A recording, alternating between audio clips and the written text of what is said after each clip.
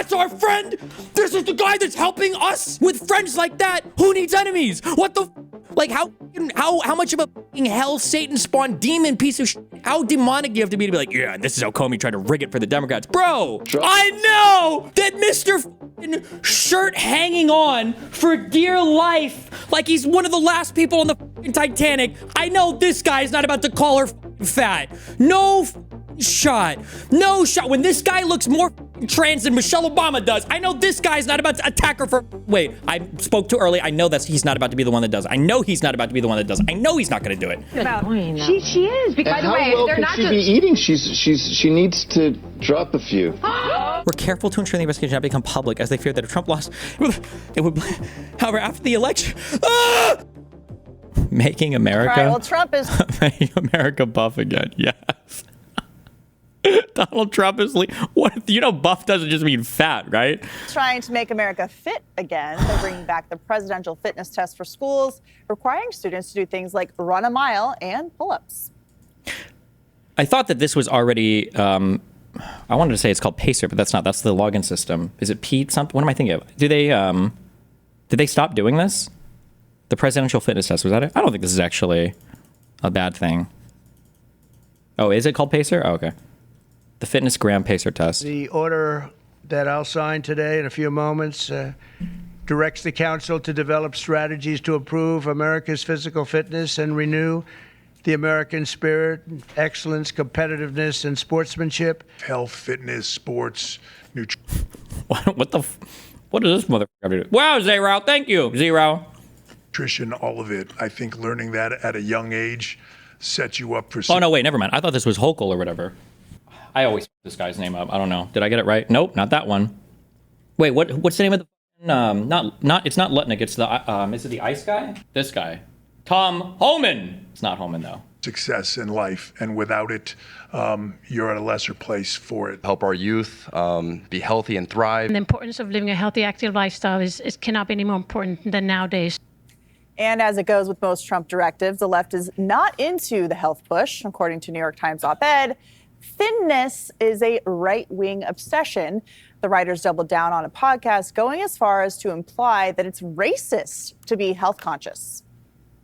Are they just part of the general environment right now, which is kind of like okay with being unabashedly pro-skinny? I think what happened with the body positivity movement is it got co-opted by the wellness movement. And so people stopped using language like, oh, I'm doing this to be thin. I'm doing this to be healthy. Healthy was always synonymous with thinness in the mainstream. And also, it's very white. Like, don't be fooled. Do not be fooled. Do not be fooled. Do not be fooled. Okay? It's tempting to lash out at these people. Okay? Because these people are very good. But the only reason we even know... Raise your hand in class if you had any idea about any of these people prior to Fox News showcasing them. That's the only reason we know. What is this, a New York Times op-ed podcast? Who the knows/cares?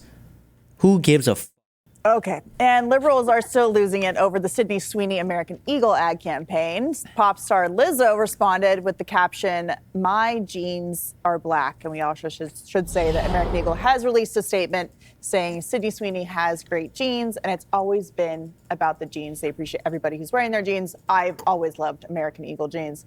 All right, where do we start here? I think let's start with the presidential fitness test. When I was in 6th grade, Joey, we had to run a mile every morning because we would hike the Grand Canyon at the end of the year. I thought that was great. And now kids are going to be able to do this in their schools again. Yeah. In 6th grade, they were running a mile every morning. Do you think that's true? It's not impossible for kids, but I also just don't believe anything conservatives say ever. I mean, we don't want fat, lazy kids, right? We just don't want that. Our country needs people that can run towards danger and run away from danger and not sit there and look up on their phone what is danger. And that's and that's who our kids have turned into. We've done this to them. We poison them with the food. We hand them an iPad or an iPhone instead of kicking them out of the house and telling them to go get hurt. And When was physical fitness test removed? I'm not sure. I never heard that it was removed. I didn't even know that. I have no idea. I do know that any time Democrats talk at all about having healthier food in schools or doing anything that's better for children ever, all of these guys, also you can tell by this dude's accent, you know what state this guy comes from, okay? This guy, like the peripheral vision, it's like 4 people per, field of vision because of how fat everybody in this dude's hodunk random bullshit ass town is, to come out here and talk to us about like anything having to do with childhood fitness. Anytime the Democrats would ever talk about any of this shit, they'd be like, oh, actually, health is communist or whatever. They'd always like, I remember Michelle Obama got so much for saying like, hey, maybe kids should like eat vegetables. And Republicans were like, how are they going to fit vegetables in their stomach when they're insert phone, so whatever bullshit there. I don't know. I don't know if this has to do as much with school though, or with, oh no, support physical activity for all by offering more opportunities to be physically active in communities and supporting comprehensive physical activity programs in schools. Put a Band-Aid on it. I don't know if the presidential fitness test is the way to get there, but it's at least a forward-facing step in the right direction. I think anytime you can get Triple H and Harrison Butker together on something, they may agree politically, but the things they espouse aren't exactly the same. I think it's really cool to see these people that have been, in their own right, demonized by the left media and standing right beside Trump that also stand for something, and this thing being healthy kids. I mean, what I love about President Trump is no matter how he presents it, he really does present things that kind of say, the left, I dare you to go against this. Right. And they take the bait every time. Yeah, so Now remember, the left, don't ever forget this, okay? Don't ever forget this, because these ghouls do this intentionally. And I bring this up almost every time I've been on PRs, I've had to bring this up. When I'm talking about the right, I'm talking about the President of the United States of America, and I'm talking about the hellish demons that you've installed in the Congress. That's who I'm talking about. When they talk about the left, they're talking about random podcasters that they're rage schlicking to between Botox appointments and vitamin C super shots. Emily, this is part of a broader Make America Healthy Again push. Approximately 1 in 5 U.S. children and adolescents are obese. It's a serious health issue that underlies everything else that causes problems inside the country. So obviously, physical fitness is an important thing, whether it's this presidential fitness test or broadening out to join athletics, et cetera. But it's certainly a good thing for the country. Yeah, and I think, the reviving the test, the most important thing about it, in addition, that movement is medicine, and is that it's a signal, right? That it's not just about calisthenics, but it's a cultural corrective here, because we've been told for the last 4 years that fitness was elitism and that self-improvement was oppression. Health was pathologized, right? So now the president is saying actually strength and discipline and personal responsibility not only matter, but they're acknowledged. Like, we see you and it is good for you and our country if everyone is into it. And when the NYT columnists have decried thinness as some type of right-wing ideal, it really underscores that it's their worldview, not ours, which is a fear that excellence might be aspirational. And then you dig a little deeper and you say, well, what are they talking about when they talk about thinness? And the analysis was on the concept that apparently Christian right-wingers prioritize protein and non-synthetic hormones, working out, building muscle mass. So it has nothing to do actually with this anorexia-based assumption. It's the Why did she say non-synthetic hormones? What the fuck is she talking about? Also, how many of these fuckers are on TRT now? My God.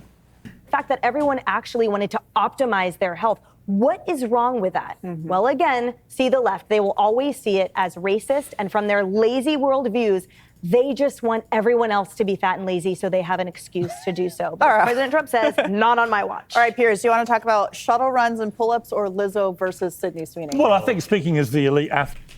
Somebody linked this as the average BMI per state. I would have never guessed. Oh, that's percentage of fatness, not BMI. Ooh. Well, that's not percentage of fatness. That's probably percentage of obesity. If it was overweight, this would be in the 50s, 60s, 70s. At the panel with that. That's right. I didn't actually know that I was that right wing until I looked at myself, realised how skinny I was, and thought, wow, I guess I am. I knew the day would come when Donald Trump would do something where every rational human being in the world would obviously immediately, instinctively respond with, that's a great idea. 1 in 5 kids in America are obese. Let's get them at school doing stuff which makes them a little bit fitter, a little bit healthier. And you see the reaction, and you're just like, what is wrong with you? What is wrong with you? Imagine hearing this news and thinking, oh, for God's sake, Trump's making our kids fitter, healthier. Why do I have so much? Jesus Christ! You know, a guest on Fox News is getting slammed for saying that the First Lady needs to lose some weight. They were discussing school lunch guidelines when this happened. We don't need the federal government projecting these standards upon us. And Michelle Obama is so, like, the Duchess when she speaks about. She is. Because, by the way, they're not just be eating. She needs to drop. I know that Mr. shirt hanging on for dear life, like he's one of the last people on the Titanic. I know this guy's not about to call her fat. No shot. No shot. When this guy looks more trans than Michelle Obama does, I know this guy's not about to attack her for. Wait, I spoke too early. I know he's not about to be the one that does. I know he's not about to be the one that does. I know he's not going to do it. She is. By the way, how well they're can not she just. be eating? She needs to drop a few. You did not. Like, you can't win. You want to know what turned me on a lot to this is the fucking. That's why it's good to talk to a variety of people if you don't agree with them all. It was the guy with the keys. It was the Lichtman guy. And he shouted something at me in the debate. I actually didn't really agree with it at the time. And then I thought about it a lot more. And it was something where I mentioned something about like, yeah, MAGA is like really bad or MAGA is bad. And he was like, no, it's not MAGA. It's been the Republicans for the past 3 decades. And he's right. He was absolutely right. That's why I point so much now to the Al Gore shit, to the Ken Starr shit, to the McConnell statements about making Obama one-term president, to all of this stuff that was going on in the past. It's not just it's not just MAGA. Like, Republicans have been building the Tea Party bullshit. They've been building towards this for a long time. This isn't coming out of nowhere.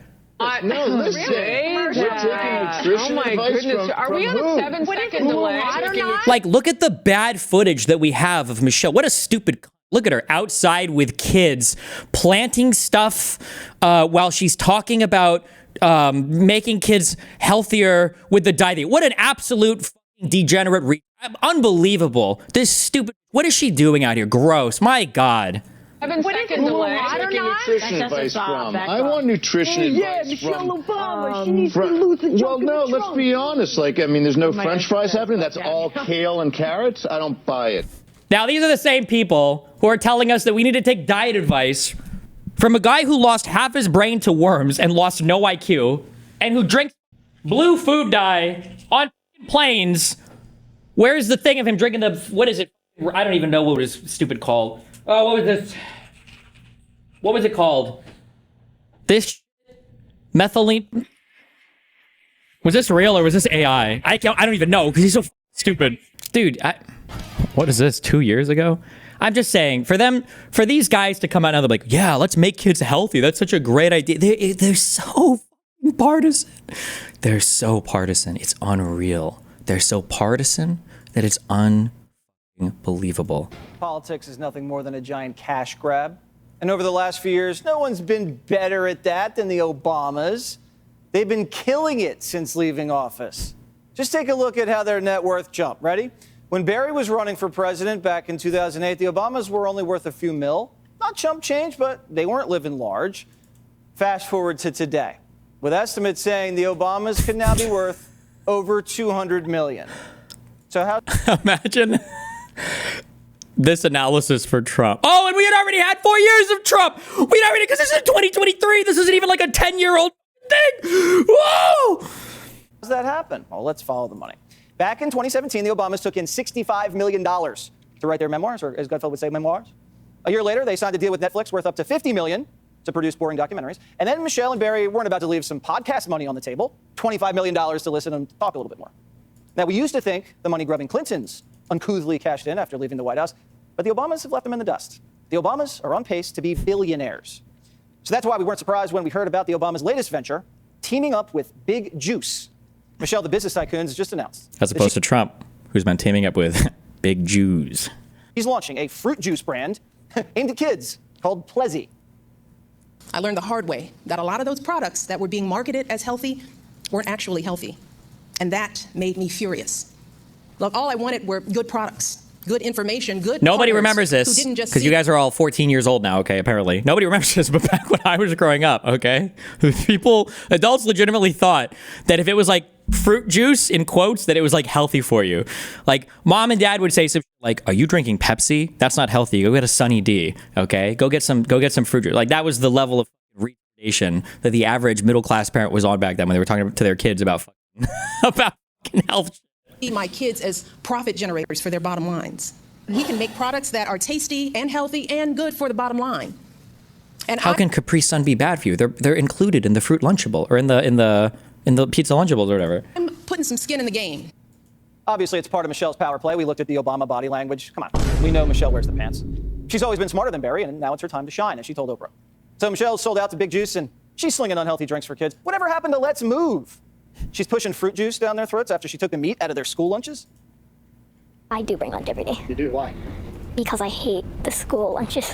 I don't really like the whole school lunch food that much. I have tried a lot of their things, and I hate them all. Tasted like it was like a giant plastic hot dog. Can you describe their meat? Chewy, taste bad.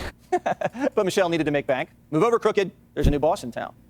You need to understand that these people are hellspawn, okay? For them to be sitting here like, we just want to make kids healthy. I can't believe the Democrats would fight against something so obvious like making kids healthy. That's exactly what they've done. Every possible thing that you could do to be satanic, okay? The Republicans did when the Obamas were in office. Wait, what is this? And a warning from doctors this morning about the health of your children. Apparently, they're concerned that President-elect Trump might overturn Michelle Obama's school lunch guidelines and ruin all the progress that the country's made against the obesity epidemic. Those doctors also concerned that children may ask their parents for more fast food because they see President Trump eating it on TV. The government's current school lunch program has come under fire for years for not appearing as appetizing as advertised. So what do you think? Is it as appetizing? Kind of bland looking there. Italian dunkers and the things I loved in elementary school. I don't want salad. Pizza? Yeah. I think the salad looks really good. Get out of town. Damn. Hold on. Wait. Does he kind of look a little bit like our... I'm just kidding. Like from a distance. It almost looks like another Fox News guy that ended up as a cabinet level position. You know, like the DOD. That's crazy, you know? I don't want a salad. I don't want a salad. I think the salad looks really good. Get out of town. I don't want a salad. Ew. Gross. Oh my God. Obama is so tone deaf. Uh-oh. What happened? Oh, no. I'll go off the record. Do not get me wrong. I like to have a good time, and I also want our president to have a good time. But President Obama is tone deaf. And don't blame this one on his staff. He should have known better. He's the president of the United States. I'm talking about this. President Obama doing the tango at a state dinner in Argentina. And let me repeat, I'm not opposed to him having fun. It's the timing and the lousy judgment of it. While Belgium is grieving and the world is worried Look at how disgusting Michelle looks here. about terror. Is that Michelle doing Obama? The tango. No. Oh, wait. Just kidding. Never mind. His picture will be Whoever she is, she needs to lose some weight as well. taken. Knowing this video will go viral. The optics are horrible. And during my off the record last night, I urged the president to cut his trip short and come home. Wait, what were the optics bad for? Sorry, hold on. What were we even saying?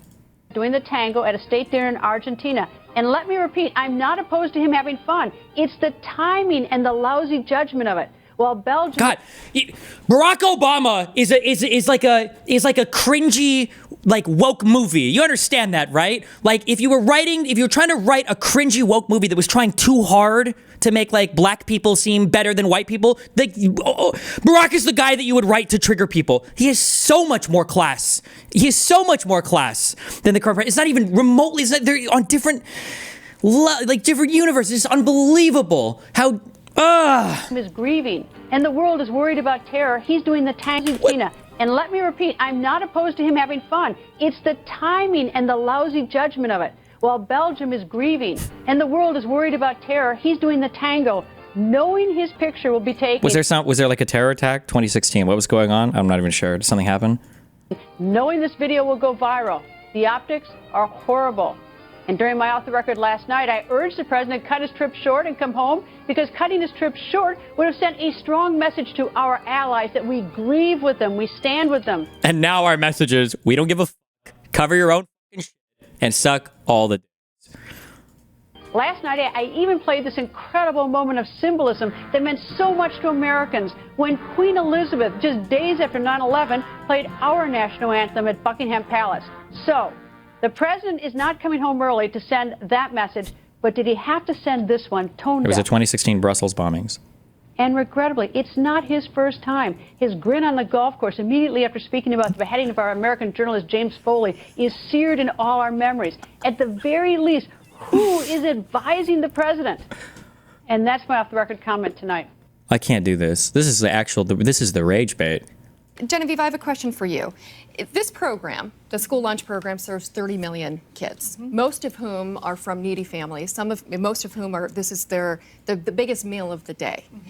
We spend more than $11 billion on this program. Why wouldn't we want the most nutritious foods to be served to these kids? Well, I think that we do, but I would, of course, ask then why the Obama administration, who gives out a lot more money in food stamps to, Like, I wonder if Piers watches my because I feel like this is my talking point. I feel like I've said on a lot of shows, I'm like, why do Republicans choose the most evil option? How do you have Republicans fighting against, like, lunches for school students, for kids? How can you possibly have them fighting against this? How could that possibly be the case? And now it's like they're using this on the Democrats. Like, do you think that the Democrats as a whole are against healthier school lunches? Like, how brain broken can you even be to have this opinion? Talk about shuttle runs and pull-ups or Lizzo versus Sydney Sweeney. Well, I think speaking as the elite athlete at the panel with that, That's right. I didn't actually know that I was that right-wing until I looked at myself, realised how skinny I was, and thought, wow, I guess I am. Look, I knew the day would come when Donald Trump would do something where every rational human being in the world would obviously immediately, instinctively respond with, that's a great idea. 1 in 5 kids in America are obese. Let's get them at school doing stuff which makes them a little bit fitter, a little bit healthier.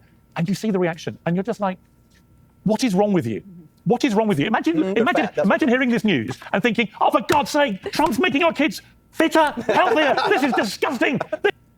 School lunch that's I understand, but that's government sponsored, and we let people buy anything. Do you with believe there those. should be any? No, I don't think there ought to be regulations on that. And let me explain. So let me explain. School why. lunches should have no standards whatsoever. No, you can have standards, which they do, and as Gingrich has rightly pointed out, this isn't about the standards. It's about implementing them, and can schools actually do it? You said 90% are doing it. That's right. And they're finding out that it's costing them a lot more money than they have in their budgets to do this. Most school districts are saving money because they're getting higher participation. You have even others. No, you do not have higher participation. You actually do. You actually had over 1 million students drop out of the school lunch program last year. What is even the motivation that Republicans have to be Republicans? The underpinning, the biggest up in all of U.S. politics that explains all of the older media and lawmaker behavior is how many of them are Christian. Because the issue that you have right now, okay, is imagine after you die and you go to some place for the rest of eternity, who do you want to hang out with? Well, if you're a Republican, you got to go to fucking hell, right? So you have to be as demonic as possible, okay? Otherwise, what, are you going to go to the other place and be on your own completely? You want to hang out with friends for the rest of eternity, you have to be a demon. After decades of us actually having students increase in the program, you had over, let me finish. You had over 1 million drop off because they don't like the food. And if we're really been going down since 2007. Yeah, they sound like the loser Democrats. Oh, the kids don't like the food, so they can't eat it. Oh, they don't want to eat healthy food. Oh. Increase in participation is of concern, and it's something that we've been focused on. But it's been going down since 2007. Why do you think it's happening? It's a mix of things. I think it's kids bringing their lunch from home because the food wasn't healthy. And a lot of parents opted out of the school lunch program because they didn't think the food was healthy enough. And many of them don't know about these great changes that have been taking place. It's wrong and to that say, the food has been getting better. In the first full year of implementation last year, that's when you lost 1 million kids. So they were dropping out because they did not participation been going down. That's not true. Well, you're not. I don't think you have the facts right. The fact is they don't like the food. Secondly, that's not true. Schools cannot, they're saying, we can't afford this. Some schools are actually taking money out of their teaching budgets to make up the difference here. And let's be clear, what are our schools' #1 priority? It's teaching kids how to read, how to do math. They're already failing in that category. So now Michelle Obama thinks we need to come in and tell everybody how to eat. They did. Okay, but let me get clear on this. Do you believe there should be any nutritional standards in our school lunch program? We have nutritional standards. Yes, let's have them. They should be updated. Let's have them. But I don't know that the federal government is the one who ought to be setting them. How about who should? Well, why? Who should? Let's see. How about the school nutritional association that said they're wanting this delay because they want enforce standards at the What do you federal mean? How do you government? enforce? Yes. Well, so if I live in Massachusetts and my standards aren't as good as in Georgia, then you go to your school board and you say, Mr. School Board and Mrs. Oh, so that national school thing that you just mentioned was bullshit then. Oh, you just lied like a soulless demon. Oh, okay, cool. We would like you to make for the $11 billion we're spending on this. From the woman who... Did he actually roll it The back? Trump administration will soon roll back Obama-era regulations in school 6 years ago. in an effort to increase options. The Trump administration... Wait, wrong one. will soon roll back Obama-era regulations on school lunches in an effort to increase options for healthy and appealing meals for our children. What? Which means things like flavored chocolate milk will be back on the menu. Here to break down all of that is the director at the Center for Progress and Innovation for the Independent Women's Forum, Julie Gunlock. Julie, good morning to you. No! No! No, they didn't! No, they didn't! No, they did not! No! This is a troll. They know it. They're all in on it. This is a troll. I switch. I want my opinion. Fox News is epic and based. This has to be a troll. This is a troll. It's an actual troll. We're getting trolled hardcore right now, right? Holy Famously, we remember during the Obama years, when these school lunch mandates were put out, that a lot of people complained, well, there's no taste to the food anymore, the kids won't eat them. But ultimately, they were trying to make sure that our kids ate healthier food, right? That's right. These reforms that went through in 2010, pushed by Michelle Obama, were well-intentioned, but in reality, kids were not eating the food. And we saw that there was a major food waste problem developing in some of these schools. Kids were taking their entire trays and throwing them in the garbage. One study said that 60% of vegetables, 40% of fruit was just being tossed. In one LA county, the school made an arrangement with a homeless shelter to give the food because they had so much left, because again, kids were not eating the food. So these reforms are just to give school cafeteria workers essentially more flexibility to make the food tasty as well as nutritious. It's such a tough problem, though, because obesity is a problem here in America. So I think Michelle Obama, her idea was to make school lunches healthy. Every parent wants that. And this is not a new problem. I mean, every parent knows it's hard to get your kids to eat vegetables and fruit, especially when they get a little bit older and they're going to school. So do you think this is the best solution, though? I mean, I don't know if we really want our kids to, just because they're not eating the healthy foods and healthy choices. So now we go back to pizza and hamburgers? Well, this is being cast as, oh, junk food's making a return to schools, unhealthy food. You know, we're going to go back to where ketchup is considered a vegetable, right. That famous case. But this isn't that. Look, the thing is there's nothing wrong with a child eating a corn tortilla or a flour tortilla. Some of the rules, for instance, taking out butter and salt. Now, I'm a mother of 3 children. I have to get my kids to eat vegetables. And I don't need a PhD in nutrition to know that if I put a little bit of butter and some salt on the broccoli, or I put a little bit. I don't know how many people are listening right now. I'm sorry, for non-white people. As a representative of the Midwest, okay?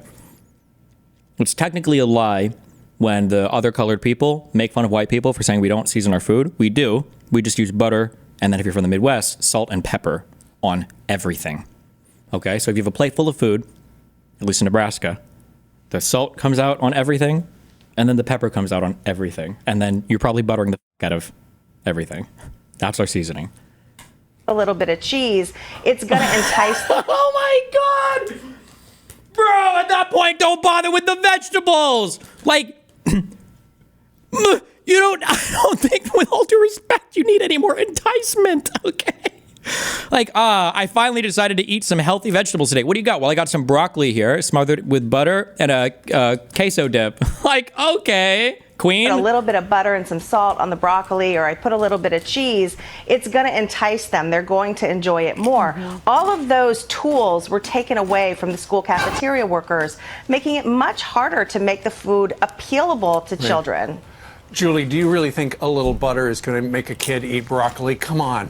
No. No, I do. I meant yes. Yeah. Yes, not I do. At school, but at our house. I give him a 10 out of 10. I'm sorry. I'm not sure now, Fox. I think it's epic and based and hilarious. Never mind. I see. It's a joke. It's all a joke. That's what it is. Okay, based.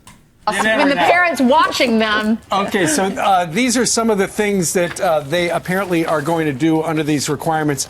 They will broaden milk options by allowing flavored low-fat milk, which could include chocolate milk. Also will require that half of the weekly grains be whole grain rich, and will provide more time for gradual sodium reduction. So ultimately, are you saying that we may be taking half a step backwards, but ultimately more food will be consumed?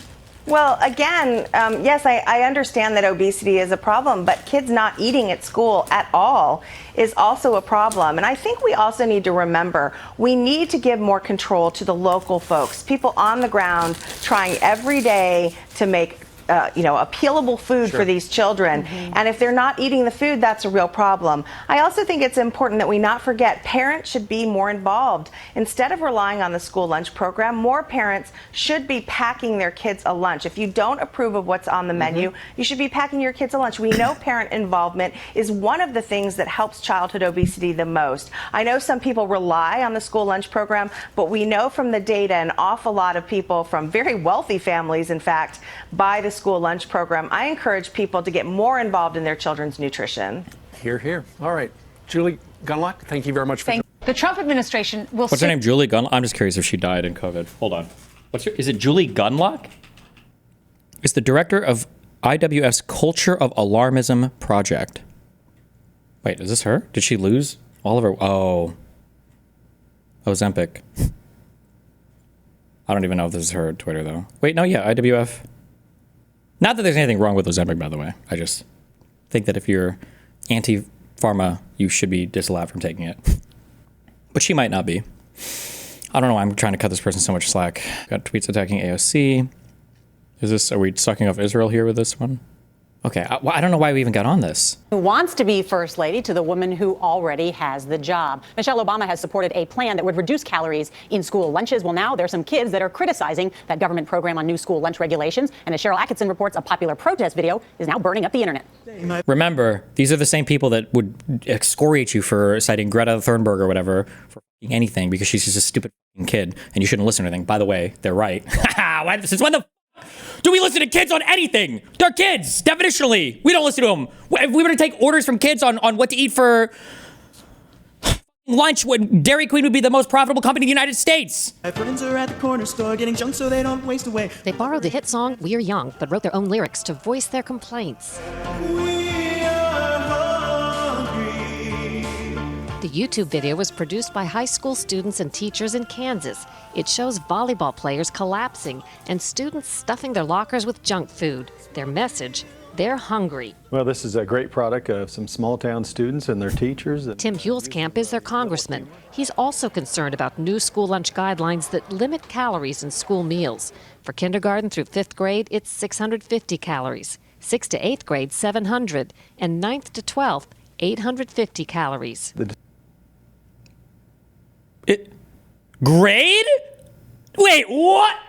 Oh, no, wait, I'm so sorry. This is for a single meal. I'm so sorry. I was thinking for your total daily consumption. For lunch, I was thinking total daily. I was like, no way. Wait, for lunch? Wait, this is probably fine. 850 calorie lunch for, assuming if you eat anything for breakfast and you can easily eat enough at dinner.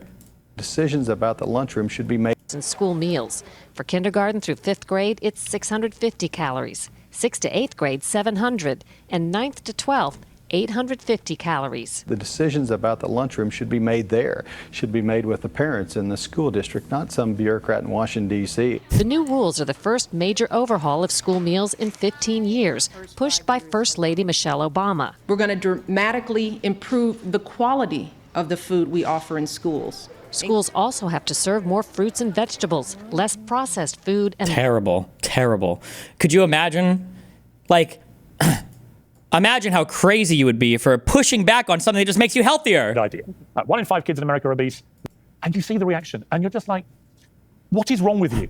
What is wrong with you? Imagine hearing this news and thinking, oh, for God's sake, Trump's making our kids fitter, healthier. This is disgusting. This is why I hate the man. This is why you shouldn't be president of the United States. And that's literally what some of them are doing as they foam at the mouth. And again, my message to my liberal friends, do you know what would be really empowering for you, for your mental health, for my mental health, for all of our mental health? If you just heard a campaign like this and you went, you know what, that's a good idea. I agree with Donald Trump. I agree. Why don't we all just come together and agree, let's make our kids fitter? Another interesting point on this, RFK mentioned about bringing competition back to schools. I loved hearing that. Oh, well, that's not allowed. Because, we've got to a that stage. Means you're better than others. Yeah, and we've got to a stage again with the. Are there no more spelling bees? Are there no more school sports? Did those all get eliminated? Did those all get deleted? Woke left, and I have nothing in common with these people. I used to identify as a liberal. I can't now because they've been hijacked by these lunatics. Does that mean we're going gun shopping? I think we may well be, Joe. We may well be. Actually, I'll bring my brother was a British Army colonel. He's a very good shot, so I'll bring him. We'll go out together. We'll get him there soon. But the thing about winning is that the wokeism mindset is that winning is actually wrong. Losing is to be celebrated because then you can be a victim. You can wallow in not winning, and winners should be frowned upon. Meanwhile, the most famous NCAA, I almost said NAACP, the most famous NCAA athlete in the entire United States of America in the past 2 decades is some 5th place finished one-time swimmer that the entire right is obsessed with because they can use her as a launch platform to attack Leah Thomas. Like, Jesus Christ. When did we get to that? When did America or the United Kingdom get to a place where you think winning is losing and losing is winning? So I applaud this, and I think that Trump is absolutely spot on. And to the woke left, wake up, smell the cappuccino. You know what? You're right. It's a good idea, and you'll stop. I bet Piers Morgan did attack no, maybe not. Maybe not. Let's see. Did he? Piers Morgan, Michelle Obama, school lunch program.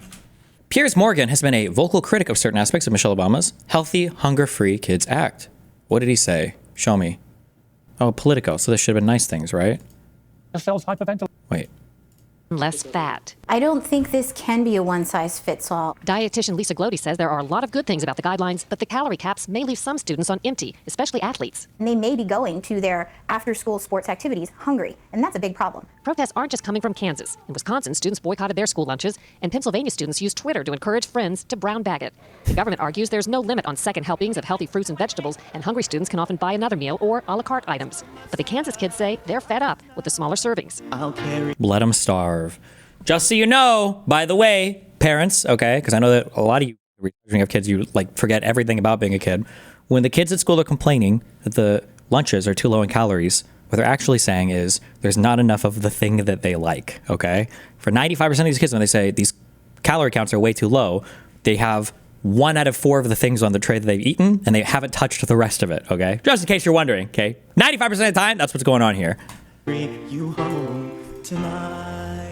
For CBS This Morning, Cheryl Atkinson, Washington. The most important kid in every, I don't know why, something happens when kids have, when parents have kids, that like their brain gets deleted about everything for being a child. The most important kid in your cafeteria, there was always that one freak kid who liked the vegetables and fruits and shit, and he was your best friend. You always had to look ahead for lunch. Like, oh, today's pizza day. I got to sit next to the freak kid, because that guy would always trade you like his dessert for like your mixed vegetables or whatever. Like, oh yeah, I don't like this chocolate pudding. He was like, oh dude, do you want to trade your thing? And then he would, this is like the most valuable ally that you could make in the cafeteria, because he would always let you offload the dog shit food in exchange for the bomb diggity bomb food every time. It'll be healthy for you as well. So Greg, as our resident health expert, yes, what is your opinion about this whole thing? It's a war on jolly kids. When I grew up, the pudgy kids were the fun ones. They had the best food in the fridge. They had the best jokes, and you could stay up all night at their house. Here's the thing: I think that all of you guys have touched on this kind of overarching issue. Good things are hard to do, so don't do them. That's exactly right. It is what you can look at, like physical fitness, beauty, hard work, self-care, following the law, waiting in line, patriotism, citizenship, self-defense, having a family. All of these things have been denigrated in kind of this modern progressive era, and they are aspirational, but more important, they're also hard. And the woke has told you, and it's so convenient.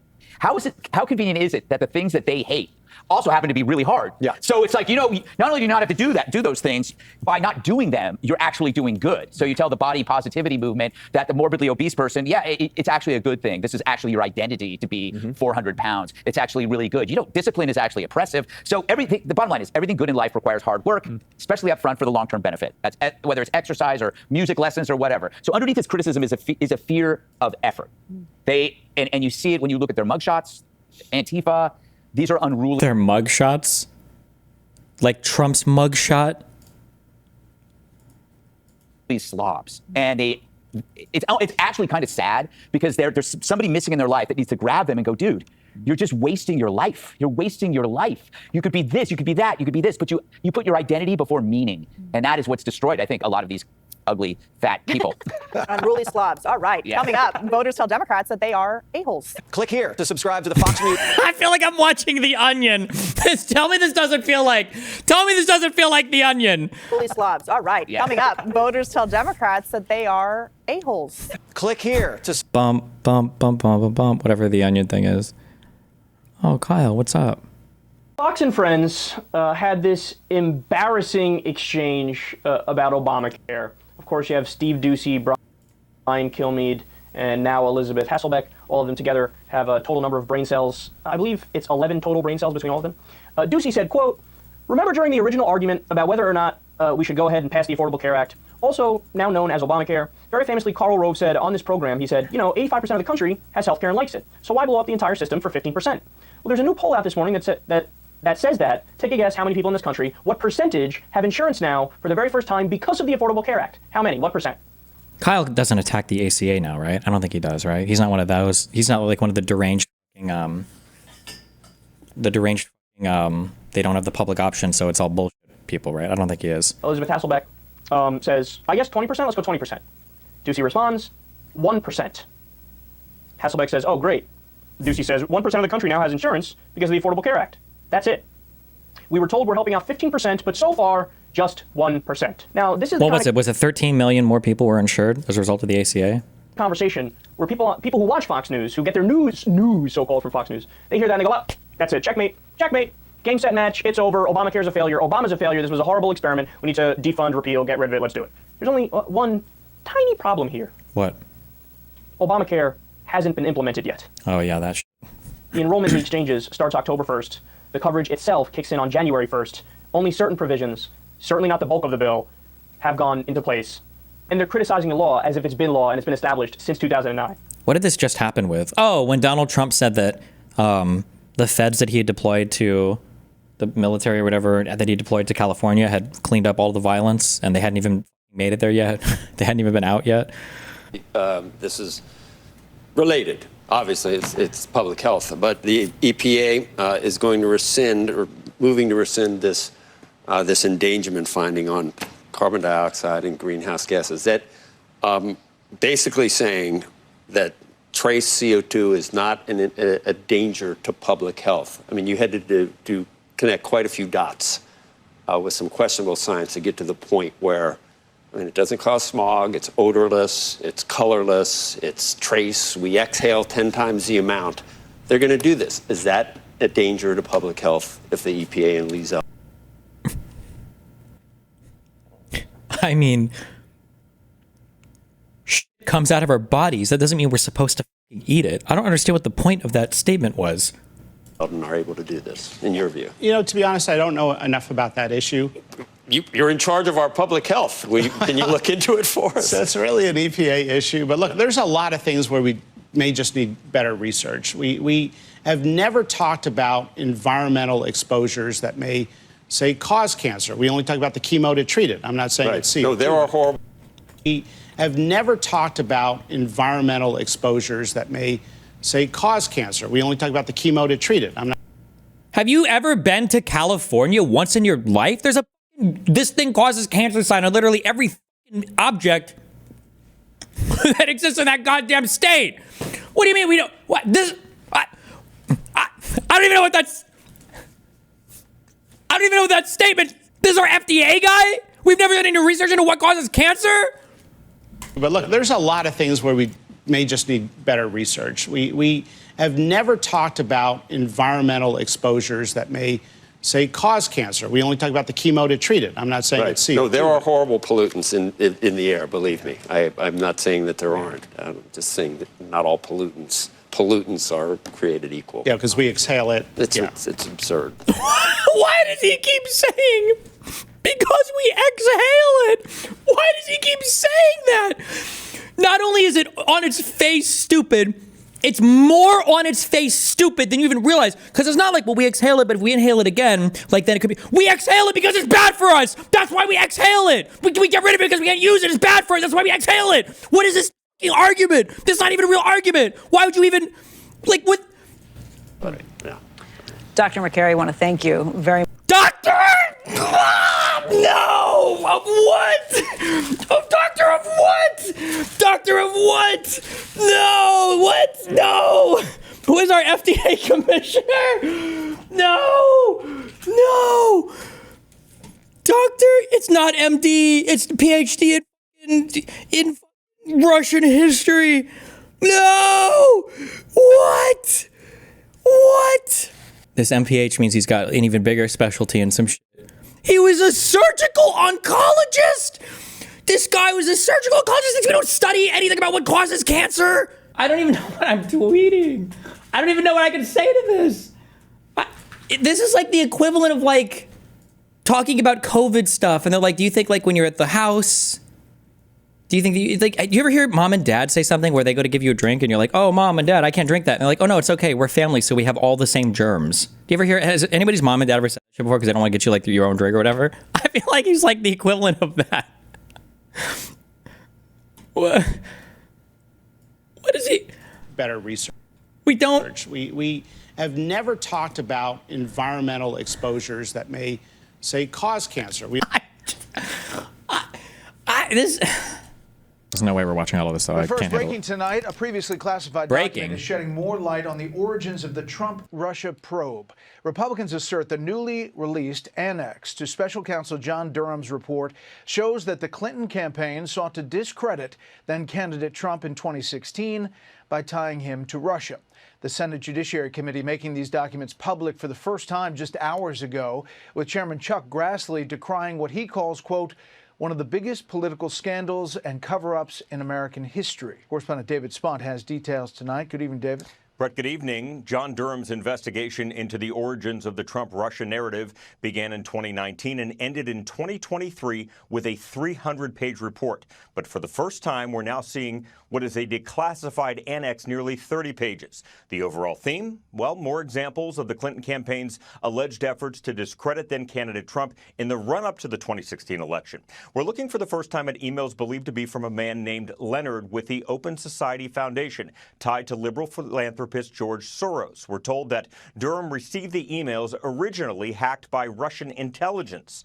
Now, according to this annex, Leonard writes about a Clinton campaign advisor named Julianne, also referred to as Julie and Julia. Quote, Julie says it will be a long-term affair to demonize Putin and Trump. Now it is good for a post-convection bounce. Later, the FBI will put more oil into the fire. In another email, Leonard allegedly wrote, HRC, meaning Hillary Clinton, approved Julia's idea about Trump and Russian hackers hampering U.S. elections. That should distract people from her own missing email, especially if the affair goes to the Olympic level. Now, Durham interviewed Julie, who says she didn't draft or recall receiving the Leonard emails. The annex goes on to explain the FBI was fully alerted to the possibility that at least some of the information it received about the Trump campaign might have origins with the Clinton campaign or Russian disinformation. But the FBI dismissed the information, quote, as not credible without any investigative steps actually having been taken to either corroborate or disprove the allegations. The White House hours ago, Brett, pouncing on this news. This is further evidence that Hillary Clinton approved the Russia hoax against President Trump. Her campaign financed it. Again, she approved it. The report also critical of President Obama's national security team, specifically CIA Director John Brennan. I stand ready to continue to talk about the assessment and what we did during that period of time. There was absolutely no conspiracy, and we continue to stand behind what it is that we have said publicly. Attorney General Pam Bondi, CIA Director John Ratcliffe, and FBI Director Kash Patel, all behind declassifying today's annex. No comment, though, to Fox from those mentioned in the actual document. Brett. David, we're also learning about a new whistleblower shedding light on the Trump-Russia narrative. What about that? Well, Brett, this is the same topic, but it's not part of the... So also, real quick, if you're curious about how the Iraq war was manufactured, my understanding is that this is basically how it worked. Why are we over wrestling? Was there a big volume difference? The Durham Annex, Director of National... God, this evil... So my understanding is when we were looking for weapons of mass destruction, we really couldn't. The intelligence services were just saying there's probably none there, and my understanding is that I don't know if Cheney ordered this, but there was an office created called the Office of Special Plans, and the point of this Office of Special Plans was to take raw intelligence that hadn't been corroborated, contextualized, or analyzed by an entire unit, and to just shoot that basically straight to the White House, bypassing the ordinary mode of analysis that your intelligence agencies would do. And so this is part of how the White House can bullshit themselves or bullshit the U.S. that is saying, oh, look, there's weapons of mass destruction, by taking stuff that the CIA would go through and say, probably not very reliable.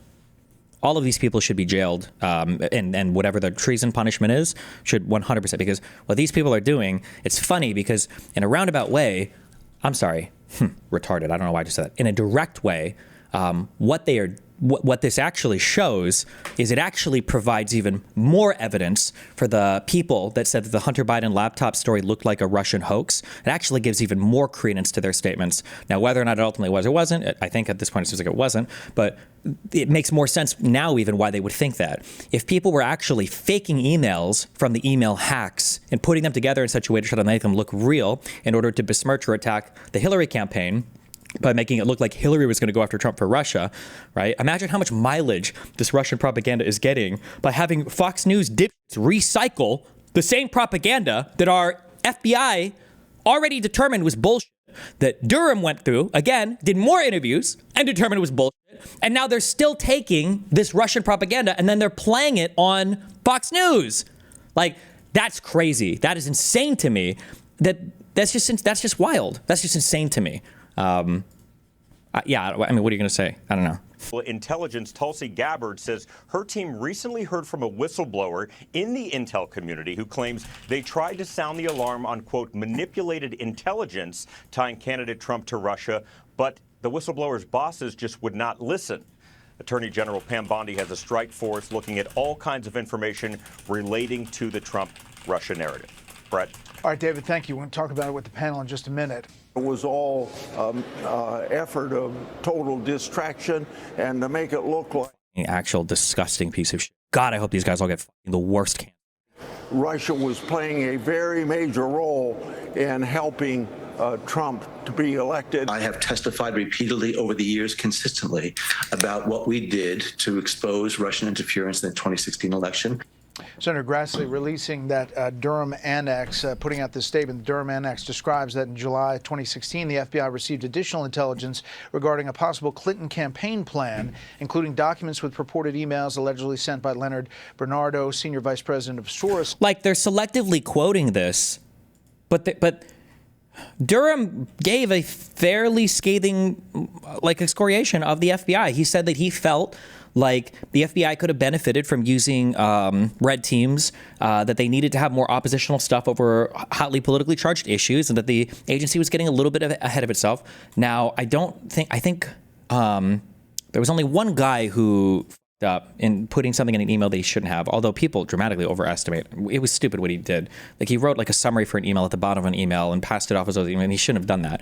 But aside from that, Durham's report wasn't that the FBI rigged everything and Crossfire Hurricane was a massive political project that was just, he just said that they probably got ahead of themselves a little bit politically and they weren't as careful as they should have been. That's what I remember basically as the summary from the Durham report. But Durham looked into all of this shit, and the goal was to f*** the FBI and the Clintons if they could find anything that would let them do so. But they looked through all these emails and they felt like it wasn't credible, and for good reason. It seems like it wasn't credible. So for them to take just parts of this that they declassified, why didn't they just declassify only the parts they wanted to use as propaganda? I'm surprised they released the whole thing. I guess maybe they're just stupid, but also nobody reads it, so it doesn't matter anyways, I guess. Open Society Foundations. The intelligence included data providing specificity on the plan and the attempt to smear then candidate Donald Trump by falsely linking him to...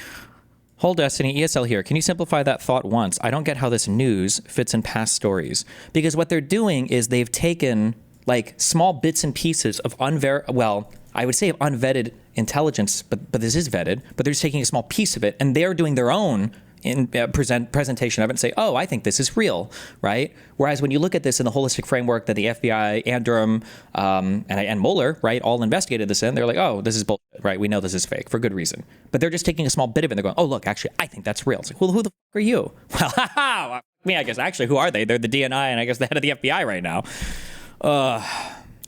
I'm the Houston education man. It was nice meeting you. Thanks for hearing me out. I know I briefly mentioned it, but do you believe that we've reached the point where violence is becoming necessary to reverse our trajectory? I don't know, bro. I have no idea. I don't know. I don't know what the answer is on anything. To Russia. We're going to bring in the panel early. Trey Gowdy, former congressman from South Carolina, host of the Sunday Night in America with Trey Gowdy, and Fox News I remember this guy. Contributors Leslie Marshall and Byron York. Byron, there are a lot of pieces that come out in this, and we piece them together. We do stories on them. They don't breakthrough in a lot of other places. But if you're at the whiteboard and you're looking at what came out today, why is it important and what does it tell us? Well, I think it's important because it shows the degree to which the Clinton campaign played an important role in creating this whole Trump-Russia narrative. So when they're saying this, so this whole Russia news segment is going to be about them reading emails that our intelligence agencies and Durham and Mueller all said were fake emails, that there's no evidence at all. They interviewed every single person around these servers, every single person around these emails, and nobody said that they recognized them. And they found pieces of this email in other emails from other people to other people, like it was cobbled together like a Russian hack job. And that's how, and so that's what we're about to hear. We're about to hear them repeat verbatim Russian propaganda that our intelligence agencies have already gone through and said is bullshit. I wonder if it's worth reading the rest of this declassified thing. Not only that Russia tried to meddle in the U.S. election, but they did so to help Donald Trump win the presidency. And it really focuses on a few days in July of 2016, July 22nd. It was the Friday before the Democratic convention was going to start on Monday. That's when the hacked emails are published. They're embarrassing to a lot of Democrats. Debbie Wasserman Schultz, chairman of the party, has to resign. On Sunday, Robbie Mook, the campaign manager for Hillary Clinton, goes on the Sunday shows and says, Russia did this, not that unusual, and then he said, Russia did it to help Donald Trump win the presidency. That was unusual. New York Times actually writes a story about it. This is incredibly, well, I feel like at this point it's already like, it's foregone. When I talk about like the media model where everybody gets marching orders, it's so obvious now that that's what's happening because no intelligent human being that's gone through any of these documents would come to this conclusion on their own. They have to be getting these lines fed to them by political operatives. Saying the Clinton campaign is going to make this a theme of their campaign going forward. And what we see is in the next couple of days after that, July 25th, July 27th, there are these letters between somebody at the George Soros Foundation. All those Republicans who think Soros is a big villain, well, they'll be confirmed in this one. Whoa, go figure! Everybody who thought that popular rumor thing, the Russians used that in their propaganda. Can you believe it?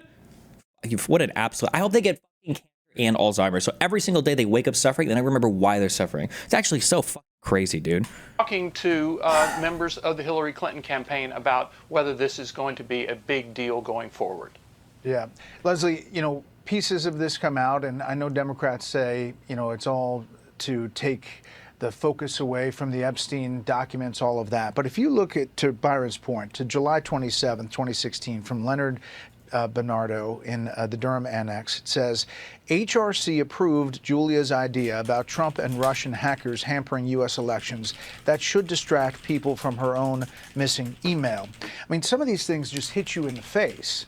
And at some point, somebody has to say something. Yeah, but here's the problem. A lot was said in the intel reports between 2017 and 2020. And specifically, they said that there was, in fact, Russian interference and that it was aimed specifically at damaging Clinton and boosting Trump. And by the way, there's video, numerous pieces of video of the President Trump, saying that, not to boost her and to boost him and to damage her, but that there was Russian interference. We then have the Durham investigation. What were his findings? FBI didn't handle this right. They botched things up. Does not recommend anybody be, handcuffed and, arrested.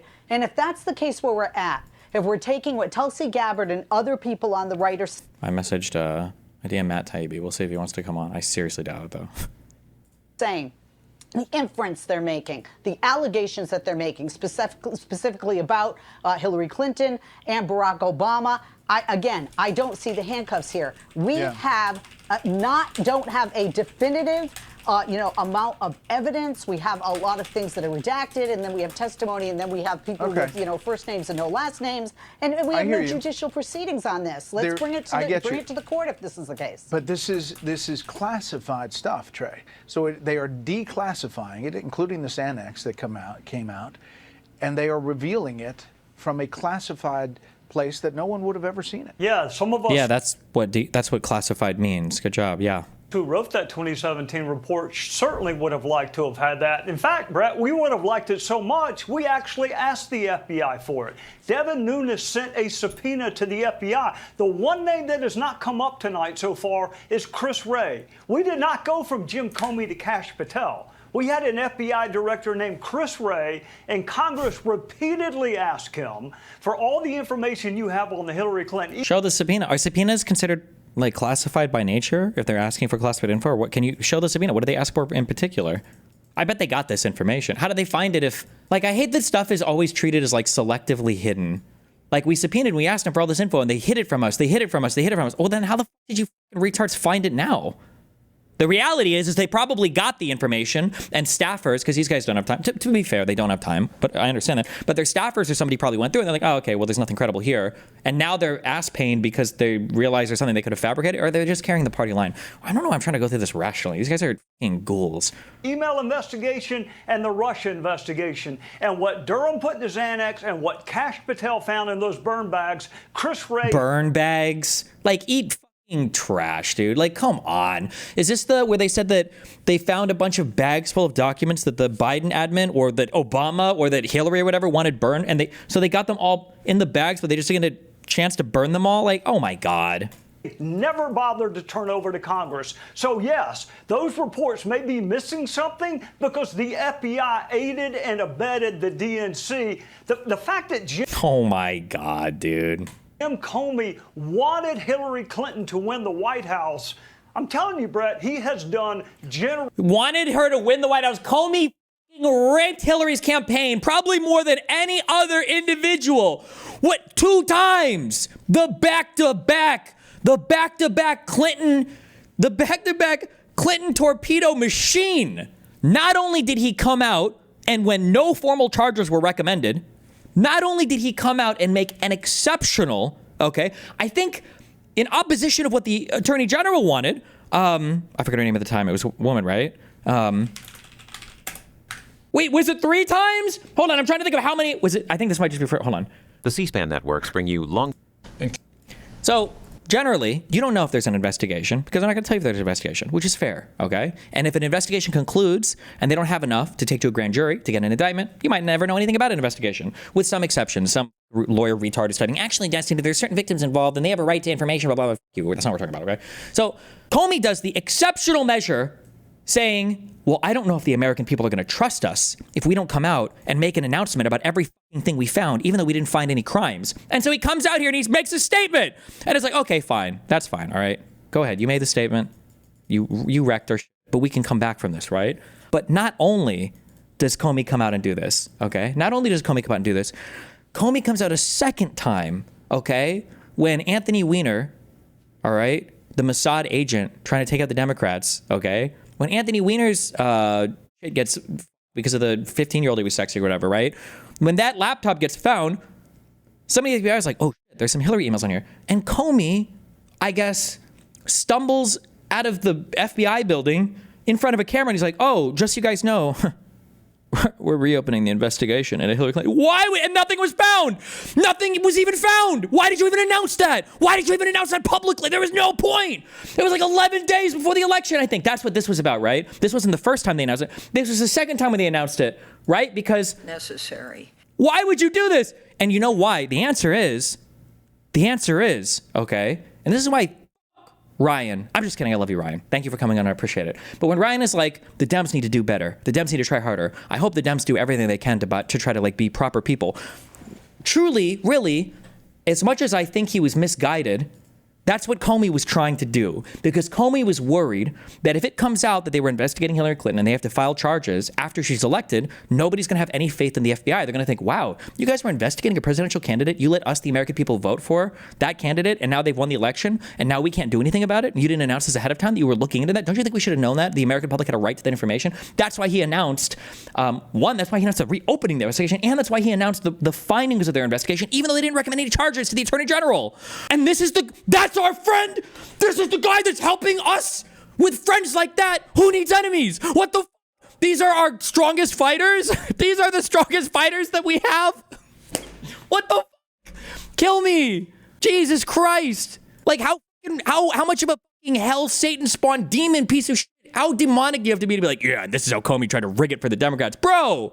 That Hillary Clinton to win the White House reports may be missing something because the FBI... And it's the rewriting of history, bro, because there was no greater time in my lifetime, maybe on the Gore stuff, in giving the election up too early, by the way, to Bush, where there was so much collective ass pain by Democrats, where it was like, why the fuck are you announcing any of this? Hello? What the fuck?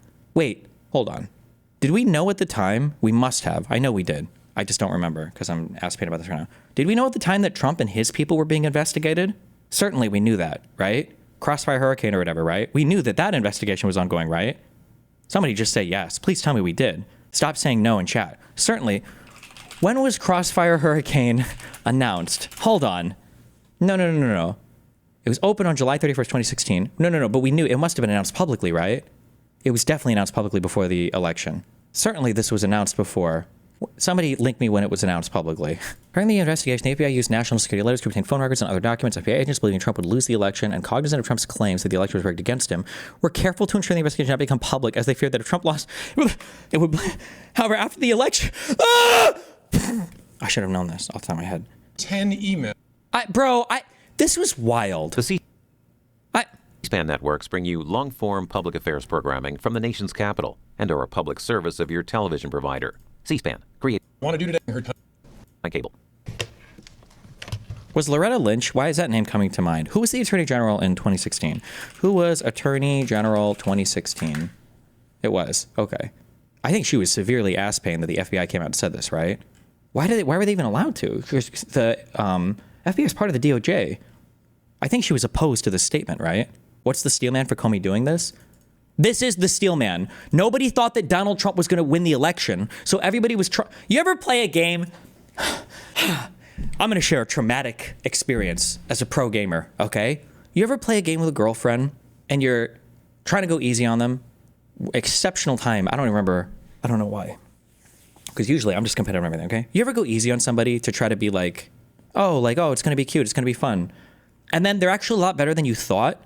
And then you kind of have to try to play way harder than you actually can because you're like, oh God, oh shit, I'm getting my ass whipped. And I was kind of trying to make this fun, but now I look like I suck. And then and now you're trying to play from behind and you've fucked yourself. And it's an unwinnable thing, right?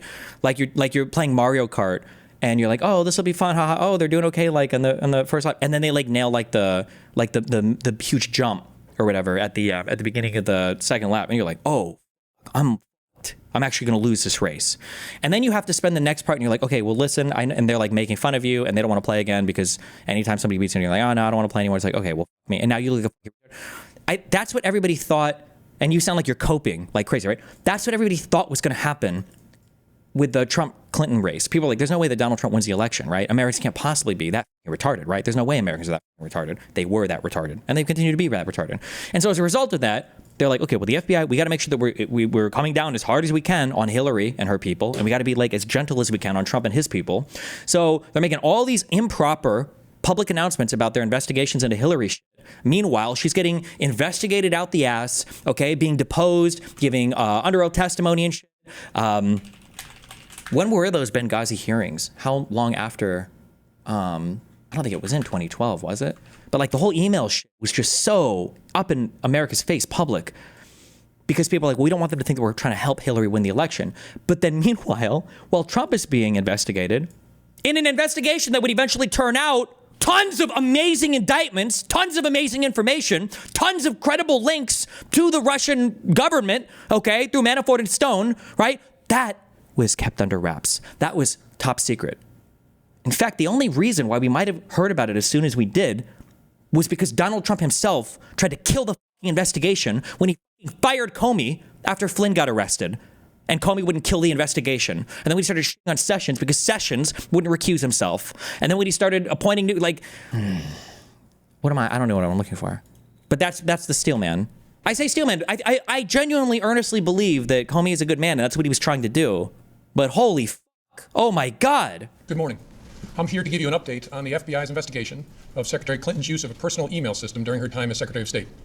After a tremendous amount of work over the last year. No criminal charges recommended, and we get a public announcement. You want to talk about deep state also? I believe these are good people. But if you did want to talk about deep state, who appointed Comey? That's a Republican appointee, dog, okay? At the end of his 8, 9, 10 years, okay? This is a Bush, I'm pretty sure this is a Bush appointee, right? Didn't Comey come from Bush? The FBI is completing its investigation and referring the matter to the Department of Justice for a prosecutive decision. What I want to do today is 3 things. I want to tell you what we did, I want to tell you what we found, and I want to tell you what we're recommending to the Department of Justice. This is going to be an unusual statement in at least a couple of ways. Yeah, thanks. Thanks for that, buddy. First, I'm going to include more. This is like you tell your girlfriend, I want to try half-inch butt plug, and she shows up with Jamal Tyrone of the BBC Championship Leagues, okay, to you in the ass.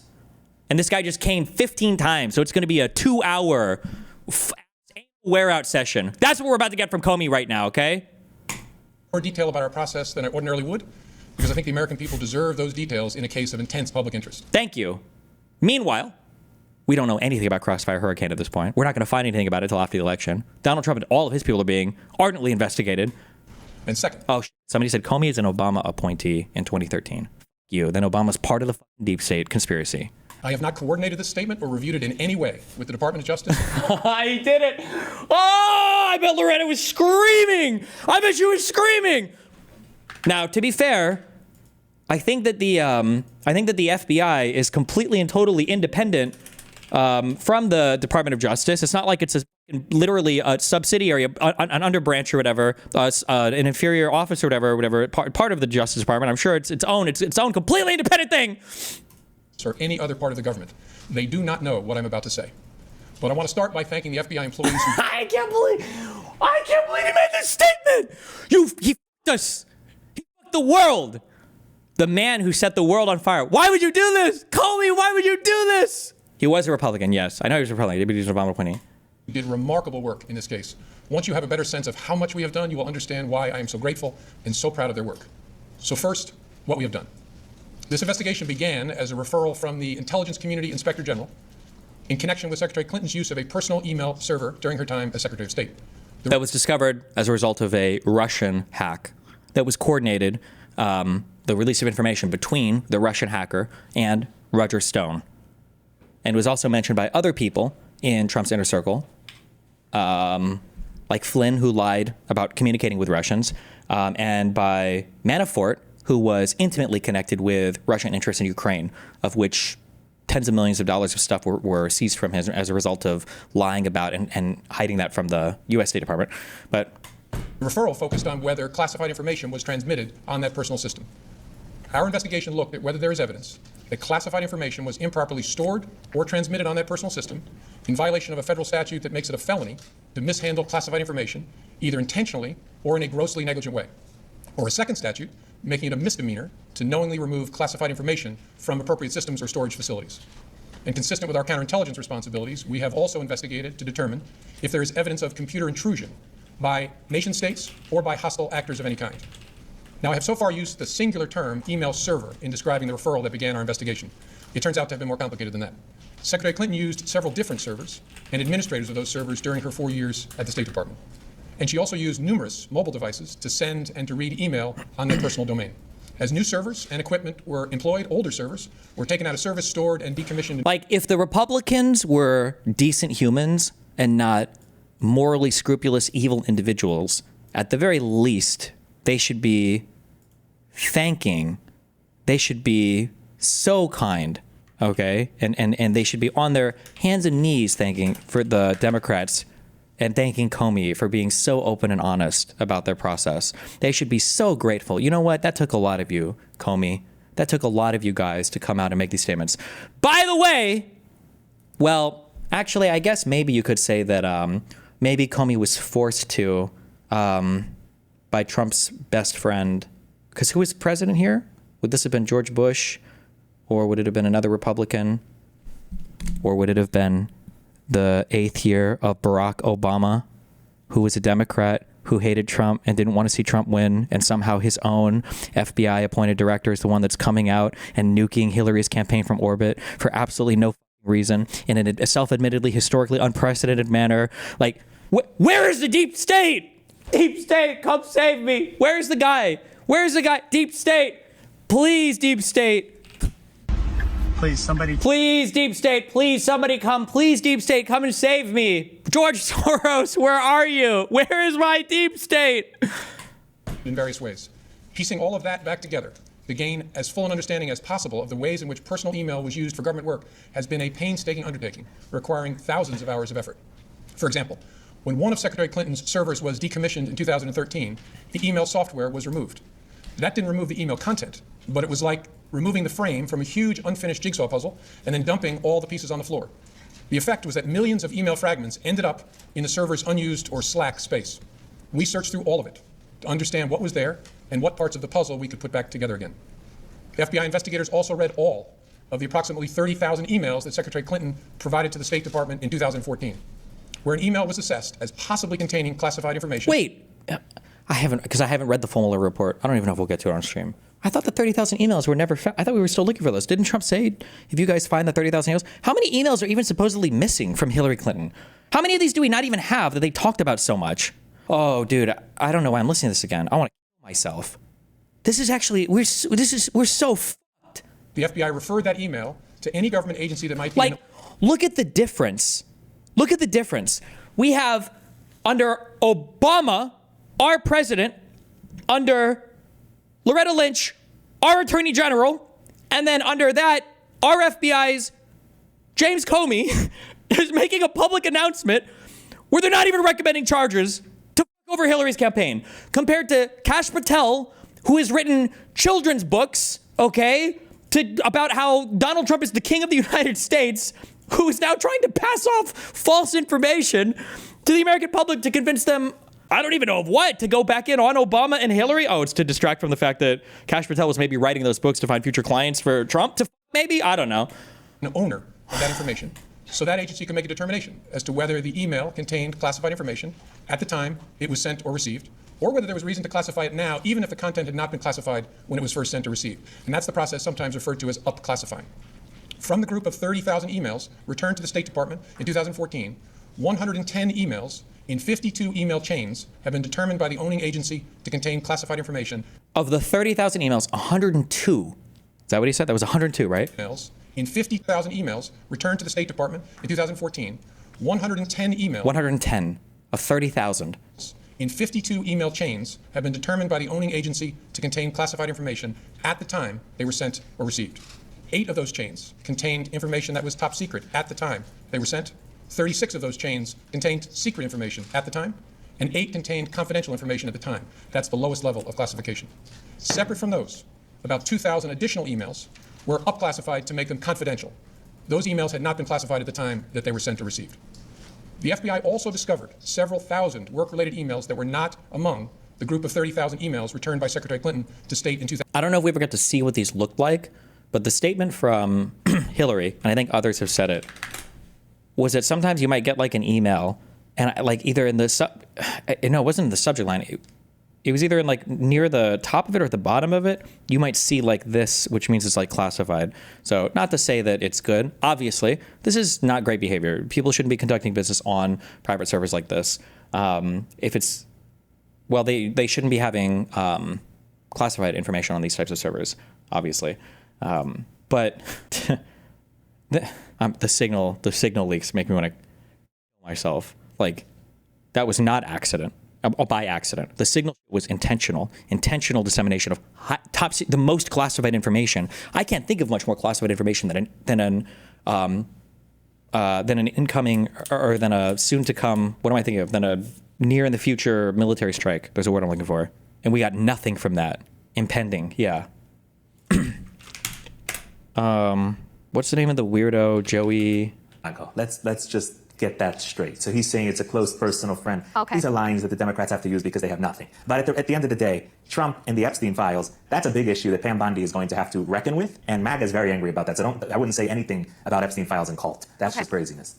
All right, let's move on and refocus our attention. Can we get a prediction? Do you think that Bondi will get kicked out? I'm just curious. I'd like to hear that on the record. I don't think Bondi's going anywhere. Just like Hegseth doesn't go anywhere for the signal chat leaks. Do you think that Bondi's actually going to get I guess, like, I don't know. Do I think Bondi's going to get out? I have no idea. I really, on the record, I can't tell you if she's going to get thrown out. She should be thrown out. My opinion is she should be thrown out. I'll say she won't be. She absolutely won't be. There will be no accountability. I thought that didn't I also make a prediction on this a while ago over the Signal chat stuff? That nobody important would be fired or resign. I thought I did for the Signal chat stuff. This is for the Epstein stuff. But, sorry. Okay. 2014. We found those. Testing. The problem is we can't buy any technical we can't put any technical requirements on politicians since they are elected, even though every one of them would probably fail a standard phishing email. Well, that was the issue, and I think Comey will go on to say, is that the State Department in general has had issues with a lot of people kind of have lax security standards at the State Department that they need to be a little bit better on. But nobody remembers that part. They just hear Hillary Clinton, classified information. Among the group of 30,000 emails returned by Secretary Clinton to state in 2014. We found those emails in a variety of ways. Some have been deleted over the years, and we found traces of them on servers or devices that have been connected to the private email domain. Others we found by reviewing the archived government accounts of people who'd been government employees at the same time as Secretary Clinton, including high-ranking officials at other agencies, folks with whom a Secretary of State might normally correspond. This helped us recover work-related emails that were not among the 30,000 that were produced to state.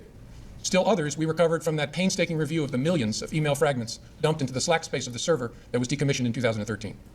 With respect to the thousands of emails we found that were not among those produced to the State Department, agencies have concluded that 3 of those were classified at the time they were sent or received, 1 at the secret level and 2 at the confidential level. There were no additional top secret emails found, and finally none of those we found have since been upclassified. I should add here that we found no evidence that any of the additional work-related emails were intentionally deleted in an effort to conceal them in some way. Our assessment is that, like many email users, Secretary Clinton periodically deleted emails, or emails were purged from her system when devices were changed. Because she was not using a government account, or even a commercial account like Gmail, there was no archiving at all of her emails. So it's not surprising that we discovered emails that were not on Secretary Clinton's system in 2014 when she produced those 30,000 some emails to state.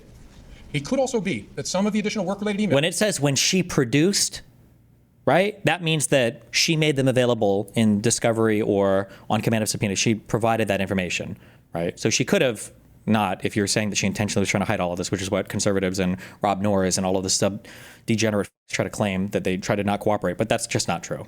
Emails that we recovered were among those deleted as personal by her lawyers when they reviewed and sorted her emails for production in late 2014. The lawyers doing the sorting for Secretary Clinton in 2014 did not individually read the content of all of her emails as we did for those available to us. Instead, they relied on header information, and they used search terms to try to find all work-related emails among the reportedly more than 60,000 that were remaining on her system at the end of 2014.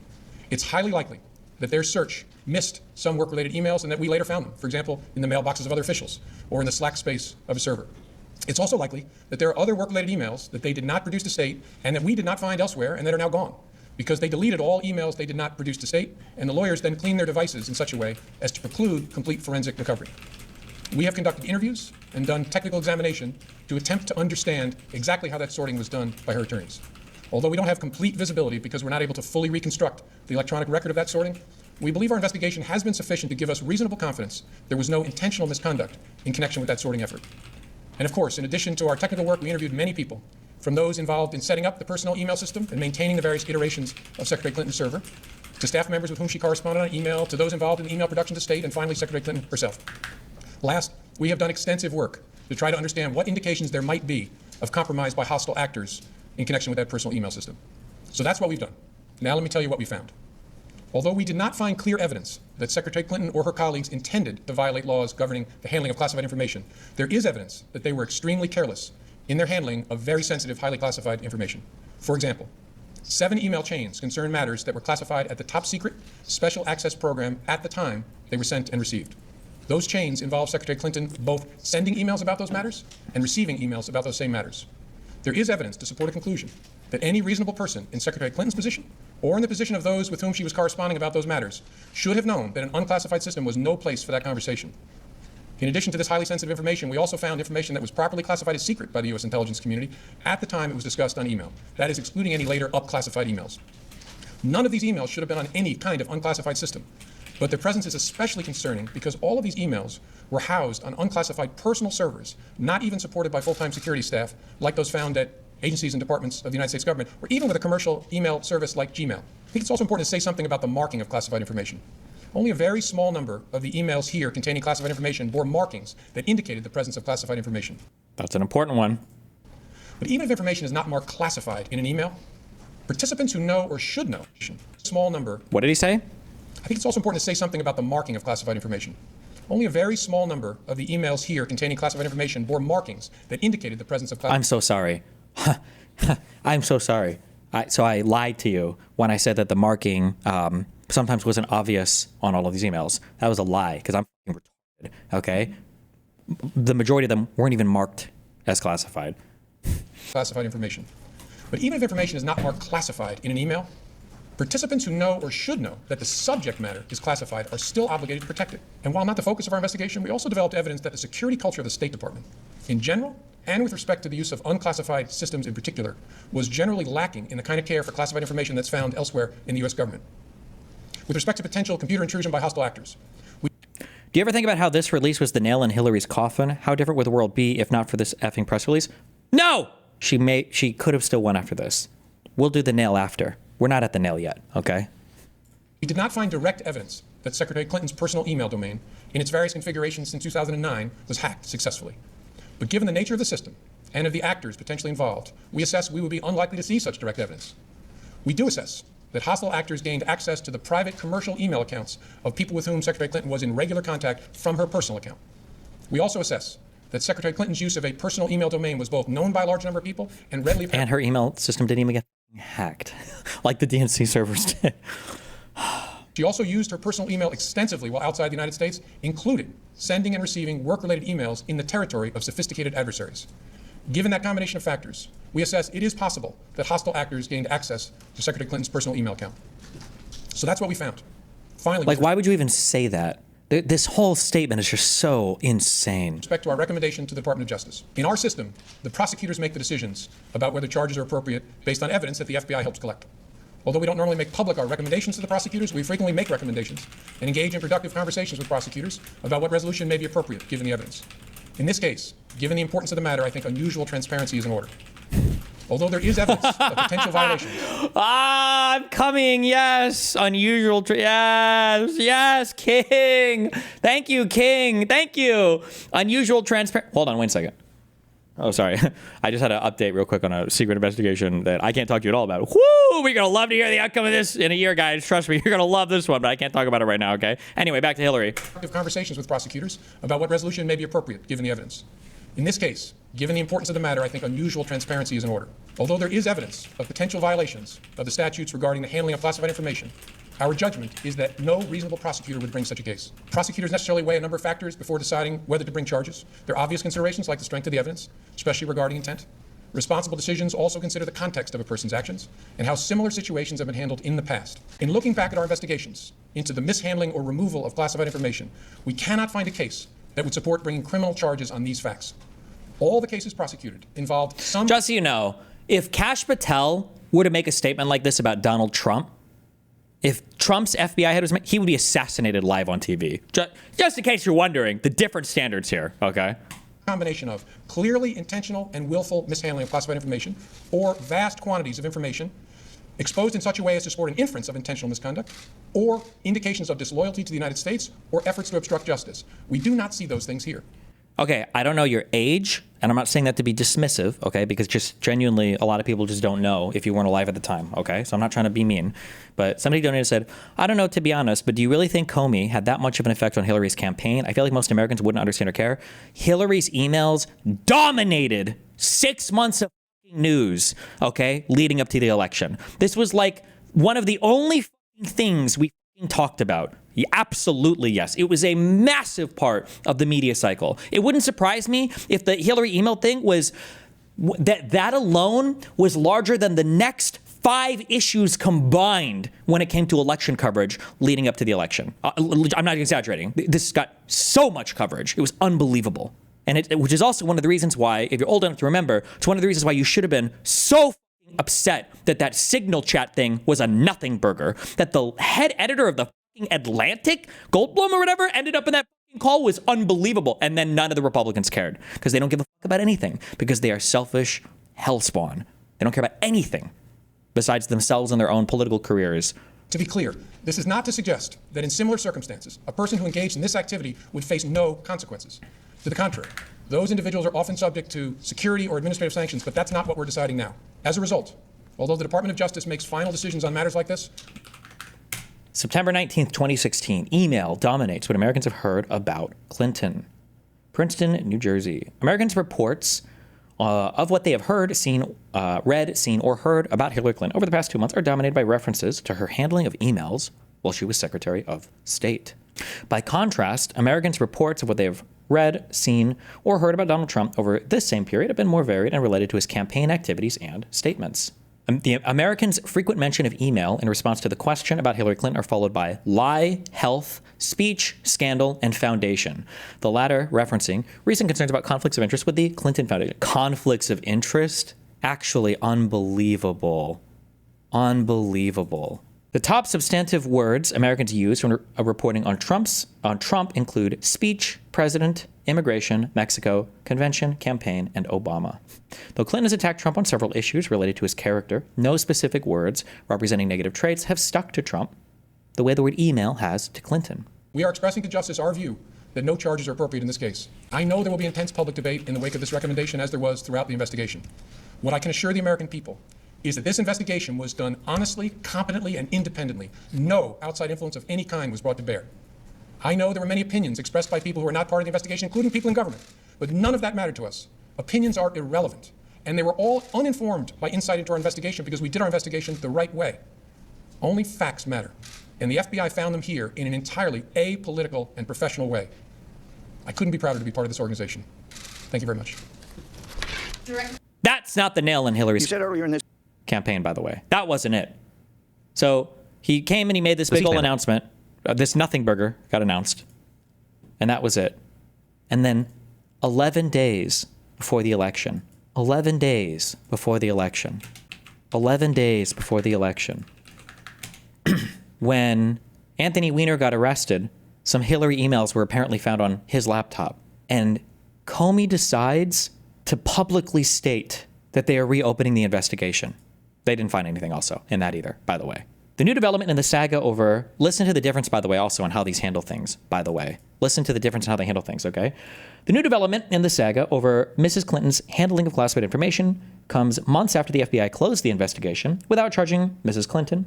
The announcement, less than 2 weeks before the election, left Mrs. Clinton's team furious and scrambling for explanations while bolstering the spirits of Donald J. Trump after a wave of controversies and Republican defectors had led many to write him off.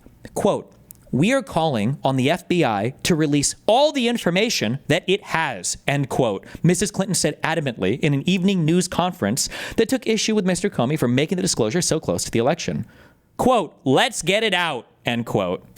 How did this get so much coverage when all he said was that there was some misconduct by multiple people, but nothing worthy of prosecution? Because what I said before, and this is such an unpopular talking point, and I know even if you don't admit it, even you guys cringe when I say this because you're like, ooh, I think Destiny's being too partisan here. Voters care about the things that you tell them to care about, unless it's a thing that they absolutely cannot deny because it's right in front of their face. So like inflation is hard to lie about, okay? You see it when you go to the store, when you buy shit, okay? But when it comes to abstract matters like illegal immigration at the border, if you're in a swing state, the things that you feel have to do with what the media is telling you. Nobody wants to admit that, and nobody wants to talk about that because you're basically saying the average voter is a fucking retard. But the things that will dominate voters' minds are what you tell them. That's why so many people cared about these fucking emails. Even though it was a nothing burger, the Republicans wanted you to obsess over them. That's why people talked about it so much. But this was probably, at this point, you're fucked. At this point, 11 days before the election, they announced this? To announce 11 days before a presidential election that you were opening an investigation on a new computer without any knowledge of what was in that computer. Why didn't you just do the investigation as you would normally with no public announcement? Yeah, great question, Senator. Thank you. October 27th, the investigative team that had finished the investigation in July, focused on Secretary Clinton's emails, asked to meet with me. At this point, May 3rd, 2017. I wonder if we knew that Crossfire Hurricane existed at this point yet, if it had been publicly announced yet. Why didn't he came out and inform Congress about the investigation into Trump? So I met with them that morning, late morning, in my conference room, and they laid out for me what they could see from the metadata on this fella Anthony Weiner's laptop that had been seized in an unrelated case. What they could see from the metadata was that there were thousands of Secretary Clinton's emails on that device, including what they thought might be the missing emails from her first 3 months as Secretary of State. We never found any emails from her first 3 months. She was using a Verizon BlackBerry then, and that's obviously very important because if there was evidence that she was acting with bad intent, that's where it would be in the first 3 months. But they weren't there. Look, can I just... What? What are we talking about right now? Finish my answer, Senator? And so they came in and said, we can see thousands of emails from the Clinton email domain, including many, many, many from the Verizon Clinton domain, BlackBerry domain. They said, we think we got to get a search warrant to go get these. And the Department of Justice agreed we had to go get a search warrant. So I agreed. I authorized them to seek a search warrant, and then I faced a choice. And I've lived my entire career by the tradition that if you can possibly avoid it, you avoid any action in the run-up to an election that might have an impact, whether it's a dog catcher election or President of the United States. But I sat there that morning, and I could not see a door labeled no action here.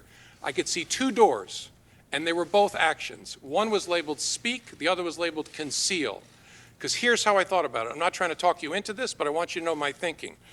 Having repeatedly told this Congress, we are done and there's nothing there, there's no case there, there's no case there, to restart in a hugely significant way, potentially finding the emails that would reflect on her intent from the beginning and not speak about it would require an act of concealment in my... Bullshit!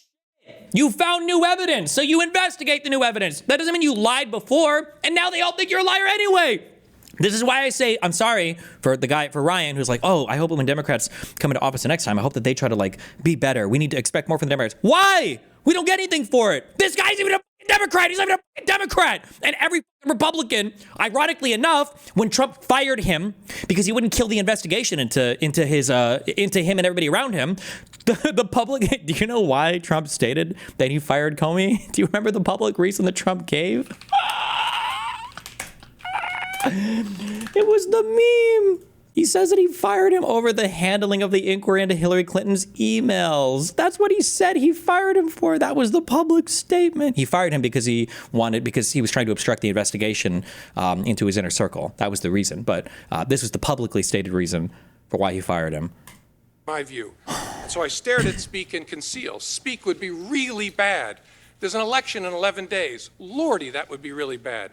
Concealing, in my view, would be catastrophic, not just to the FBI, but well beyond. And honestly, as between really bad and catastrophic, I said to my team, we've got to walk into the world of really bad. I've got to tell Congress that we're restarting this, not in some frivolous way, in a hugely significant way. And the team also told me we cannot finish this work before the election.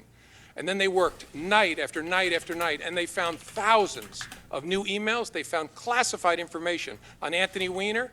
Somehow, her emails are being forwarded to Anthony Weiner, including classified information by her assistant, Huma Abedin. And so they found thousands of new emails and then called me the Saturday night before the election and said, thanks to the wizardry of our technology, we've only had to personally read 6,000. We think we can finish tomorrow morning, Sunday. And so I met with them. And they said, we found a lot of new stuff. We did not find anything that changes our view of her intent. So we're in the same place we were in July. It hasn't changed our view. And I asked them lots of questions. And I said, okay, if that's where you are, then I also have to tell Congress that we're done. Look, this was terrible. It makes me mildly nauseous to think that we might have had some impact on the election. Or maybe we did. Honestly. By the way, Hillary lost that election by like 70,000 votes, basically. Across the right states would have been enough. It wouldn't change the decision. Everybody who disagrees with me has to come back to October 28th with me and stare at this and tell me what you would do. Would you speak or would you conceal? And I could be wrong, but we honestly made a decision between those two choices that even in hindsight, and this has been one of the world's most painful experiences, I would make the same decision. I would not conceal that on October 28th from the Congress. And I sent a letter to Congress. By the way, people forget this. I didn't make a public announcement. I sent a private letter to the chairs and the rankings of the oversight committees. I know it's a distinction without a difference in the world of leaks, but it was very important that I tell them instead of concealing. And reasonable people can disagree, but that's the reason I made that choice. And it was a hard choice. I still believe in retrospect the right choice, as painful as this has been. And I'm sorry for the long answer. Well, let me respond. On the letter, it was just a matter of minutes before the world knew about it. Secondly, my understanding, and staff has just said to me, that you didn't get a search warrant before making the announcement. I think that's right. I think I authorized, and the Department of Justice agreed we were going to seek a search warrant. I actually don't see it. as a meaningful distinction. Well, it's very hard. It would have been, you took an enormous gamble. The gamble was that there was something there that would invalidate her candidacy, and there wasn't. So one has to look at that action and say, did it affect the campaign? And I think most people who have looked at this say, yes, it did affect the campaign. Why would he do it? And was there any conflict among your staff? People saying do it, people saying don't do it, as has been reported? No, there was a great debate. I have a fabulous staff at all levels, and one of my junior lawyers said, should you consider that what you're about to do may help elect Donald Trump president? And I said, thank you for raising that. Not for a moment. Because down that path lies the death of the FBI as an independent institution in America. I can't consider for a second whose political fortunes will be affected in what way. We have to. That is not true, and that is explicitly what you did consider when you made this announcement. You made this announcement for political reasons. You said it yourself. That was the exact reason why you did it, is because you were worried that the credibility of the FBI would be hurt because the Americans need this decision, or they need this information to make a decision about who they should vote for president. It was explicitly the reason. To ask ourselves, what is the right thing to do, and then do that thing. I'm very proud of the way we debated it, and at the end of the day, everyone on my team agreed we have to tell Congress that we are restarting this in a hugely significant way. Well, there's a way to do that. I don't know whether it would work or not, but certainly in a classified way, carrying out your tradition of not announcing investigations. And, I look at this exactly the opposite way you do. Everybody knew it would influence the investigation before, that there was a very large percentage of chance that it would. And yet that percentage of chance was taken, and there was no information, and the election was lost. So it seems to me that before your department does something like this, you really ought to, because Senator Leahy began to talk about other investigations, and I think this theory does not hold up when you look at other investigations. But let me... Sorry. Okay, that's our small pivot into the disaster that was that. I don't know how much more of this I ever want to watch. Aided and abetted the DNC. The fact that Jim Comey wanted Hillary Clinton to win the White House. I hate that I stream on YouTube. We have to start doing. I just need to unhinge. No, because I'll get arrested. Actually, never mind. There aren't words in this language to describe how much I hate this disgusting piece of shit. God, there aren't words for it. Telling you, Brett, he has done generational damage to the Bureau. We can agree on that. Here is Congressman Trey Gowdy, May 2017. Did you have evidence of a connection between the Trump campaign and Russian state actors? As I said, Mr. Gowdy, I don't do evidence. And we were uncovering information and intelligence about interactions and contacts between U.S. persons and the Russians. And as we came upon that, we would share it with the Bureau. Different haircut, but same pointed questions. Like, you want to talk about manufactured consent? What the fuck is it? What the fuck? Good one. Nice. We came upon that, we would share it with the Bureau. Different haircut, but same pointed questions. Trey?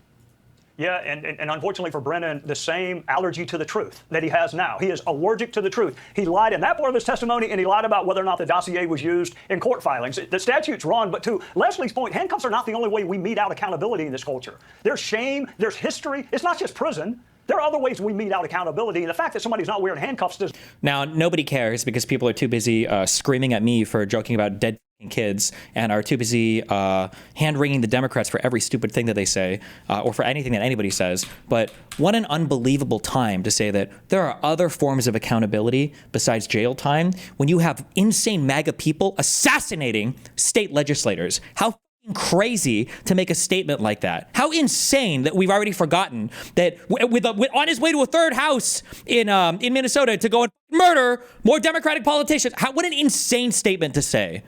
There's history. It's not just prison. There are other ways we mete out accountability, and the fact that somebody's not wearing handcuffs does not, to me, think that what they did is okay, because it wasn't. Byron, last word on this. You guys are going to come back later in the show, a couple other topics, but it is piecing together some of these things. Absolutely. And the thing that I wanted to know more after reading the Durham Annex is what's going on with the FBI at that period in July that I was talking about earlier. Remember, just a few weeks earlier on July 4th, James Comey had come out and given Hillary Clinton a get-out-of-jail-free card on the email matter. He basically spoke a long time about why he thought she was guilty, and then at the end said, and by the way, we're not going to charge her with anything. And you want to know. So who is this uneducated Are we doing, is there like a GED mill that makes these people qualified enough to talk on Fox News? What did he say? Criminal intent. Crimes require a mens rea, a criminal intent to do the crime. Merely possessing something doesn't make it criminal. You have to have the intent to break the law. That's why when we're talking about classified information, that's why an indictment was issued for Donald Trump about the Mar-a-Lago stuff, because Trump said, I knew I could have declassified it, but I didn't. I probably shouldn't be showing you this because it's classified. That would be an example of intent. Or maybe you could look to behaviors, like where he's telling his personal employees to hide these boxes of classified material from investigators, right? That would be evidence of intent. So once the Clinton campaign settles on this Russia strategy, are there connections? Are there communications? What's going on with the FBI? By the way, we know the Clinton campaign funded the dossier. We know the FBI liked the dossier. They hired Christopher Steele over it. So when are they connected, and what are those connections? Yeah. The reason we put the panel up here is because a lot of people say, things just go out into the ether and never get resolved. We're going to dig into this. We're going to dig into other items, and we're going to talk about other things later in the show. Panel, thanks so much. The senior White House correspondent Peter Doocy is live from the briefing room. Peter, what can we expect to hear this afternoon? Well, this is something that this president wants to talk a lot about, and this is going to be the first briefing since the president ordered these documents declassified that show Hillary Clinton herself in 2016 may have personally been involved, or at least personally blessed her team going forward with the Russia collusion narrative. So it's just so crazy to me that, that these documents show, and if anything, it's so funny because no Dem and nobody in the liberal media will really give this the attention that it deserves. If anything, this shows that there is a greater reason to believe in the idea that the whole laptop thing was a hoax. If the Russians were actually cobbling together fake emails, and Durham knew this, and we didn't know this. We didn't get this until they just leaked this right now because they thought that they were trying to own Hillary. We didn't even know this stuff. Have you heard about anything like this? I haven't. Maybe other people knew about this, or maybe other people were talking about this, and I just didn't follow it. I didn't know that our intelligence agencies had evidence that Russians were cobbling together fake emails and then submitting them as evidence or proof that shit had happened or whatever related to Hillary's campaign. I didn't know that, but they didn't even read the shit they didn't even read what they published. So expect Caroline Leavitt to have something very strong to say about that off the top. Of course, we also have this issue of tariffs. We learned a few minutes ago that there's going to be a 90-day delay for negotiations with Mexico. Taco, another 90-day delay. Good one, you fucking retard. Holy shit. Trump's not even going to survive till the end of the tariff delays at this point. Apparently, things are just so complicated with the border right now. And we know that China has a deadline until August 12th. Scott Besson said this morning that they're making progress, but it's going slowly. Everybody else, though, has until midnight. And so based on what President Trump has been putting out publicly and what we've been hearing, he has been working the phone a lot with his trade negotiator, Jameson Greer, and they are trying to figure this all out up until the very last minute. Probably a late night here in the West Wing. Also, we would expect, this is the first briefing since this whole thing with American Eagle jeans blew up. I believe that the White House is going to have something to say about this. Who the f cares about the jeans shit? If you're talking about this, so what a waste of time story. It was a weird ad. The way that they said it was kind of weird or whatever, but to fixate on this, what a distraction. If I saw anybody on my side hyper fixated on that story, I would assume you're a fucking Chinese spy. What the f? Who the f cares right now? Jesus, even if she was a fucking Nazi, who the f cares? Holy shit. Sydney Sweeney ad campaign dust up, even though President Trump has not been seen in jeans or any kind of denim in decades. Back to you. Live force in the White House. In the briefing.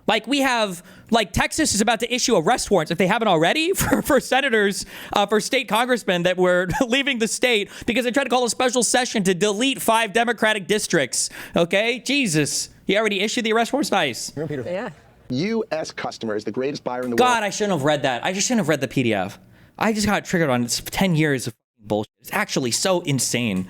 And Donald Trump understands how to harness that customer and show that customer to everybody and say, if you want to play in our sandbox, you've been treating us badly for years, come on and play. That, of course, is the Commerce Secretary Howard Lutnick on President Trump's America First economy. We could... Today, that was... And then that tweet this morning.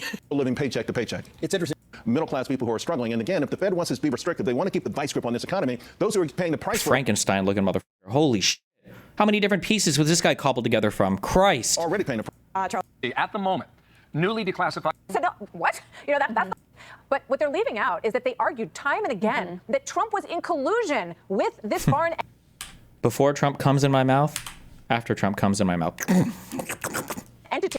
Yeah, and that's a component Intel Committee report signed off on by then acting chairman Marco Rubio. He's talked about this now as Secretary of State. They talk about that report, but remember what that report said also. Secretary Rubio, then Senator, when he released that report, he said, we can say without hesitation the committee found absolutely no evidence that then candidate Donald Trump or his campaign colluded with the Russian government to meddle in the 2016 election. That was in 2020. And in that same report, Rubio went on to say, we did find some really sketchy behavior by the FBI and their reliance on the Steele dossier. So if they want to cite to that Senate report, folks should know there's a lot more to it. Yeah, just one last thing here. They chose not to give a defensive briefing to candidate Trump at the time. Now, if they had, some of this would have, he would have rebutted this. He would have said, no, what? That's not what's happening. Thanks very much for bringing this to my attention. But they didn't want to provide, it appears, the opportunity for him to rebut any of this because they wanted to keep sort of, hanging ornaments on this Christmas tree that they were trying to build.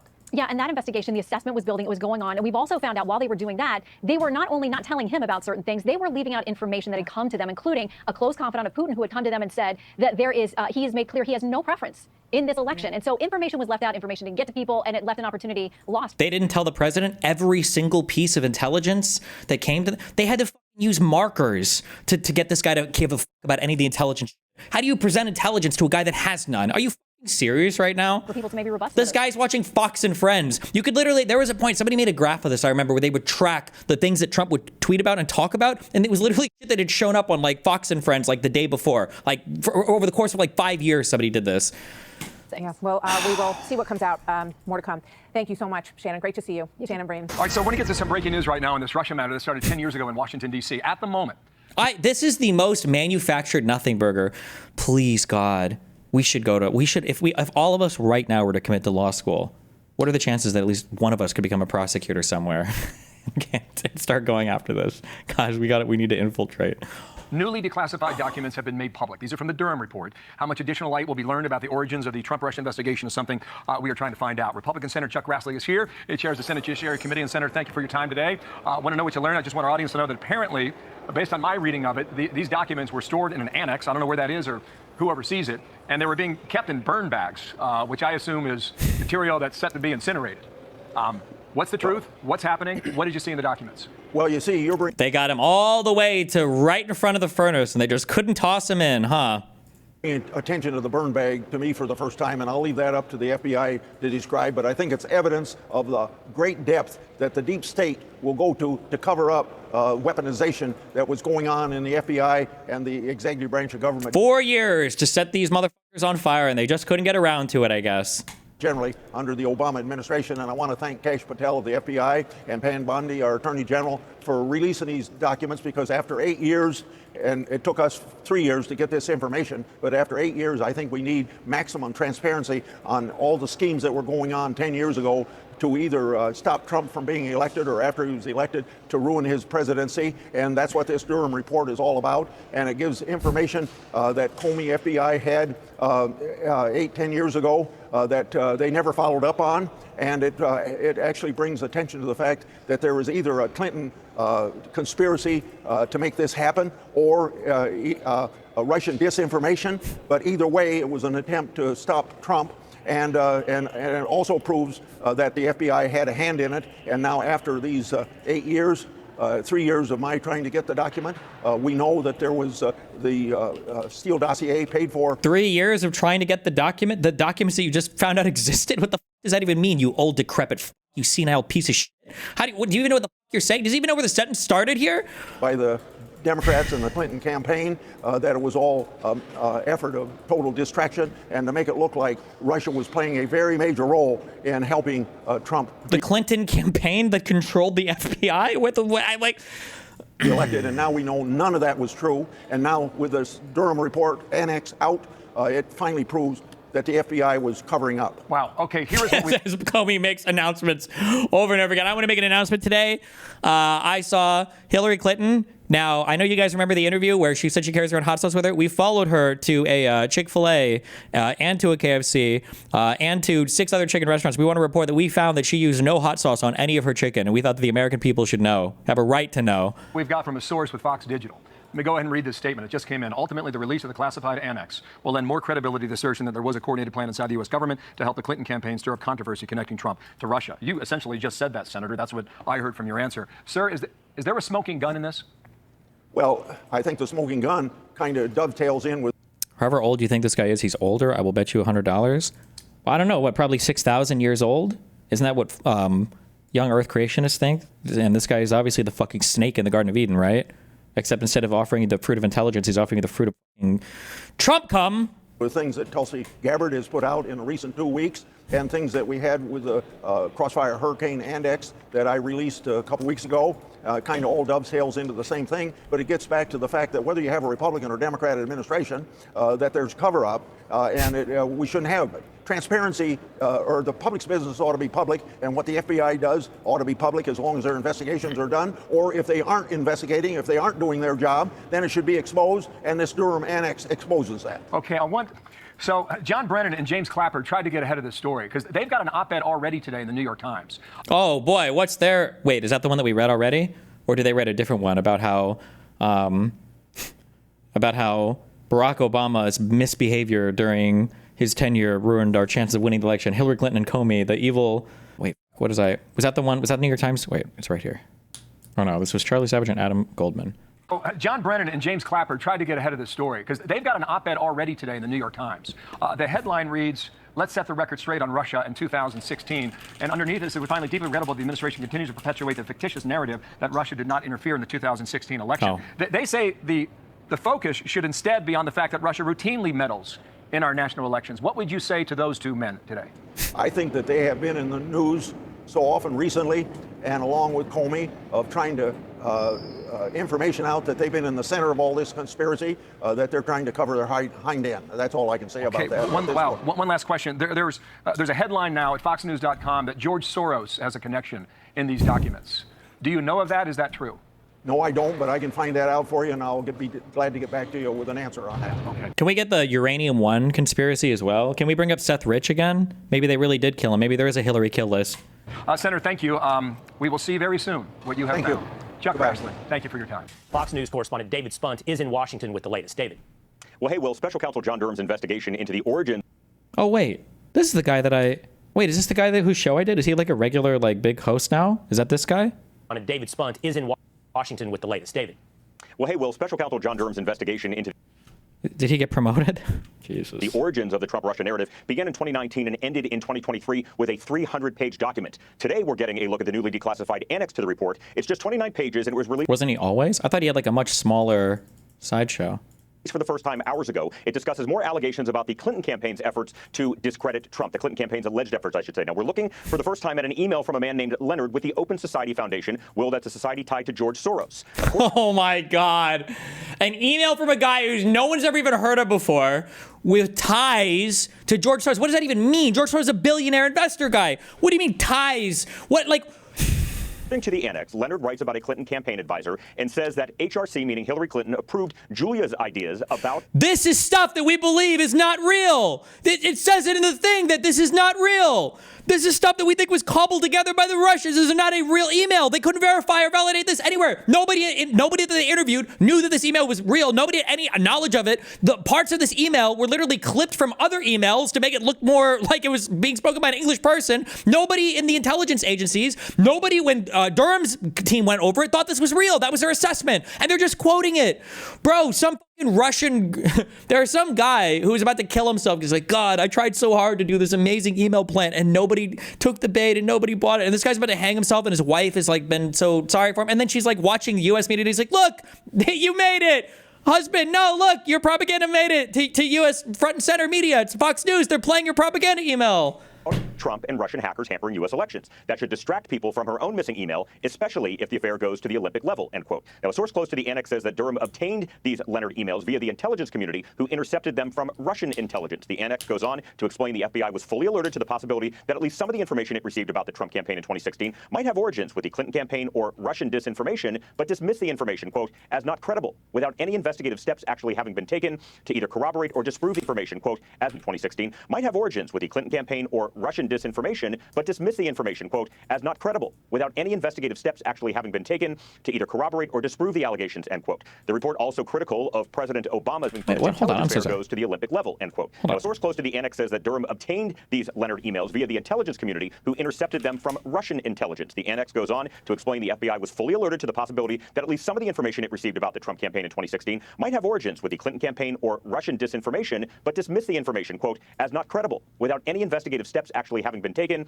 to either corroborate or disprove the allegations, end quote. The report also critical of President Obama's national security team, specifically then... What? So why would they bring up some of that stuff that wasn't credible, but they don't bring up the fact that the email that they're quoting was also assessed as being not credible? So we're relying on the credibility assessments sometimes, but we're not relying on the credibility assessments other times? CIA Director John Brennan, who once again defended himself moments after the report was released today. Watch. I stand ready to continue to talk about the assessment and what we did during that period of time. There was absolutely no conspiracy, and we continue to stand behind what it is that we have said publicly. Attorney General Pam Bondi, FBI Director Kash Patel, CIA Director John Ratcliffe, all behind declassifying this annex so we can read it. Well, we did reach out to those mentioned in this unclassified or declassified report today, I should say, but we've yet to hear back. Will. Okay, thank you for this important report, David Spunt. Hey, Sean Hannity here. Hey, click here to subscribe to Fox News YouTube page and catch our hottest interviews and most compelling analysis. You will not get it anywhere else. We got Homeland Security retweeting cat turd. So, oh, I need to stop clicking links. I should just go through the media. Sorry. I'll click these links after. You're wasting time linking me stuff right now. Why? I don't even know why I'm reading this. You shouldn't put any more topics in here about this. I'm just gonna lose my mind. I can't. Lesson is don't scatter. The instinct has to be to immediately find and connect with each other, and to know that the circle will be strong. Congressman Jim Comer from Kentucky, chair of House And this disgust me, dude. Oh my God, I hate these people so much. Oversight. Congressman, I want you to remember this. Don't scatter. Okay, please don't. Like this is why they laugh. This is why we need to be mean. I will always stand by my mean jokes. I'm waiting for the next Republican tragedy that I can make fun of every motherfucker involved, right? Like, we need the Democrats to be nicer. And like, what do we get? Like speech after speech after speech of this, and then you get these subhuman filth who are like, oh, look at these fucking guys. Scatter. Above all else, do not scatter. I'm going to put that on a T-shirt for you. Send it to you. Congressman, what's this all about? I mean, she said she didn't have all the answers. Things were going to get worse before they got better in that speech as she closed out. But we got 3% GDP. We have a real border. Sounds pretty good to me. It is good. And look, there's no guarantee Kamala Harris would have even won that governor's race. If you look at how she got to be the Democrat nominee, she was appointed in a smoke-filled room. There's no guarantee she ever would have emerged from the primary, even if they had had an abbreviated primary. There's no guarantee she would have even beaten Gavin Newsom. Or appointed for what? What is he referring to? She was appointed in the very, very, very beginning of her career. I think she got appointed to some random medical board or whatever thing, but she won her race for district attorney. She won her race for, he means appointed for the Dem nominee for the governor? Is that what he's saying? He means he's saying for the primary. She was appointed to VP and nominee. For the vice president of the VP. Governor's race. It is good. And look, there's no guarantee. Wait, why would he be talking about that? I thought, wasn't the big deal whether or not she was going to run for governor of California? Kamala Harris would have even won that governor's race. If you look at how she got to be the Democrat nominee, she was appointed in a smoke-filled room. There's no guarantee she ever would have emerged. Never mind. I understand that she was appointed for the Democratic race. He's talking about now for president. I see. Never mind. Okay, I forgot because we have to be literally brain broken on the whole. They didn't have a primary. Remember all the debates that Donald Trump had? Where are my Republicans? Link me the debates that Donald Trump did for the Republican primary. It would have been Donald Trump debating DeSantis or Donald Trump debating Nikki Haley or Vivek or all three of them. I'll wait. Destiny, are you now going to have to relitigate all the old stuff from 10 years ago in all your future debates? The entire United States of America is going to have to relitigate the last decade and a half of fact. Yes, if you have kids today, in 10 or 12 years, your kids are going to be coming home and like, Mom, today we learned in school that the 2020 election was rigged. Can you believe that? Wow. Primary, even if they had had an abbreviated primary, there's no guarantee she would have even beaten Gavin Newsom or Josh Shapiro or any other leading Democrats. Lastly, I'm glad she's not running, and I hope that she runs for president again because, look, she's a great candidate for Republicans. I don't think if you listed the top 20 potential candidates for president on the Republican side in 2028, I don't think she could even come close to any of them. So if the Democrats want to officially nominate her, they should. Oh my God, Kamala Harris should be the next Attorney General. She has a background in it too, so it would even make sense. And then she can go prosecute all these motherfuckers. That's what I want to see. Which I doubt they will. I'm all for it because I'm confident we'll have another Republican president. Okay, before we get to the burn bags and what Kash Patel found, you listened to your colleagues across the political aisle. I mean, just yes or no, do they want her just to go away? I mean, you have to know this. Do they want her just to go away, most of them? Yes. They never did like her. They didn't have a relationship with her when she was vice president, so they want her to go away. No. And Congressman, as I mentioned, FBI Director Kash Patel announced that he found burn bags of Trump-Russia hoax documents in a secret room. One of the documents officials found was the classified annex to former special counsel John Durham's final report, which includes the underlying intelligence he reviewed. So I guess it's kind of an annex section of that report.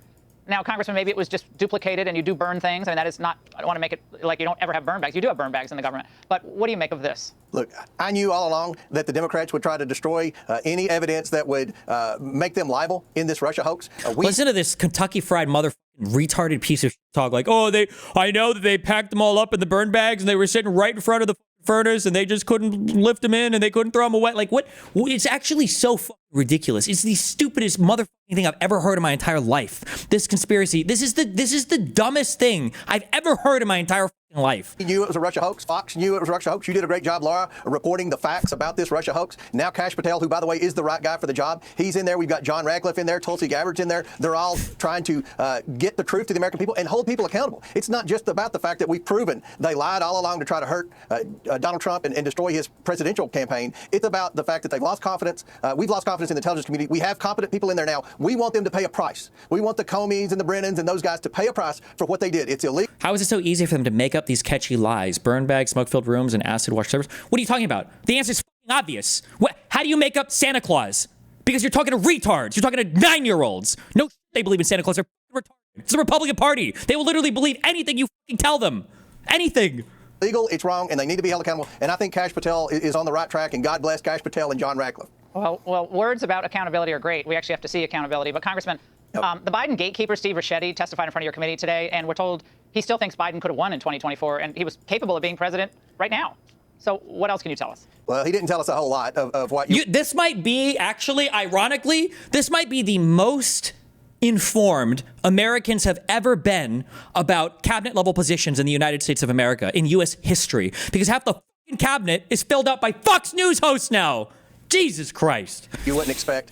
It appears to me a lot of these Biden lackeys, they're still trying to claim that Joe Biden was in top physical condition when everyone in America saw it in the debate. Everyone in America saw the rapid decline over the last year of his presidency, especially the last 4 months of his presidency. It's almost like they're a cult. You know, the 7 or 8 people that were around Joe Biden is like a cult. But at the end of the day... The Hassan strategy. Well, what is the other side saying about us? Let's just say the exact same thing about them. Oh, my God.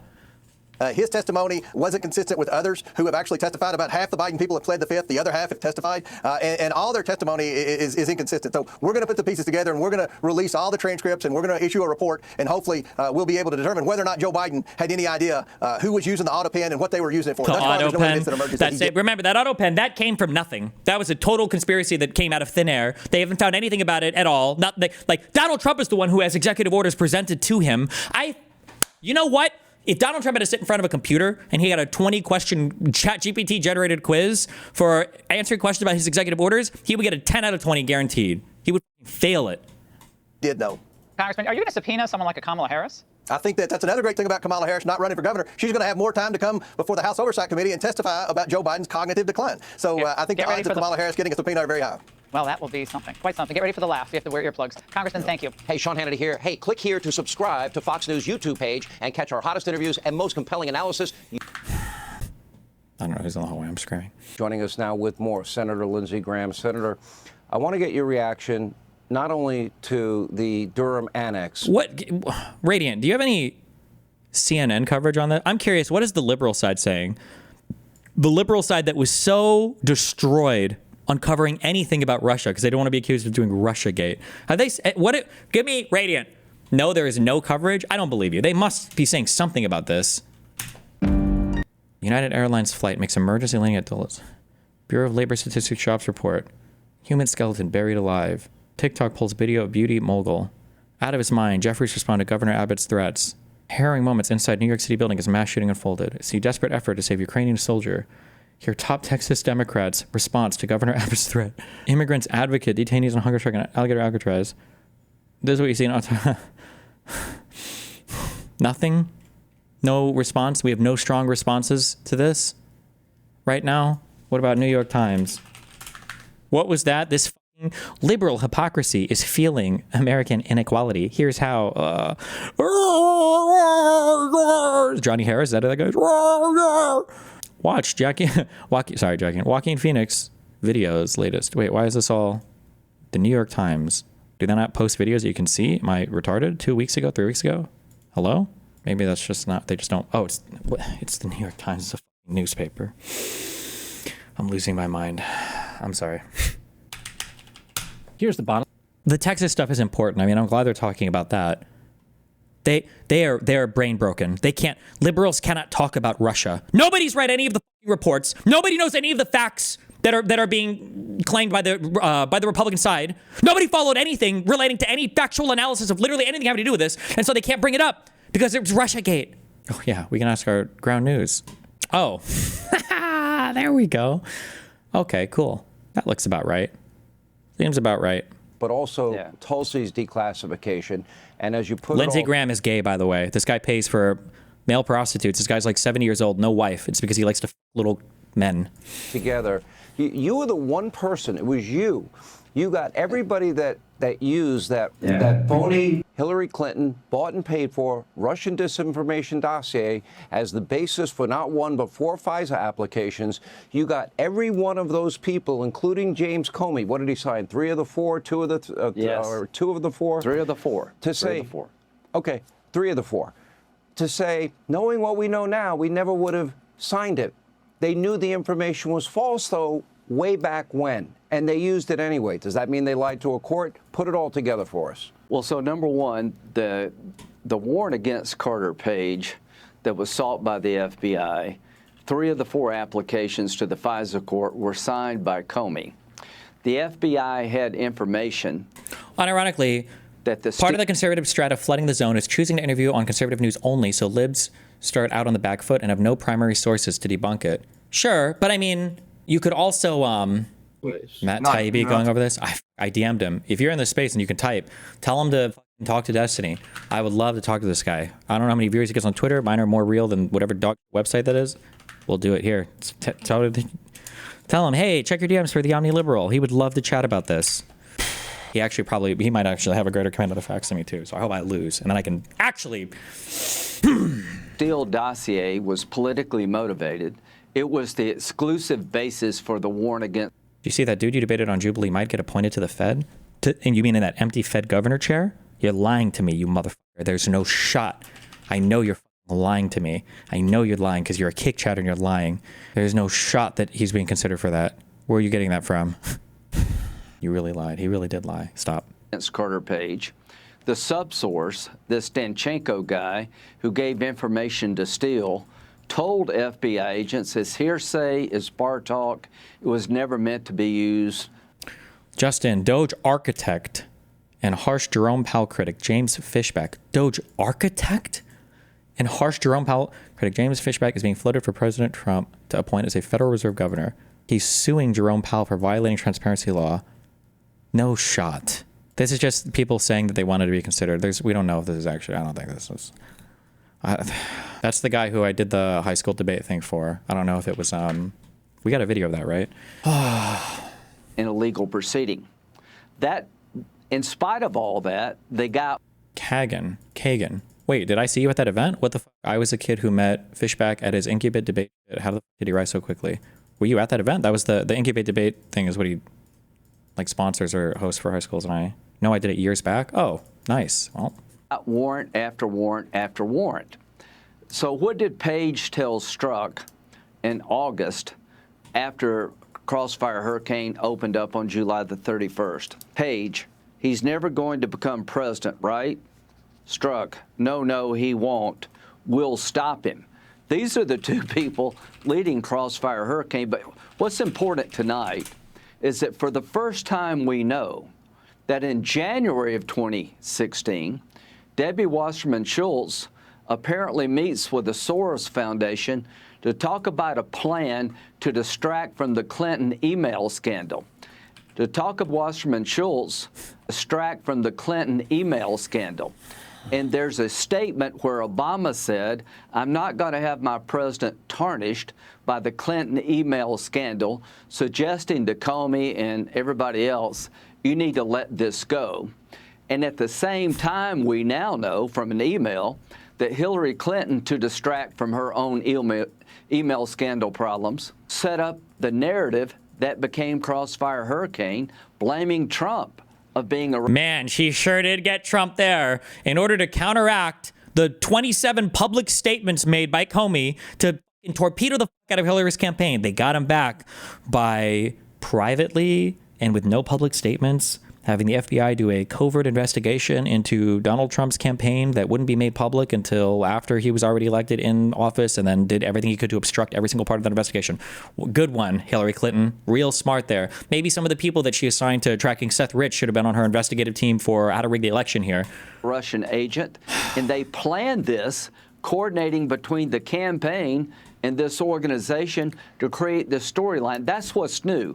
I've never heard this before. I wonder why. Like, here's the thought. Durham did a whole ass special report on this.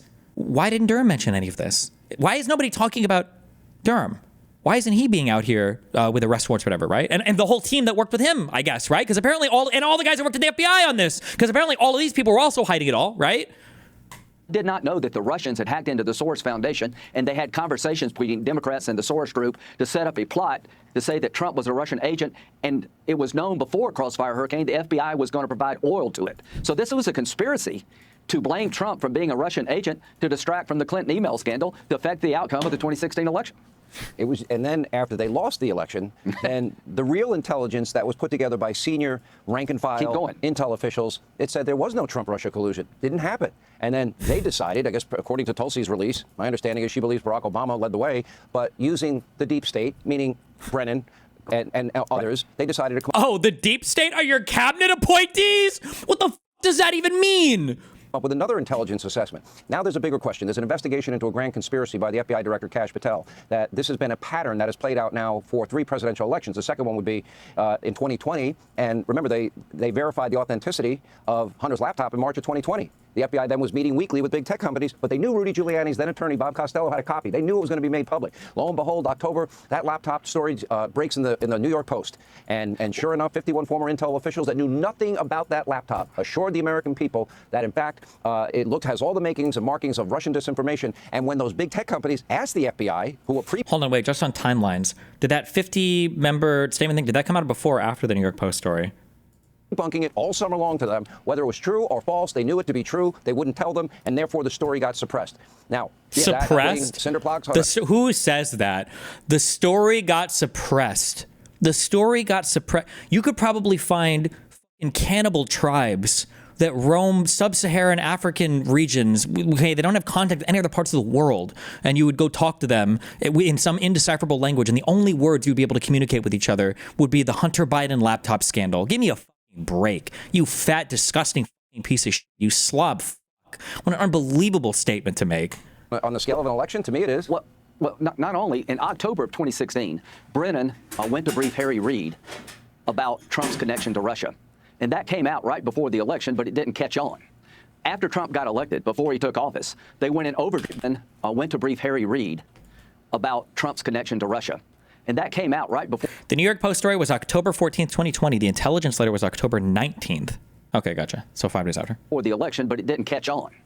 After Trump got elected, before he took office, they went in overdrive to create this narrative that Trump was colluding with the Russians and that they interfered in the election to help Trump and he was a Russian agent. And the rest is history. Remember the Mueller investigation and how we lived through all that? But here's what's important about tonight. For the first time ever, foreign intelligence services were talking about the FBI is going to get involved in investigating Trump before the investigation was even started. And the way we found that out is between conversations between Peter Democrats Strzok and Soros. Oh, no. Soros? Oh, my God. Okay. The Russians hacked into this foundation, and they found out the information that they were planning an attack against Trump that was not true. Imagine this guy actually slurping Russian propaganda. It's unbelievable. It's unbelievable. Do you think they at least get paid for this? Like at least like Tim Pool and Benny Johnson and Dave Rubin got paid for their Russian propaganda slurp. I don't even know if this guy might do it for free. And they found out the information that they were planning an attack against Trump that was not true to distract from Hillary Clinton's political problems. Hey, Sean Hannity here. Hey, click here to subscribe to Fox News YouTube page. Why do you have so many videos of this? Joining me now with more on the agenda. Oh, my God, bro. And the efforts to undermine President Trump in this Sunday Morning Futures exclusive is the White House Deputy Chief of Staff, Stephen Miller. Stephen, it's great to have you this morning. Welcome. Great to be here. Thank you. And I want to start with the Russia collusion story because I know you lived it as well. They also tried to spy on you. They wanted your emails, subpoenaed you as they left people really with their lives changed. Your reaction to what was released this week? The Russia collusion hoax against President Trump remains the single greatest hoax. Make sure that you say the greatest assault. Seditious conspiracy and coup attempt. You got to work those in there because we don't want to have seditious conspiracy. Also, just imagine the hilarity. Dude, if you brought the founding fathers back to life, they would all kill themselves if they were like, oh, we put that pardon power in. And what was it used for last? The big thing? Well, the president of the United States pardoned a bunch of people who were convicted of seditious conspiracy. And they'd be like, damn, I didn't know American politics. The president is so crazy. What was it, to heal the country? He convicted people that were, or he pardoned people that were convicted of seditious conspiracy to try to get the other guy elected? That's no. They were convicted of seditious conspiracy to try to get him elected. They were trying to coup for him. And then he pardoned his own people that were trying to overthrow the government, you know. That's what happened. On our democracy in the history of this country. There's no comparison. There's no parallel to anything else. It was a coup. And I'm using that term Coup? literally. Here It we was go. a coup. Can we get, we're not going to do instruction. They like coup and then get the seditious conspiracy in here too, please, so I can come a few more times. Overthrow a democratically elected government, a coup carried out by the intelligence apparatus of this country, by the deep state, by Hillary Clinton and the Democrat Party. The new information that has been revealed by the Director of National Intelligence and by the FBI eliminates any The deep state Hillary Clinton, who wasn't part of the government, but okay. scintilla of doubt about the intention, the premeditation, the planning and orchestration of this conspiracy. It meets all of the criminal elements of a seditious conspiracy against the United States. Yes, I It meets the come. criminal That elements was of me coming. insurrection. Sorry, It meets the I was criminal shooting element huge loads. Thank you. Yes. of conspiracy against the government and the criminal elements of a conspiracy to deprive citizens of their civil rights under color of law. One egregious felony after another. And because it is a conspiracy, as demonstrated by Okay, I told you. Oh, I love how obvious this fucking Goebbels fucking piece of shit is. You hear the language, okay? This is not on accident. Listen to what he's saying. Of conspiracy against the government and the criminal elements of a conspiracy to deprive citizens of their civil rights under color of law. The conspiracy to deprive citizens of their civil rights. You understand what he's referring to there, right? This is the Jack Smith indictment against Donald Trump. You know, I said that they were using these terms, coup and seditious conspiracy, so that they can try to, so they can rewrite history on all this shit. That depriving citizens of their rights was one of the charges on the, was one of the charges listed on the January 6th indictment. I don't want the final report. Give me the indictment. Why is this just not listed? It was this.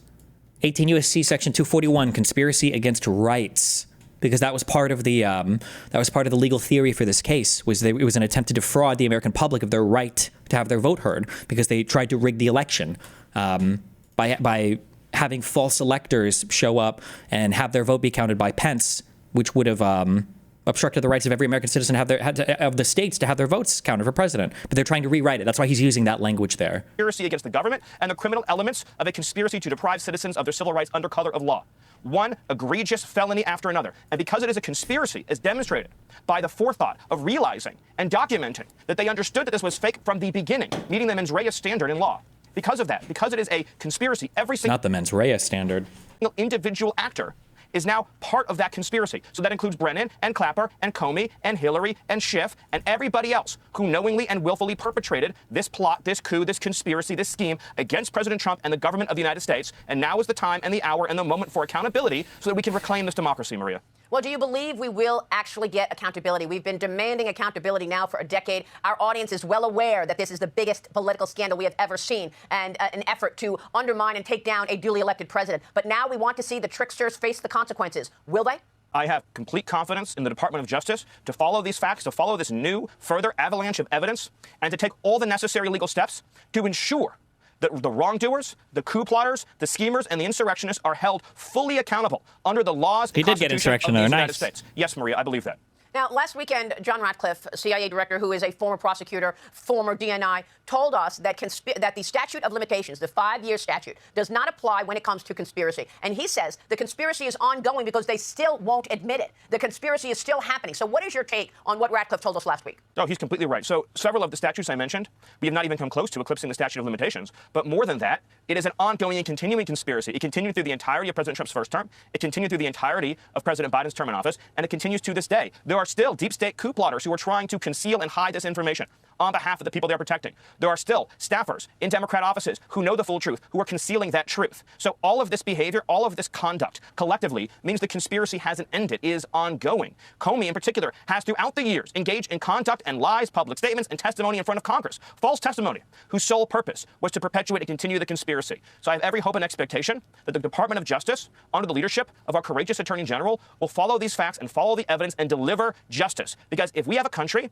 where we can continue to have FBI careerists and CIA careerists, deep staters, who will fabricate and doctor evidence, who will create and produce fake material, fabricated material, phony information to try to go after their political enemies, up to and including the president. If we continue to create the impression and the reality that there is not a severe criminal penalty for such conduct, it will never stop, it will never desist, it will keep on going forever. And we will continue to have a country that is sabotaged endlessly by the production of fake documents, fake material, fake plots against democratically elected officials. We can't have that. There must be consequences. Well, I mean, it's just extraordinary to me that the mainstream media has completely ignored this story. And they obviously were complicit from day one, being the quote-unquote useful idiots of the cabal to spread this nonsense across the world. But the Russia collusion lie had such an incredible impact. People went to jail. They should not have.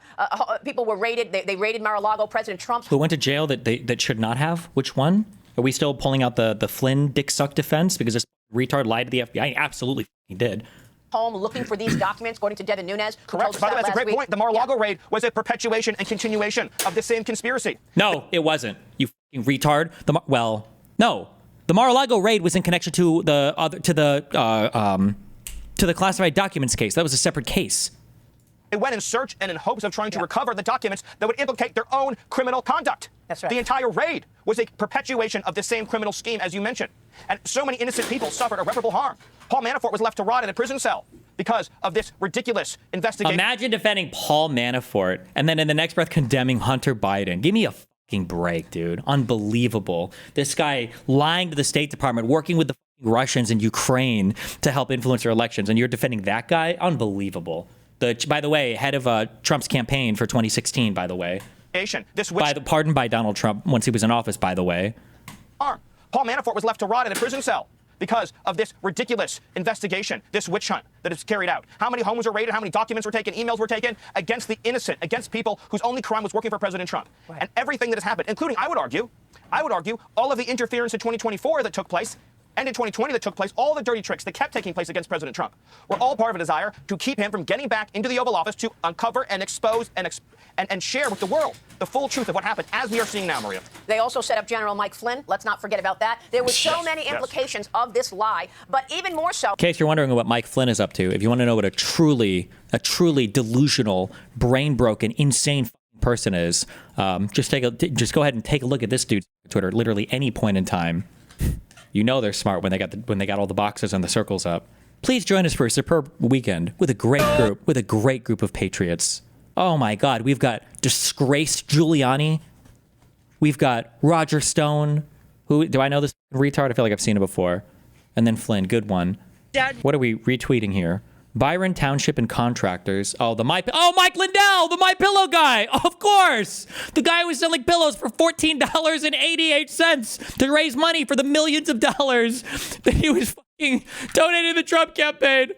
Oh, that's not even the craziest thing this guy did. What are we talking about here? What's going on here? Hi, this is... Holy... Oh my God, those veneers are blinding. She's ready to chomp through steel. Hi, this is Donna Brandenburg News Network, and guess what? I have a dead well on my property right now, thereby the house has no water. Thank you, Byron Township's sewer project and water project here, and the destruction of our wetlands. Each one of those pumps, we've got 9 of them out here, is pumping 2,000 gallons a minute. They also have, see the casement right there? That's also got some pumps in it, and they literally have taken the water level down so much that our well is no longer functional. We're literally, we've got an IBC container that we have outside that we've tapped into in order to have anything in the house there that works as far as water. And we have neighbors whose water is, they said, tasting different because they're literally destroying our water source. There are 9 of these pumps out here. Let me show you. Here's some more over here on this side of the street. There's 2 of them. There's 2 of them over there. When you go on the other side of the street over here, there's a few more of them over there. 9 total water pumps there, and we got a big problem. We've got a guy out here who has had a pond. His pond, no, you want to hear how crazy this is? His pond emptied out, and now they're pumping water into his pond into an area that the water table's been lowered. So it's just constantly cycling there. And guess who's paying for this? Taxpayer. You, me, and everybody else. This is not going to end well. They've also violated my right to free speech in the township by not allowing me to actually tell them what's going on. They gave me 3 minutes and said, you're done. Then they called the sheriff's on me. I'm telling Oh, no. They only gave her 3 minutes to speak? Wow. you, this is going to come to your area. There's an investigation going on right now. And we're not going to stop until we get this thing handled down at Brandenburg. Let's talk about the impact to the American people. Read what he wrote about that video. How many other local areas, townships, parishes, small communities is this happening to across the nation? This has to stop. This story is in the communist state of Michigan. True. Because while Adam Schiff was going on the Sunday political shows, and he was the chairman of the Intelligence Committee for a time, saying there's collusion in plain sight. When you have that kind of a title, you're the chairman of the Intelligence Committee, and you say there's collusion in plain sight, we believe you. You've got the job. You must have seen more than we've seen. So to outwardly lie like that because you have that title. Same thing with former director of CIA, John Brennan. He's got that title. We believe him because he says it. So all of this, when they were running around, Russia, Russia, Russia, how much did they miss? How much did they leave on the cutting room floor? For example, right now, we are dependent on China for 90% of the underlying components for our prescription drugs. We saw Russia invade Ukraine, more territory. We saw Iran continue to build up nuclear weaponry. All of the things that actually matter to the American people were not the focus for 10 years. Is incalculable. The cost is incalculable of having the entire security apparatus of this country focusing on the hoax instead of the real national security threats facing America, lie after lie after lie that was told to the American people, preventing us from actually solving our relationship with Russia, preventing us from actually developing security and independence from all of our adversaries around the world, dealing with these big geopolitical questions. Instead, we were consumed endlessly by the same hoax, the same lie. And the charlatans that engage in this conduct are beneath contempt, they are without dignity, and they are beyond redemption. What they have done, you can't even measure the harm that it inflicted. Stephen, real quick before you go, Beyond take us to redemption. today, because President Trump has these deadlines underway. He is telling Russia, you've got days that are numbered. August 8th is the deadline to stop this war in Ukraine. What is he going to do in terms of sanctions? Can he actually stop this war? And what about China and a trade deal? Well, so first of all, we've never been in a stronger place economically than we are right now. Not only because the president passed the largest ever tax cut and relief in American history, not only because he's opened up American energy to a degree never seen before, eliminated all of the wasteful regulations, streaming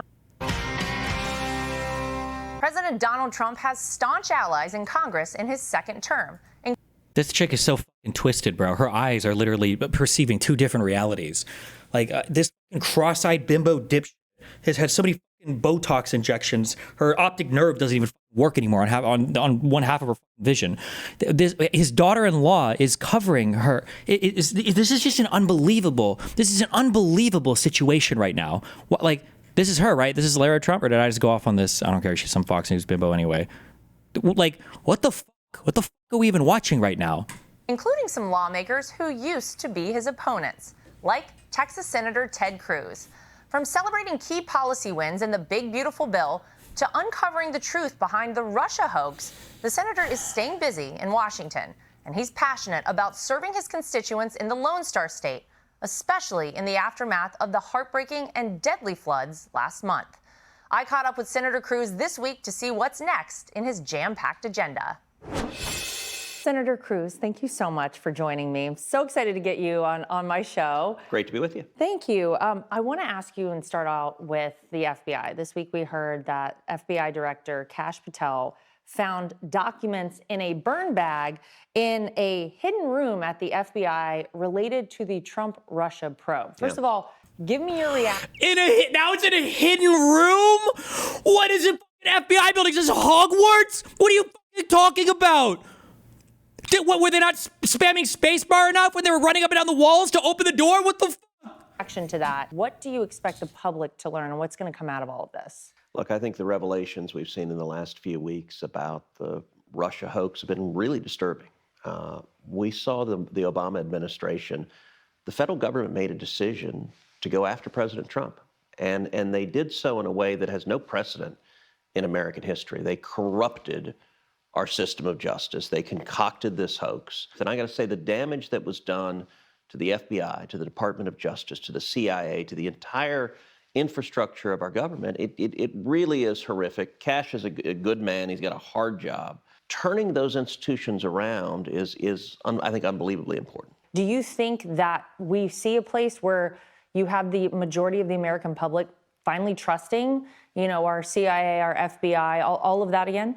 Look, I hope so. DOJ has been an institution that was trusted. The FBI, the G-men, used to be the gold standard in law enforcement. And we saw people who were willing to just use them as a partisan tool to not only attack their opponents, but really to attack democracy. I think James Comey did a terrible job leading the FBI. I think he had delusions of power. And I think the entire Obama team was complicit in this. You look at the Biden presidency, the single most frequent question I would get, who's running things? And here's the terrifying answer. I don't really know.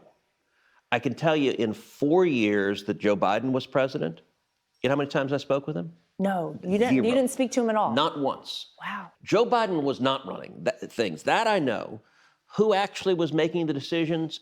Damned if I know. And I don't know anyone else who knows either. I want to talk to you about the one big, beautiful bill, because that was such a great thing we finally saw passed for this country. In an ex-post, you recently celebrated it, and really the big wins for your state of Texas. Yeah. Can you expand a little bit on those for people, and why this was not just a big win for your state?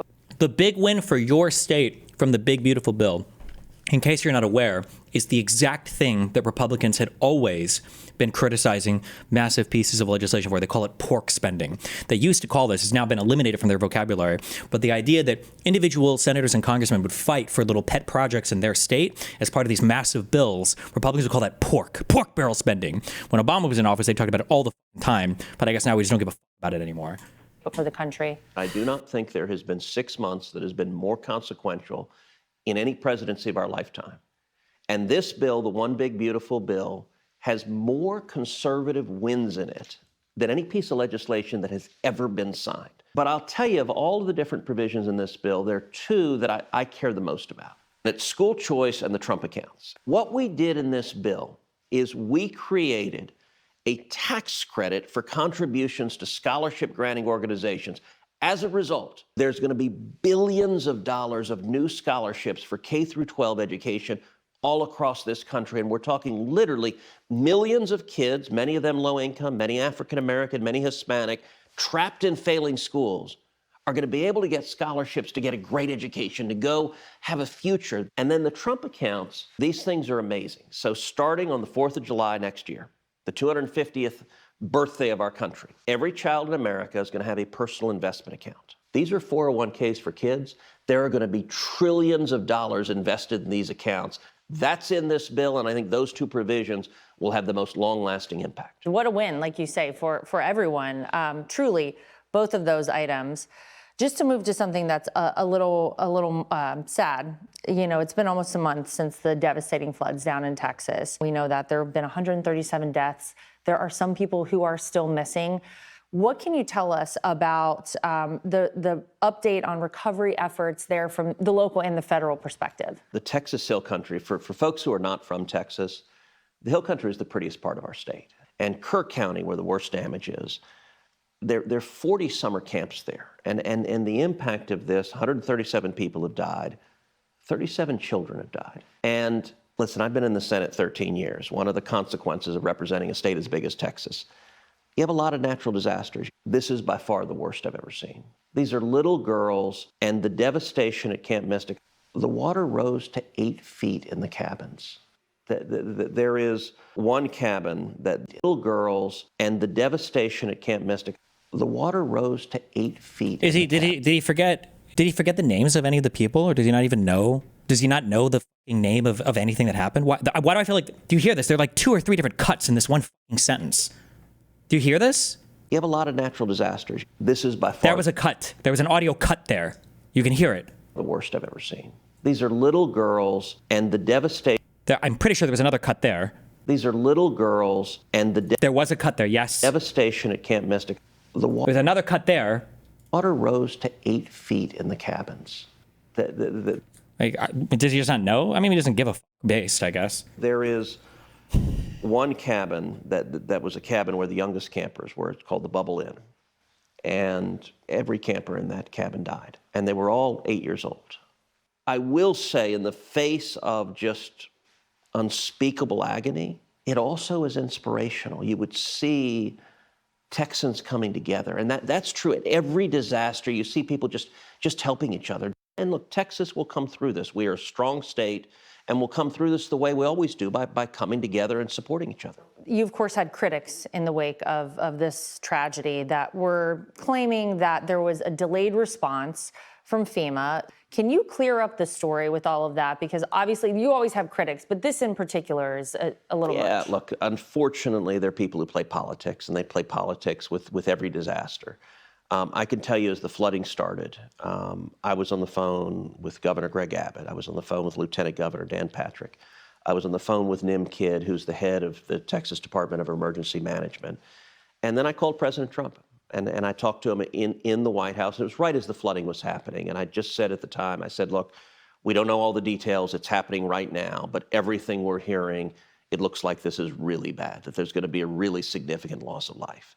And I'll tell you what the president said. He said, Ted, whatever Texas needs, the answer is yes. Absolutely yes, whatever you need. Another tragedy around 6 months ago. Of course, we all remember that horrific helicopter and plane collision over the Potomac. And earlier this week, you actually introduced the Rotor Act. To kind of address this. Give us a kind of an explanation of this legislation and how it's going to impact air travel. Well, it was 6 months ago this week that accident happened. It's the worst aviation accident in decades in America. 67 lives were lost in an instant. An American Airlines flight was coming into DCA, Ronald Reagan Airport, and it hit an Army Black Hawk helicopter, and everyone was killed instantly. I'll tell you, I've seen the wreckage of the plane and the helicopter. It was utterly devastating. This should have been prevented. That should never have happened. And so this week, I introduced legislation. It's called the Rotor Act, and it does a couple things. Number one, it requires what's called ADS-B in and out on every aircraft. Now, what is ADS-B? ADS-B out broadcasts the precise location of an aircraft, air traffic controllers to other planes, and it's much more accurate than radar. It gives you the exact location. And an ADS-B in simply is where... I haven't seen this legislation, but isn't the whole point that it was a military aircraft? It was like a military operation. Like, they're probably not going to run this program, right? Or they're not going to run this system. I don't even know if I'm sure they might have it on, but like, also, what are we admitting here? Are we saying that more regulations save lives? Where the pilot can look down and see every other aircraft, so you can see what they're broadcasting. The NTSB, the National Traffic Safety Board, has been recommending ADS-B in for every aircraft for 20 years. It's not current law. And so my legislation mandates that it has to be, if you're in commercial... Does this retarded know that it was a military helicopter? Did he say that? Or did he think it was just like a random helicopter that was like going around looking for DEI programs to implement or something? Did he say military? He said it? Okay. The part of the reason I think why this accident happened was because it wasn't broadcasting, because they were doing some exercise and they weren't broadcasting, unless it was fake news, because that was reported very soon after the accident. So I don't know how this would help or what this would do. Like, my understanding is basically every airplane uses this broadcasting. This is the auto evading bullshit, right? Or is that a different abbreviation? Airspace, you've got to have it, and it's designed to make everyone in the flying public. Oh, I'm thinking of tax. I'm sorry. But even for this announcement thing, for the ADS-B thing, I feel like I remember reading articles at the time that these announcers are usually off for military aircraft. Let me ask you about this. Back in 2015, you were actually the first major Republican candidate to announce running for president. Looking back, in all the 10 years, could anything have prepared you for all that was to come as you sit here today? No. Look, it has been a wild ride. I'll tell you, that campaign still is the most fun I've ever had in my life. And it was wild. It was unpredictable. It was a time when people were incredibly frustrated with Washington. They were frustrated with politicians who didn't do what they said. They were tired of being lied to. And I think there's a reason why President Trump and I won Every single state except 2, because people wanted someone who would President stand Trump up and I? do what the hell they said. Someone who had little bro, you were not on the team. Get me out of here. Office of Special Counsel launches investigation at ex-Trump prosecutor Jack Smith. Thank God. Thank God we're through the real investigations, for sure. Obsessed with the Epstein case? Enough. And for those of you who are obsessed with the Epstein case, you are the ones who are distracting us from the Obama-Hillary case. I don't know what your end game is with the Epstein case, but I know what my end game is here. That is justice, and that is a course correction for our country. Enough. And for those of you who are obsessed with the Epstein case, you are the ones who are distracted. Joining us now to expand is editor-in-chief of Bracket News. You get him on Substack and everywhere. I'm not going to say anything mean about him because I'm waiting for him to respond to my DM, because I'm sure he will, of course. His podcast is great. Matt Taibbi. Matt, I'm not saying they should be so nice to Trump. He doesn't walk on water. But can we expect some fairness the second time around?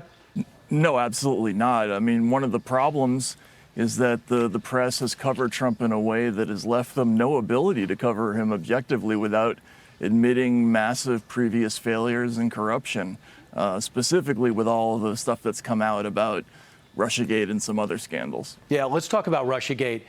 You said in your latest column on Racket News, you said you were reluctant to dive into the so-called conspiracy.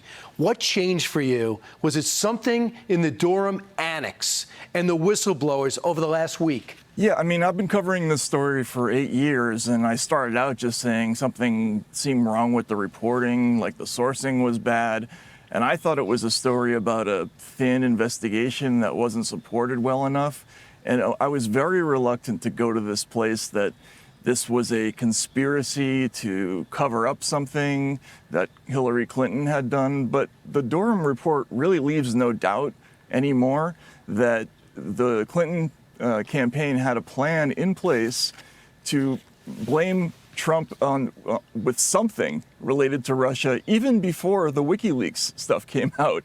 So the administration that the investigation that followed was just incidental, and that's pretty well demonstrated by what happened in the report. And the thing is, now you have this guy Leonardo Bernardo, a name with George Soros's Open Society. Jeff Goldstein, dealing with Debbie Wasserman Schultz, back and forth and finding a way to change the narrative from Hillary's emails and the John Podesta hacking to Donald Trump in bed with Vladimir Putin to hopefully win the election and later to destroy his first term when he won. Yeah, I mean, it's unbelievable because the real story here is that Hillary Clinton's use of a private email server opened up the United States to an unprecedented security risk. And the Russian government actually came into possession of a huge cache of material, correspondence all the way up to the president's office. He's lying. He's confusing things and mixing things up here in order to make it seem like that came from Hillary's email server, and it didn't. There's no proof or evidence of any of that ever happening ever. And yet, in order to deflect from that, they had to create some kind of story that was similarly explosive. So they came up with this idea of linking and vilifying Trump and Putin together. They talked about it being a long-term project to demonize them both. And that's what they did. And what's so remarkable is that every single major media reporter in America went along with this, this station excluded, obviously. Matt, if it wasn't for a compliant media, it wouldn't have worked. It would have been. Did you hear that? This station excluded, of course. Major media reporter in America went along with this, this station excluded, obviously. Matt, if it wasn't for a compliant media, it wouldn't have worked. It would have been a bunch of intelligence officials making statements. But the media was stenographers for this story. And it ruins people's lives. Michael Flynn, Paul Manafort, solitary confinement. They almost arrested Jared Kushner. This goes all the way through. But a lot of people are saying we've been through this. What's different is in this annex, in these burn bags that were found in the FBI. But the New York Times on Friday comes out and just show this headline, because you tackle this in your column. They basically say, could it be that the information that Matt Taibbi and Brian Kilmeade are talking about right now is Russian disinformation, and it wasn't them? So if you could stay with this, can you buy that? Do you think the Russians are duping us? No, there's no question that they had an enormous amount of material. It was taken seriously enough by James Comey that he moved up the date of his announcement of the end of Hillary Clinton's email investigation. And the denials that the New York Times is writing about today, and I'm just so exhausted by this process, Brian. I know. Every time they come out with some new cockamamie thing, and we have to take time to knock it all down again, and eventually it's admitted later. But these are non-denial denials. They talk about it being put together by spies, and the people who are mentioned in the story, they say they don't recall it happening. But if you actually look at what they say in these interviews, they say things like, yeah, I don't remember doing that, but it's possible that I proposed that kind of plan, and it's possible that if I proposed it, it would have been accepted by the campaign. Like is he still on his Twitter space right now? Oh, it's not a space. It's like a show. It's like a live stream show. What the fuck are they even fucking watching? And focus on the threat of Islamic terrorism. Then it's almost 10 years old. Was we shouldn't now suddenly act as if this is a huge revelation. Every intelligence agency in the federal government arrived at a consensus that the Russians had hacked the DNC, and the information that was now being released was as a consequence of a decision by Russian intelligence and Russian officials at the highest levels. Yeah, that's all true. Nobody smart contests this. Oh, there's a YouTube channel as well? What the CIA is now assessing, which was it was done purposefully to tilt the election in the direction of a particular candidate, shouldn't be a surprise to anybody, and in fact isn't a surprise to anybody. What? Dude. That's something you wanted to add. When we're discussing the issue of the Russia hack, I think it is worth noting that when it comes to the motivations of the Russians. Okay, for a sec. That Walter, can you hear? Yeah. Yep. Yeah. So, first of all, I think it's significant that he struggled much in this interview. He left the room and came back to revise his earlier. Did he really? I didn't know that. It just came on the screen. Okay. I missed that. Go back. Go back. There was an intermission. There was an intermission. When it comes to the motivations of when the screen goes Russians. black. Let's go back a little farther. Sorry, folks. That's something you wanted to add. When we're discussing the issue of the Russia hack, I think it is worth noting that when it comes to the motivations of the Russians, that there are still a whole range of assessments taking place among the agencies. And so when I receive a final report, we'll be able to, I think, give us like, imagine at a time when like race realists feel like they have more voice in the US than ever, right? The most retarded white people are in charge of everything, and black people who were 50 billion times more gifted in every single area of politics, of understanding foreign policy, of knowing how the government works, that like these were the people who ended up being replaced by actual inbred trailer park trash white people that happen to be born into rich families. It's unbelievable. Comprehensive and best guess as to those motivations. But that does not in any way, I think, detract from the basic point that everyone during the election perceived accurately that, in fact, why am I watching this? They have a YouTube chat. Yeah, you can type in their YouTube chat because it might be live. If it's live, hey, I'll jump on a chat with both of them if they want. I got viewers. I'll quintuple their reach. They should want that. He's a journalist. Doesn't he want attention on his stuff, right? I'd love to come on and chat. It's embarrassing. Lastly, in the conclusion, people want to see some type of consequences for this unsavory action. If we talk about consequences, note there's a statute of limitations. What do you expect?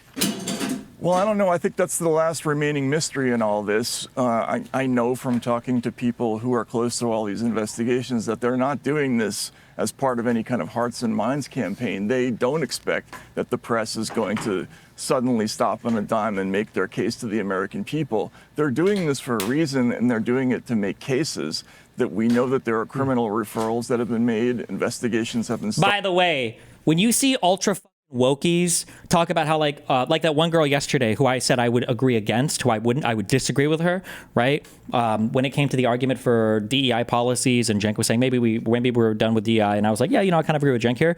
The thing that a girl like that would point to the media cycle right now, and she would point to things like the reason why we need DEI and woke is because there are people in this country today that still think that Donald Trump is a more qualified president than Barack Obama or Kamala Harris. A lot of it having to do with just skin color and gender. Just saying. Started.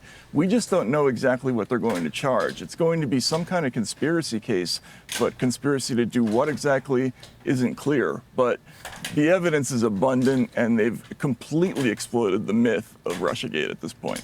And if people want to know the latest, just cut through it all, follow Matt Taibbi on Substack on Racket News. Thanks, Matt. Appreciate it. Thanks so much, Brian. I'm Steve Doocy. I'm Brian Kilmeade. And I'm Ainsley Earhart. I wish someone would. Director John Lee, CIA Director John Last video on this topic. Lee Ratcliffe worked on this in Congress and again as DNI and joins us now. Welcome, Director. I sat beside you as Comey and Brennan were questioned for hours about Russia collusion. They never once mentioned this was a Clinton campaign plan. They knew it. They were co-conspirators. Would this ever have come out had you not declassified Brennan's notes and then Durham's annex? And for our viewers, what's new in the Durham annex? Well, Trey, think about that there was intelligence from foreign intelligence services that one U.S. presidential candidate was trying to frame another candidate for treason. Claiming that he was an agent of a foreign power, an agent of Russia. And that intelligence was never shared with you or I as members of congressional oversight committees on intelligence. But for the good fortune of me being able to find John Brennan's notes and declassify that secret may have been hidden forever, but I was able to provide that to John Durham, and you see some of that. How did you find the notes or whatever, if they were in burn bags, or are these different notes? That in his annex that was declassified this week. And so what you learned in this annex that many people didn't know before was details of that Hillary Clinton plan and how it included groups like the Soros Foundation and the role that the FBI played. So before all of this started, Trey, what we did know was this, that on July 31st of 2016... Wait, am I seeing this motherfucker because he has a fucking show on Fox News now? Is he also a host? Holy shit. The FBI did something as shocking as it was unprecedented. They opened a criminal investigation into a nominee for president, a candidate for President Donald Trump, something that had never been done before. But what you learned in John Brennan's annex this week was 6 days before that, Russian intelligence predicted that's exactly what would happen, that there was a Hillary Clinton plan and that the FBI would pour oil on the fire of a firestorm that would consume the country for the next 3 years. So think about that, Trey. Either the Russians made the greatest prediction or the luckiest guess of all time. Or we're just repeating Russian propaganda. Or this intelligence was real. And of course, the answer is this intelligence was real. And how do we know that? Well, subsequently, under penalty of perjury, while under oath, Hillary Clinton's own campaign manager confirmed that there was such a plan and that Hillary approved it. That's not true, but I like how we're slowly morphing what was in that PDF more and more. Okay. I think in addition to what you learn about the FBI's role that came out this week, was that this intelligence that was so shocking that John Brennan brought together the National Security Council, President Obama, Vice President Biden, Clapper, Comey, Susan Rice, and briefed them on this intelligence about a Hillary Clinton plan to frame Donald Trump, and that the CIA made the required referral of that to the FBI to investigate that as a counterintelligence matter. And as John Durham found, the FBI buried it. They didn't open a file. They didn't assign an analyst. They didn't investigate it all. They just spent the next few years. If they buried it, then why are you reading an annex of it? What are you talking about? That sounds like the opposite of buried to me. It sounds like it was actually considered. Really amplifying the lie of Hillary Clinton's Steele dossier and burying the truth of her plan to frame Donald Trump. It is the greatest political scandal that we hopefully will be the last that we'll see in our lifetime. Speaking of amplify, Director, I want you to amplify a point that you just made, because you and I both know John Brennan, the New York Times, they're still in denial. They're claiming that none of this has been verified. Well, they have to, Trey. They have to, because to do otherwise would be to confess their guilt. My critics in this regard, Brennan and Comey and Clapper, they said I was wrong about there was no Russia collusion. They said I was wrong that Hunter Biden's laptop was real. Of course I was right. I was telling the truth. Our intelligence reflected that, and the same is true here. This intelligence is real. And for Comey and Brennan and Clapper to say otherwise would be to confess their guilt, to say that they gave false testimony, that they misled Congress, that they obstructed justice. So they have to put up these straw man arguments saying, well, we stand by our assessment that Russia meddled in the 2016. Well, that wasn't their argument. Their argument was that this was unprecedented, that Donald Trump was potentially committing treason, that he was an agent of a foreign power. And so, they have to take that point. And to the point of the New York Times and the Washington Post, the same thing. They don't want to admit that they wrote thousands of false stories. So they don't want to give back the Pulitzer Prizes that they gained for writing those false stories. So they're doing it to do anything other than to try and fight this and say that it's not real would be to admit their guilt, to admit they were wrong, and to admit that they deliberately misled the American people, which is exactly what they did. Yeah, they also might want to read Hillary Clinton's campaign manager's sworn testimony, because he admits what you just said. They deny it, but we'll see what they say when they get under oath. Is there more to come from either you or FBI Director Patel? Are there more shoes to drop that we should be looking for? Yeah, there are, Trey. So, people need to understand that, there is no Russia collusion hoax file cabinet at the FBI or at the CIA. We have to look for these documents, sometimes that are well hidden. You have to go trace through emails and look for signs and clues that would point you to. That's how I found John Brennan's notes, and that's how we found additional documents. I've talked with FBI Director Patel. Okay, we're off this topic. President Trump said he has directed his team to fire the Commissioner of Labor Statistics just hours after the... What is the, what are we at for unemployment? Is it still below 5%? Technically, doesn't Trump get what he wants? If the unemployment goes up too much, won't the Fed finally cut rates? The agency issued a weak July jobs report. The report showed lower job growth than forecast, adding 73,000 jobs in July. A slight uptick in the unemployment rate to 4.2%. Hiring numbers for May and June were also significantly revised down, showing that just 106,000 jobs were added in the past 3 months. Statisticians revised down how much growth we had in prior months by around 250,000, which is a very large revision. Now, roughly half of that was due to public school teachers and probably doesn't tell us much about the underlying economy. But the other half was in private jobs. And what we see now, in light of these revisions and the latest data for July, is that job growth in the last few months is running at its weakest since 2020. Just 2 days before the report's release, Federal Reserve Chair... I wonder how many buyouts there were. How many buyouts were ultimately accepted by government employees from the Doge people, or when Doge made those buyouts available? Because those guys will all probably rejoin the economy in, 6 months or whatever, when their payout term is over, maybe? Maybe that'll help. Chairman Jerome Powell announced interest rates would remain steady. The majority of the committee was of the view that inflation's a bit above target, maximum employment is at target. There wasn't any impetus to cut rates to help the economy because, as far as they could see, the labor market was very strong. That was based on data through June. When they made that decision, they didn't have the July data, which came out on Friday. It's quite possible that if they'd known how weak July was and how much weaker May and June were than they realized, that they might have seen a stronger case for lowering interest rates. It does look like they have a much stronger case to cut interest rates in September. This tells you that the broader economy is sort of treading water. We know that it's been through a lot in the last 3 or 4 months. We've had an imposition of widespread tariffs, kind of stop-start policy. We've had big cuts to federal government employment and spending. We've had big crackdown on illegal immigration. And these are all like big tumultuous events for the economy to cope with. And perhaps in retrospect, it's not surprising that we've seen like this pothole emerge in the economy in the second quarter. And I think the question we want to know is this just a pothole, or does it tell us that we have a very rough road for quite a while ahead of us? There are a few troubling signs in there. For example, one of the big things that might be really spooky is the, and I'm assuming this is true, I guess, although it feels like 70% of the media just is not bringing it up that much, is there's a theory, well, not a theory, but I mean, the numbers show that in preparation for the tariffs, there was a massive importation of supply ahead of time. And I wonder if parts of the economy were buoyed on that massive influx of material, right? Because I imagine when you ship stuff into the country, there's more workers that are going to be, like at the shipping yards, accepting stuff, moving stuff around, stocking, whatever. Like all the supply chain jobs are probably going to be gassed up a bit. That would be my guess as a result of that. And if the tariffs go through, or even if the tariffs don't go through, if you'll see a bunch of those jobs kind of slide off as companies are just sitting on a ton of surplus stock or something. Maybe, I'm not sure. I don't know. And then if prices start to go up on top of that. I feel like you could make a thing. Why can't I find anything on YouTube search anymore? Hello? Or did they delete these clips? Why does Google search YouTube better than YouTube searches YouTube?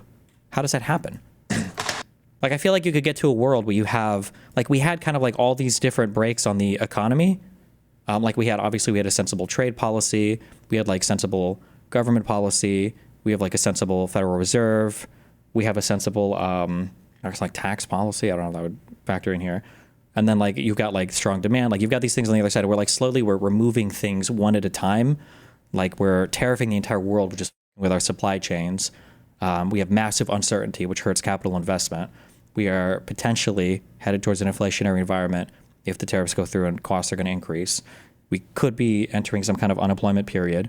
We haven't done anything to help houses. Where we enter something where there's a tipping point. Imagine another bad event happens, like a COVID or 2007 or another war starts or whatever bullshit. And then all of a sudden you've lost all of your controls on one side and just gets absolutely horrible. And goes just really, really, really, really, really wrong. And all of these traditional things that kind of kept the economy robust and stable are now just completely removed. I think I clicked a tweet earlier. It was a Derek tweet where one thing that I think this is probably more scary than we give it credit for, as somebody who doesn't know that much. No, it wasn't Derek. No, it is. It's Derek Thompson, right? Isn't that his name? Was it? Maybe it wasn't him. But a huge chunk of the economy right now. A huge chunk of the economy right now is floated by healthcare expenditures and AI investment. And absent that, if something were to start to shake that industry, our economy might take a huge tumble. I don't know. The job creation that we had was overwhelmingly thanks to sectors like education and social services. And these tend to grow almost no matter what. They don't really tell you whether the private sector is in a hiring mood. If you look at sectors like construction and manufacturing, those ones were very weak with declining employment. The stock market only just hit a record high a few days ago, and the stock market tends to be very forward-looking. So investors, at least, are taking some comfort that the worst of the uncertainty with respect to trade is behind us. And if that's indicative of how overall private employers are feeling, maybe things are going to be okay. Scott Galloway talked about this recently on his podcast that AI is everything, and companies like Ford and GM are down. Yeah, if it's I don't think there's anything. Fallout continues after. I don't think there's anything bad with being heavily invested in tech. I think that's fine. I think it's forward-looking. But if that's masking a whole bunch of other underlying weaknesses in the economy, this is what I was looking for earlier. So GDP is only growing because of AI capex. This is capital expenditure investment, in big capital investment, basically, right? The labor market is only growing because of healthcare spending and social assistance. The latter being a lot of home aides and administrators. Economic growth right now is basically a Friday church service, just old people plus trying to summon God. Oh no, God, not yet. Oh God, not yet. In my opinion, today's job numbers were rigged in order to make the Republicans and me look bad. Thank you, God Emperor Trump. Would the cutting of interest rates in September cause inflation? Would Trump not cry about that? I think that the general theory, I could be wrong, but I think the general theory is that inflation prices are kind of sticky, meaning it takes a little bit for them to move. There's a little bit of economic inertia. So inflation is going to be a lagging thing, not an upcoming indicator. I could check, I guess. What would I even Google? Is inflation laggy or forward-looking? I don't know the terms that they would use. What would economists say here? I didn't even spell forward correctly. Nice. Leading indicator instead of a lagging one. It's called inflation expectations, and it's a central part of the expectations adjusted Phillips curve. High inflation expectations can make taming inflation more difficult for the central banks to be self-fulfilling in the DAS model. An increase in inflation expectations will shift the short-run aggregate supply upwards, which leads to an increase in the price level and lower overall output. Lecture notes, cute. Oh, I don't know. I guess we'll see. Yeah, this shit. If you net out the Mag 7 from the S&P 500, the remaining 493 stocks have barely gone anywhere in over a decade, comparatively speaking, chart by Goldman Sachs. Now, this isn't exactly fair because we would imagine that all of this capital that's being invested in these other companies would be invested here. So this would be higher. This would be higher than it is otherwise. but or higher than it looks right now. But like this is still, that's a pretty crazy lack of diversification in our S&P 500, in my opinion. I don't know. Is it normally like this? Is it normally that undiversified? The Fed holds rates steady for the 5th time this year, but some officials think it's the wrong call, okay? So this is President Trump's best... What are the Mag 7? It's 7 massive tech companies that are massively overrepresentative of the total value of the S&P 500. It's like Tesla, Meta, probably Amazon, NVIDIA, probably. What are they? So we've got Google, Amazon, Apple, Microsoft, Facebook, NVIDIA, and Tesla. Friend for the last week. They've been kicking it together, all right? They've been looking at properties of spending $3.1 billion on it. Of course. Patting each other in the back. Hard. You know, finally we saw a little bit of Powell's personality by putting his tongue out. Did you see when he did did you see when he did that or no? No. Like very awkward. But you saw the child side of him. He acted like a 12-year-old. It was interesting. First time ever. Here's Powell giving some good news to nobody. Not your colleagues, just say you. Mandate goals of maximum employment and stable prices for the benefit of the American people. Despite heightened uncertainty, the economy is still in a solid position. The unemployment rate remains low, and the labor market is at or near maximum employment. Inflation has come down a great deal, but has been running somewhat above our 2% longer run objective. In support of our goals, today the Federal Open Market Committee decided to leave our policy interest rate unchanged. The risks of higher unemployment and higher... I like how these retarded fucks are laughing at this guy. Like Jerome has more intelligence. You could, if you were to biopsy a part of this guy's brain and throw it in a dish, it would outperform this entire show's worth of people on any issue related to econ or finance. It's so stupid that these guys are laughing at him over this. Oh my God, kill me, bro. Inflation appear to have risen, and we believe that the current stance of monetary policy leaves us well positioned to respond in a timely way to potential economic developments. Okay, so listen, I'm not an economist by a long shot, Yeah. but he just said we are kicking ass. Everything looks good, but you never know. Might hit the fan, so to hell with all of you. Is that a right angle? You know a part. No, he doesn't even know what he did. He does not know. He doesn't know who Jerome Powell is. He doesn't know what he's the chairman of, and he doesn't even know what the thing that he's the chairman of does. Guaranteed on all 3 of those things. He doesn't know any of that. Any of it. Ass. Everything looks good, but you never know. It might hit the fan, so to hell with all of you. Is that a right angle? You know a part of me is so happy he's not lowering interest rates. Why? Do you know why? Why? Okay. What's he going to say? Because when Trump's economy kicks ass, when he's busting loads, hot loads, and all of us, more loads than we could have ever imagined, they can't even claim that he got cum boosters from the Federal Reserve.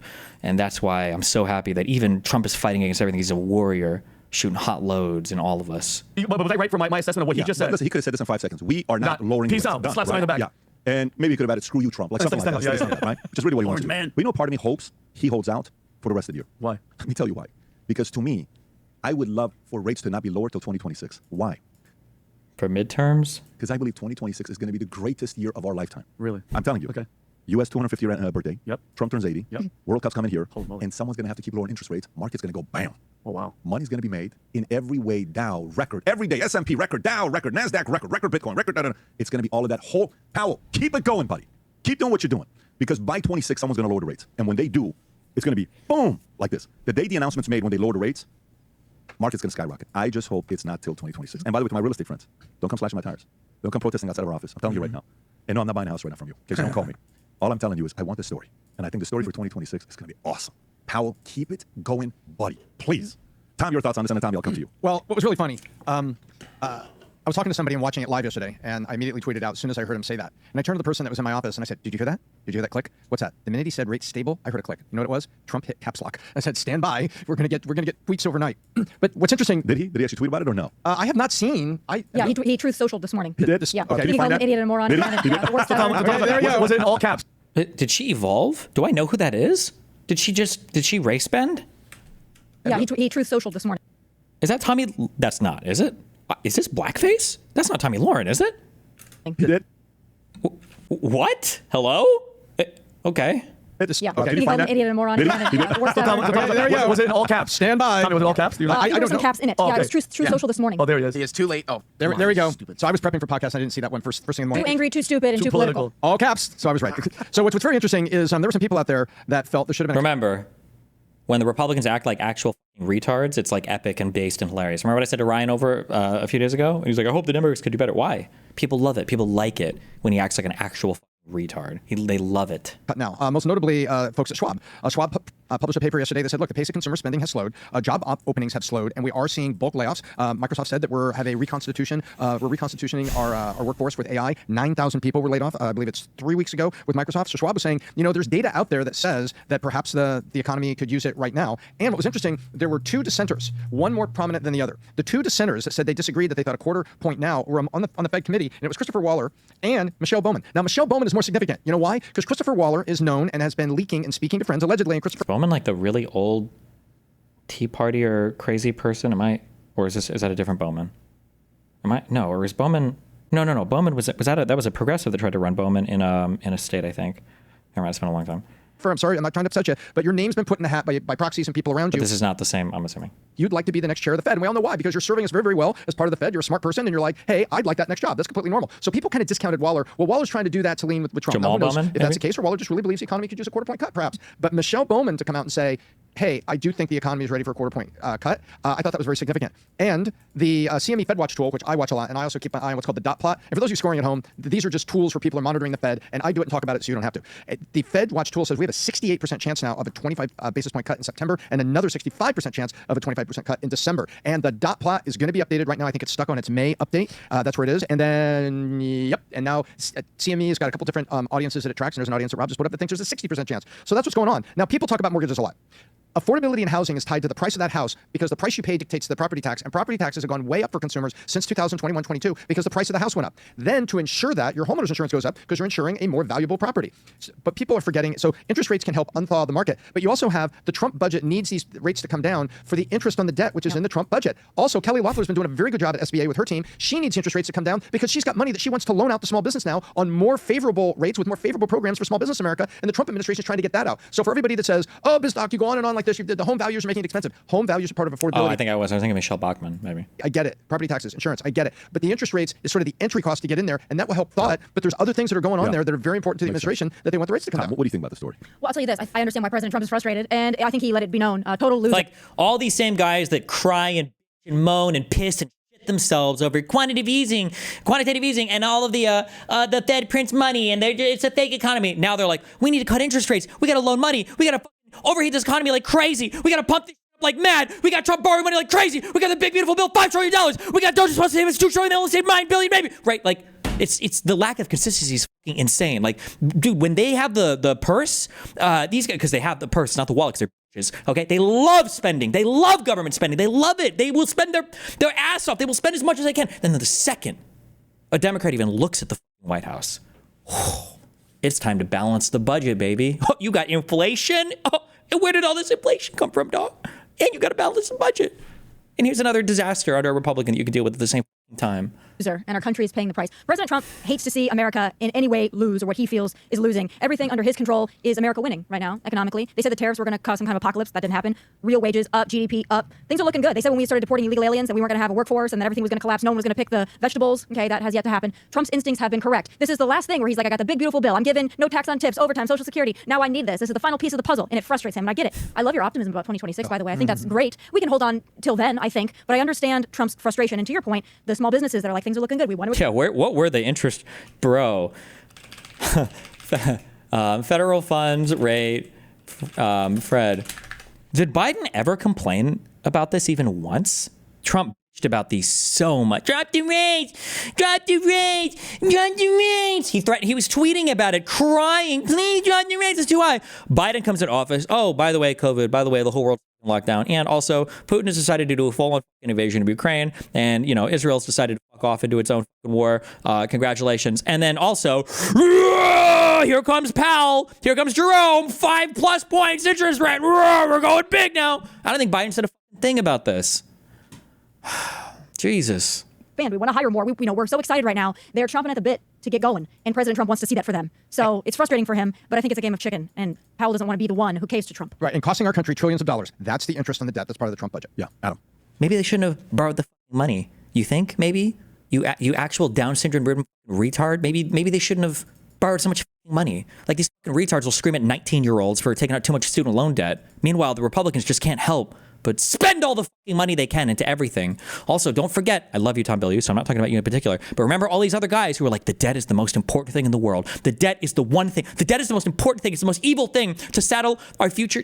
We won the election? We won the election? Oh, boy. Time to spend, baby. Let's go. And Jerome, I'm going to need you to drop those interest rates because we're open in the purse because we are going to spend every dollar we have and then some trillions of dollars that we don't have, baby. Let's go. And we're still somehow going to have an economic contraction for the first quarter, somehow, magically. So there's so much conversation about Trump being a dictator. Trump's an authoritarian. He's going to be a king. He can't even control his own appointed Fed chairman. Let's not forget about that. For all the people out there. Well, is it his own appointed Fed chairman? Because apparently there's some disagreement about that. Because there was somebody who was arguing that that Biden appointed him. Terrible Fed chair. I was surprised he was appointed. I was surprised, frankly, that Biden put him in and extended him. But as president, there are a few decisions more important than nominating leaders of integrity and good judgment to hold trusted positions in public office. And few of those trusted positions are more important than the chairman of the federal. Crazy. Biden put him in and extended him. Biden, huh? They think that Trump is just some authoritarian dictator. He can't even convince the person that he put in place as the Fed chairman to lower rates, even after calling him out, calling him a loser, calling him stupid, calling him too late, saying that he's the worst person for the job. This is why I love America, because Jerome Powell will look at Trump and be like, yeah, I don't really care what you have to say, buddy. I actually respect that. I actually love that. Do I think that it's time to lower interest rates? Possibly. You know, the Fed has two main jobs: to cool inflation, which is at 2.7%. Their target rate is 2%, and to keep America working and make sure that the unemployment basically stays where it is right now. I like how he is the only one on this panel. Sosnick is still way too nice to these people, but at least he knows some things. Don't look now, but America's doing pretty damn good. All the talk in the spring about America going into recession, that conversation. Wasn't this guy friendly? I mean, interpersonally, we're friendly. I just saw him like 3 days ago because there's a restaurant that I love to go eat at, and I think he owns it or is part of the group that owns it, and so he shows up sometimes. And we chatted and we argued about Trump for an hour. Over stock markets at basic all-time high, Bitcoin at all-time high, GDP per capita incredible, strong dollar, consumer confidence. Every time these guys see me in real life, they're like, okay, you don't really believe in all this, right? Like, you know, this is like, right? And I'm like, I think last time I argued, it was like, Biden's the best president in my lifetime. And I think we argued about that for an hour. Like, no way. That conversation's over. Stock markets at basic all-time high, Bitcoin at all-time high, GDP per capita incredible, strong dollar, consumer confidence. The VIX is very low. The Fed fund rate right now is at 4.5%. Prime rate's at 7.5%. The United States economy is the envy of the world. And I think Jerome Powell, as much as Trump hates him, kind of knows what he's doing. I just don't know if this is personal, political, or if it's just straight economic. But we'll wait and see what happens in September, right? Yeah. I mean, look. Okay. That's cool. Thank you. Let's go back to the propaganda lines now, okay? Thanks for that, Adam, but no one cares. Let's go back to on Jerome because Trump is awesome. Me, even though Tom is saying there's 2 more, the 65% chance September, bless you, and 1 more in December. Higher than not having Destiny on, clearly would be a big show for them. For shows like this, for these guys, this is about ideology. It's more important than making money, which is why I say you can't do the financial analysis of the money capture donor class people. A lot of it is ideology, okay? I'm hoping it's just 1 instead of 2, and the president has to realize he's going to be president for 3.5 more years. Okay. Closer to 3 years now. Well, maybe if he survives. I don't even mean that as an assassination joke. I mean, the guy's ankles are exploding. I'm sure this dude's heart is working overtime. I know, but it's still 3 years and 5 months. But he's going to be in there for nearly 3.5 more years. Mm-hmm. Midterms are not till when? November. Okay, so imagine they do only 1 rate increase, a rate cut in December, and then the market goes off in the year of midterms, record breaking. Guess what's going to happen with House? Guess what's going to happen with flipping some seats? I actually would like the momentum to not happen until we get closer to midterms. Truly. I like it to not happen until we get closer to, because nobody, if you look at the market like, hey, my 401k's up, hey, my Bitcoin, dude, I don't want to do anything. Let it keep on. I'm not going to say I'm a Republican. We're going to say, why? We're going to know. That's what's going to happen if the market's doing good. So he's got time. You were asking about the latest polo shirts that are coming up. It took us a few months to get them. They're finally in. I wore one of these. Everybody was asking, where did you get these Vitamin polo shirts? They're right there. We got them in brown, black, white, gray, and another white. There's a bunch of them on here for those because it's hot. Yesterday we flew from Orlando. We're on a flight, flying back on this private jet, and we're asking the pilot, hey, can you? Okay. Trump makes nuclear moves on Russia. President Donald Trump has ordered 2 nuclear submarines to be positioned in the appropriate regions. Thanks. He's super ass-pained, I think, about the fact that he literally couldn't get anything done in regards to Russia-Ukraine. That's not true, actually. He might be bringing the war closer to an end. I don't know if this is true or not, but Anna messaged me earlier today and told me that, I don't know if this is true or not, but apparently she said 50% of the aid in Kharkiv had been provided by USAID, and there's a chance that might all be just drying up now. I don't know how true that is, or I haven't looked at the numbers on that myself, but if that is true, that's pretty abysmal. Tonight, President Trump is issuing a rare threat of nuclear escalation against Russia, saying that he's ordered 2 nuclear submarines to be repositioned in response to, quote, provocative statements made by Russia's former president, Dmitry Medvedev.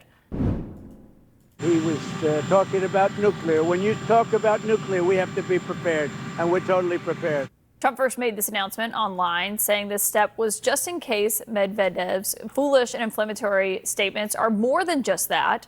It was not immediately clear. I have an irrational hatred of this woman because her facial archetype, phenotype, just reminds me too much of Crystal Ball. And every time I see her, I just get so fucking upset. And I know it's not her. And I always know it's not her, but it's too close. And I just get triggered. I'm so sorry. If Trump was referring to She even has like a similar-ish cadence and timbre to her voice. It's okay. She is base.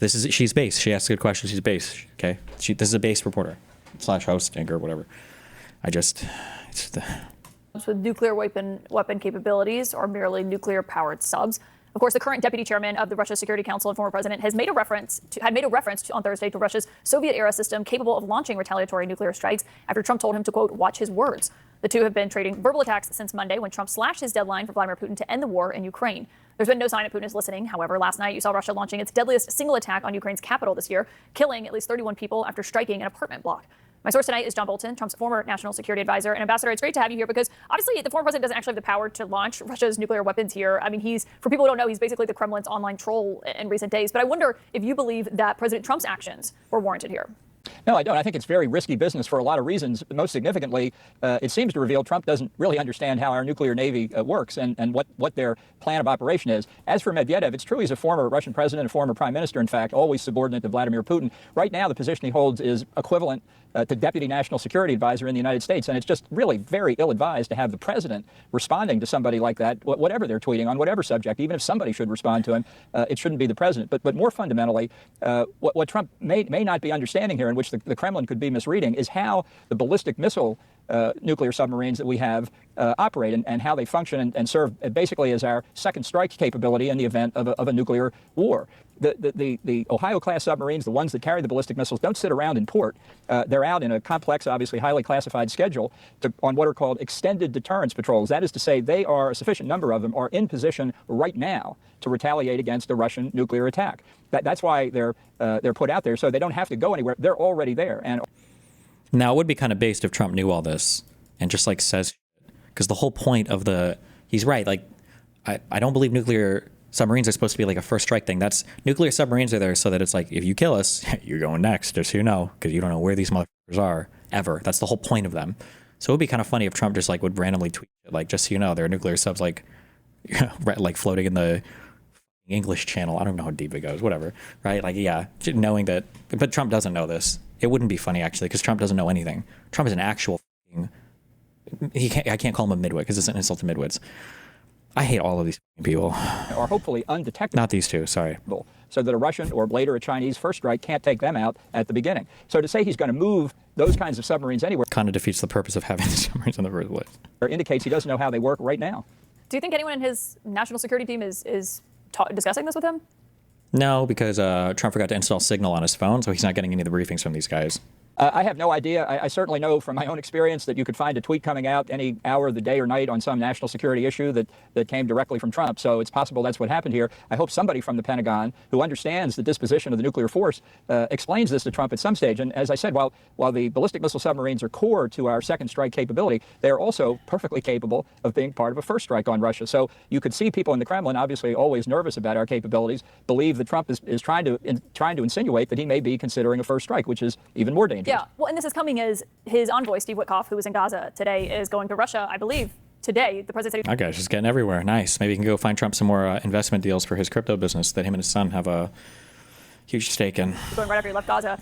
The last visit that Witkoff made to Russia did not result in any concrete changes. Obviously, the war is still raging in Ukraine. Do you expect a different outcome this time, potentially? Did he get another ceasefire in Gaza? Witkoff, thank you, bro.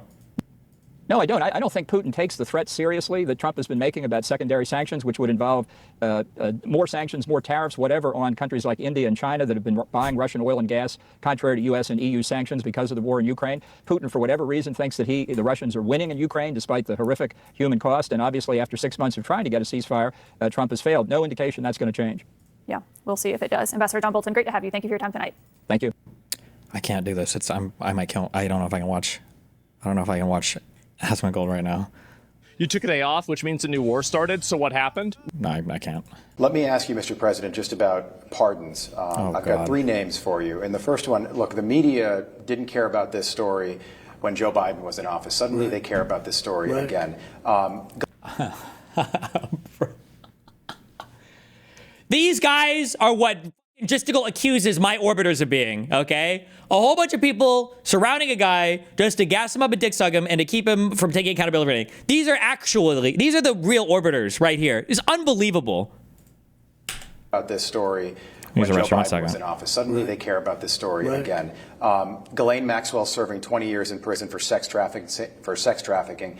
Is clemency on the table for her in exchange for testimony? I'm allowed to do it, but nobody's asked me to do it. I know nothing about it. I don't know anything about the case, but I know I have the right to do it. I have the right to give pardons. I've given pardons to people before, but nobody's even asked me to do it. Sean Diddy Combs? Right. Would you consider pardoning him? Well, he was essentially, I guess, sort of half innocent. Yes. I don't know what they do. He's still in jail or something, but he was celebrating a victory, but he seems, I guess it wasn't as good as a victory. Probably, you know, I was very friendly with him. I got along with him great, and seemed like a nice guy. I didn't know him well. But when I ran for office, he was very hostile. He said some not so nice things about you, sir. And it's hard, you know, like you, we're human beings. Right. And we don't like to have things cloud our judgment, right?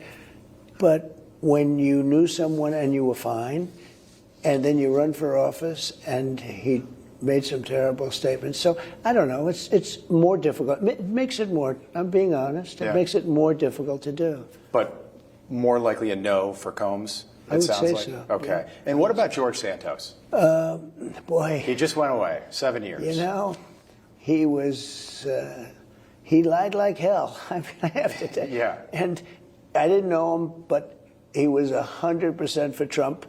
But I didn't, you know, I might have met him, maybe not, I don't know. But he was a congressman and his vote was solid. It sounds like a lot. He got in. You know, you could blame the other side for not checking him out. Yeah. He didn't do all those things. I like how he talks like an actual dictator. Like, hold on. And seemed like a nice guy. I didn't know him well. I guess sort of half innocent. Yes. I don't know what they do. He's still in jail or something. But he was celebrating a victory, but he seems, I guess it wasn't as good as a victory. Probably, you know, I was very friendly with him. I got along with him great. And seemed like a nice guy. I didn't know him well. But when I ran for Wait, audio? Oh, sorry, my speaker's on. Office, he was very hostile. He said some not so nice things about you, sir. And it's hard, you know, like you, we're human beings. Right. And we don't like to have things cloud our judgment, right? Like when he talks about like the qualifications of a person or how good or bad a person is, it's always with respect to what did he think about me, right? Like, do you think that Kyle Kalinske is a good political commentator? You know, he's been really critical of me online a lot. He says a lot of really mean things. What do you think about, what do you think about, that streamer? Oh, that guy? He likes me quite a bit. He says a lot of really good things about me, you know? It's just like so cringe.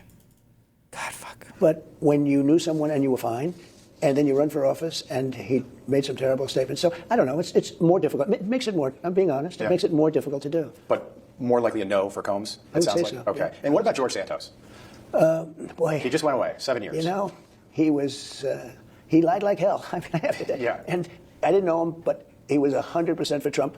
But I didn't, I might have met him, maybe not, I don't know. But he was a congressman and his vote was solid. It sounds like a lot. He got in. You know, you could blame the other side for not checking him out. He didn't do all those things that he said. News missed it. Everybody well, missed you it. could say the media missed it. Everybody missed it. They found out about this stuff after the election was won. So nobody's talked to me about it. So they really, they haven't talked to me about the two. They have talked to me about Sean, but they haven't talked to me about the two. But again, with him, I have the right to do it. Nobody's asked me, but it's interesting. Is it 7 years? 7 years. He just went away. That's a long time. Your Deputy Attorney General sat down with Ghislaine Maxwell for 9 hours. I'm just wondering when the American people get to hear what she said during that interview. Well, I don't know, because I haven't spoken about it, but he's a very talented guy, Todd Blanche, and a very straight shooter. Yeah. And I think he probably wanted to know, just to get a feeling of it, because we'd like to release everything, but we don't want people to get hurt that shouldn't be hurt. Yeah. And I would assume that was why he was there. I want to release everything. I just don't want people to get hurt. You can't have people associated. First of all, the files were run by some very bad people and very sick people like Comey and Lisa, the whole group. All those people in that office, they ran those files for 4 years.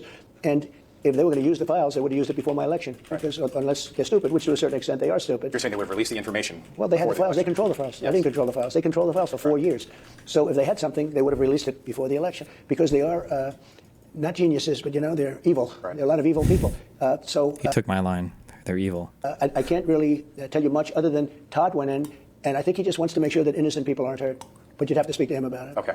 I want to ask you about the situation with Russia, Mr. President. Sure. You have tried for the last 6 months to end this debacle in Ukraine. It's now in calendar year number 4. Today, just moments ago on Truth Social, you announced that you ordered 2 nuclear submarines to undisclosed locations because of something provocative that was said by one of the Russians. Can you tell us how concerned you are about a possible escalation right now? Well, a former president of Russia, who's now in charge of one of the most important councils, Medvedev, said some things that were very bad, talking about nuclear. And when you mention the word nuclear, I say... This is why I just can't take it seriously. When people are like, Biden was so senile. What was the evidence of Biden being senile?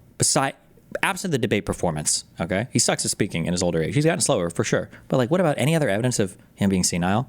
If Biden were to make statements like this... In charge of one of the most important councils, Medvedev said some things that were very bad, talking about nuclear. And when you mention the word nuclear, I say, you know, my eyes light up and I say, we better be careful. This retarded. He sounds like an actual retard, right? Like, this is the kind of guy you make friends with at conventions when you hear them speak because, you know, you get handicapped parking spaces because how stupid this is. But he's so dumb always, you can never call it out as evidence of anything.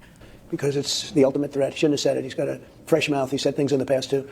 And so we always want to be ready. And so I have sent to the region 2 nuclear submarines. I just want to make sure that his words are only words and nothing more than that. And they're closer to Russia, I assume? They're closer to Russia, yeah, they're closer to Russia. It's a terrible situation going on over there. You know, this since the beginning of the year, they've lost 20,000 Russians in this ridiculous war. They've lost 8,000 Ukrainians soldiers. And they've also lost people in cities and towns, a lot, but not nearly numbers like that, because missiles are being shot into Kiev and other places. This is Biden's war. This is not my war. This war would have never happened. It didn't happen for 4 years, was never even talked about other than anything. I had conversations with Putin. It was the apple of his eye, but he wasn't going to go into Ukraine. And I will say this, that's a war that should end. That's a terrible war. The bloodiest and deadliest in Europe since the Second World War. Reagan said peace through strength. I now call it peace through Trump. I think that deterrent is... Well, you know, we've saw... Where's the bees? Where's the bees? Where's the peace? It's supposed to be don't piss on me and tell me that it's raining. But these guys are standing in the middle of the Arizona desert without a drop of moisture in sight. And they're being told that it's a hurricane. Where's the peace? Peace through strength. Where's the strength or the peace? Settled a lot of wars. You take a look at what's happened just over the last little while. We've settled a lot of very beautiful wars have been settled. That don't get a lot of attention from the media. No, they don't talk Can about I just ask you, your 10-day one of the deadline. wars, think of it. India, Pakistan, nuclear. You look at Cambodia just recently. It looked like that was going to be another big war. It was going to be a war. I settled that up, and I settled it up with trade. I said a lot of them with trade. I said, listen, you guys are going to fight. You can fight all you want. I mean, just fight your hearts out, but we're not doing a trade deal. All of a sudden, they end up not doing a war. I settled in the Congo.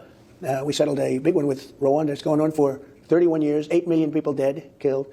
It looked like it was going to go on for another 31 years, and we settled that one. Kosovo, you know about that, with Serbia. That was going to break out. I mean, I settled a lot of wars. I think I settled averaging about a war a month. But, you know, we're saving millions of lives. Look what we did with the nuclear threat of Iran. That was totally obliterated, as now it's been confirmed. You know, they like to say, well, maybe it wasn't really that well. It was obliterated. It turned out, they just reported today, it was totally obliterated. Those pilots did some job, but we wiped out that nuclear threat. We've done a lot for peace. Just quickly, you gave Russia, I think it was like a 50-day deadline, and then you lowered that to between 10 and 12 days. Oh, God, that headline. Will Epstein be the new fucking Russiagate? Oh, my God, dude. Oh, could it be? It's actually unreal.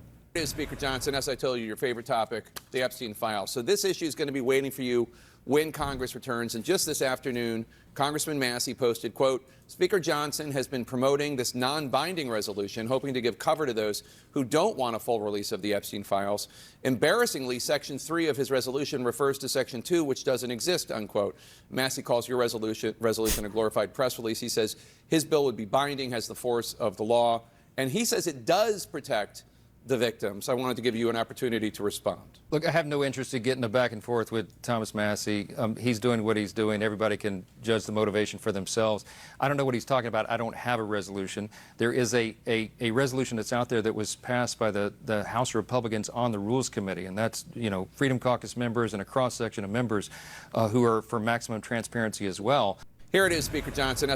So, in case you haven't been following, some Down syndrome from the U.S. Congress sent some letter. Or no, wait. Or was it Pam Bondi? Basically, somebody from the U.S. federal government sent a letter to Texas saying, like, hey, we're very concerned about you. We noticed that 5 of your districts, that'll happen to be Democratic, by the way, are actually illegally districts. So we want you to redistrict those in a way that makes them all Republican. I'm sorry, that makes them fair. And I think Greg Abbott said,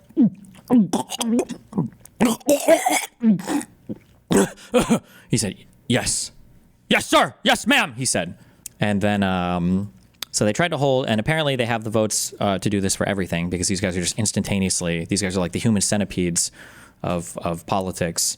So the Texas legislature called a special assembly, and they were ready to vote to redistrict this. And then part of avoiding the special session, I guess you have to call quorum or whatever, you have to have like enough people present. So based alert, all of the Democratic members of the House fled the state.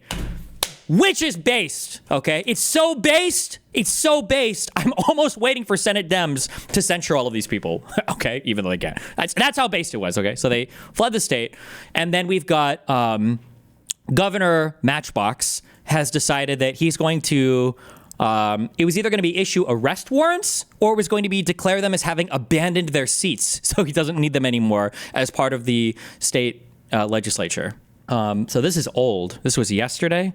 But I think he said basically, the derelict Democrat House members must return to Texas and be in attendance when the House reconvenes at 3 p.m. on Monday, August 4th. For any member who fails to do so, I will invoke Texas Attorney General Opinion number KP 0382 to remove the missing Democrats from membership in the Texas House.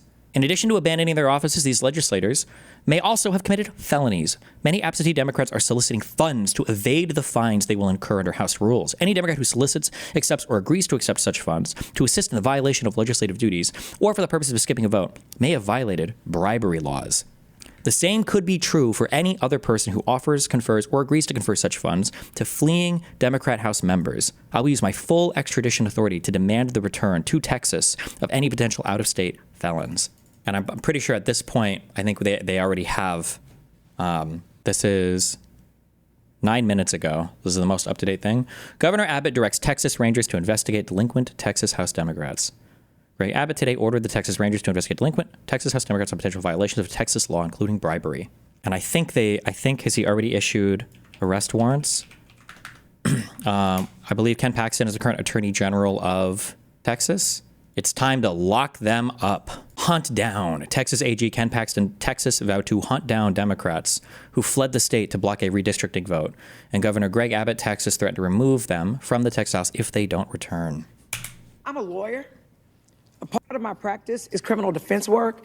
There is no felony in the Texas Penal Code for what he says. So respectfully, he's making up some shit. Okay? He's trying to get sound bites. And he has no legal mechanism. And if he did, subpoenas from Texas don't work in New York. So he gonna come get us how? Subpoenas in Texas don't work in Chicago. He's gonna come get us how? Well, so he'll probably just declare the seat abandoned and then say that they don't need them as the next step. But so let me be clear. He's putting up smoke and mirrors. And I'm hopeful that the media doesn't follow that. I will also say this. I'm a lawyer.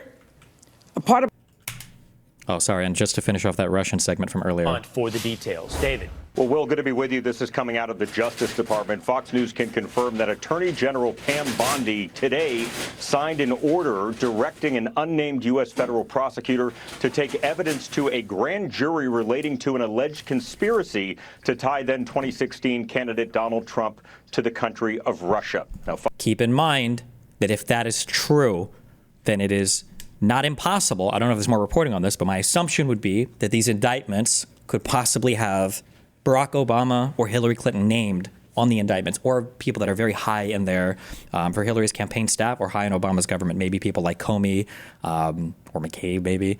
But Fox News reviewed the one-page order just hours ago signed by the Attorney General. A source familiar with the probe confirms this as well, while a DOJ spokesperson declined to comment on this report of an investigation. Fox is told Attorney General Bondi is taking the referrals from Director of National Intelligence Tulsi Gabbard, quote, very seriously. The spokesperson says that Bondi believes there is, quote, clear cause for deep concern, end quote, and a need for the next steps. Now, I just hope for all of this, the Democrats need to get their shit together and earn my vote, because the Democrats haven't done shit to earn my vote. And sometimes Trump makes a funny tweet. Now, I don't know how much this matters. Texas House approves arrest warrants for absent Democrats. I don't know if if warrants issued through, if they also have to go through their Senate, or if these have to be approved by the governor. I don't know how any of this works, but. Being 85 ayes in 6 days, the motion prevails. The Sergeant at Arms and any officers appointed by her are directed to send for all absentees whose attendance is not excused for the purposes of securing and maintaining their attendance under warrant of arrest if necessary until further order of the House. This anti-Semitic dude, I don't trust him. I am being made racist against brown people. Not the cool ones, though. Because our Hispanic and Latino brothers and sisters are our kings. I'm talking about the bad ones. You know who I'm talking about. The Turks, the Arabs, and half the Persians, okay? Depends on which show I'm watching, okay? This guy is destroying my brain. Just in, Trump to withhold disaster funding for states and cities who boycott Israel. First of all, what the fuck? Secondly, how can we make this about Zog? It's absolutely humiliating for America to be controlled by a foreign country like this. Texas situation reminds me of this scene from House of Cards. 3.5 minutes, ain't got time, don't give a fuck. But oh God. Yeah, look, as you know, I've been trying to unite Democrats and Republicans in terms of the voters. I mean, I just did a jubilee where I took on Democrats and Republicans defending politicians, right? And on this issue, a lot of... Hold on, wait. There is no FEMA requirement tied to Israel in any current NOFO. No states have lost funding and no new conditions have been imposed. FEMA grants remain governed by existing law and policy and not political litmus tests. DHS will enforce all anti-discrimination laws and policies, including as it relates to the BDS movement, which is expressly grounded in anti-Semitism. Those who engage in racial discrimination should not receive a single dollar of federal funding. You just have to redefine everything. You just have to redefine everything. You just have to redefine everything. Why are you lying? You literally updated your guidelines 20 minutes ago. You do realize that the old links still show the original document, right? Discriminatory prohibited boycott means refusing a deal, cutting commercial relations, or otherwise limiting commercial relations, specifically with Israeli companies, or with companies doing business in or with Israel, or authorized by, licensed by. And then it used to say, laws protect an individual Americans from discrimination on the basis of race, color. Oh, based. A, B, C, D, E, F. Oh, so they literally did add a new thing. I like how they still call it version 3, though. And they didn't update the date on the bottom. Based? DHS Standard Terms and Conditions, fiscal year 2025, version 3, April 18th, 2025. DHS Standard Terms and Conditions, fiscal year 2025, version 3, April 18th, 2025. Based? MAGA and certainly independent voters have been really good. They're holding their own leader accountable since defending politicians, right? And on this issue, a lot of MAGA and certainly independent voters have been really good. They're holding their own leader accountable. And I wish the Democrats had done that with Joe Biden and his age, etc. They voted him out, you moron. What are you talking about? The Democrats lost the election. What kind of accountability are you looking for, you genocidal retard? What is he talking about? How much more accountable can they be held? And so I give them a lot of credit for that. And oh my God, it's okay.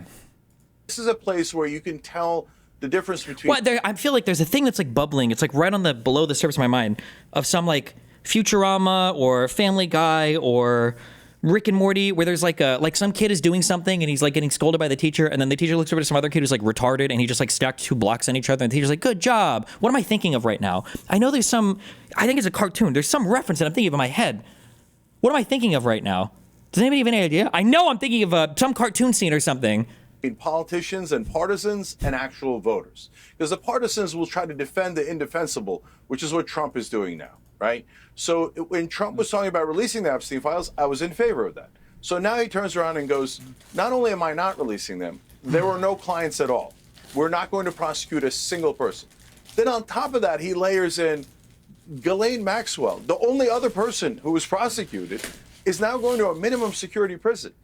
Why? You normally need an exceptional exemption to be able to transfer a child rapist to a minimum security prison. But they just did it willy-nilly. I mean, if he lets her go, this country's going to explode.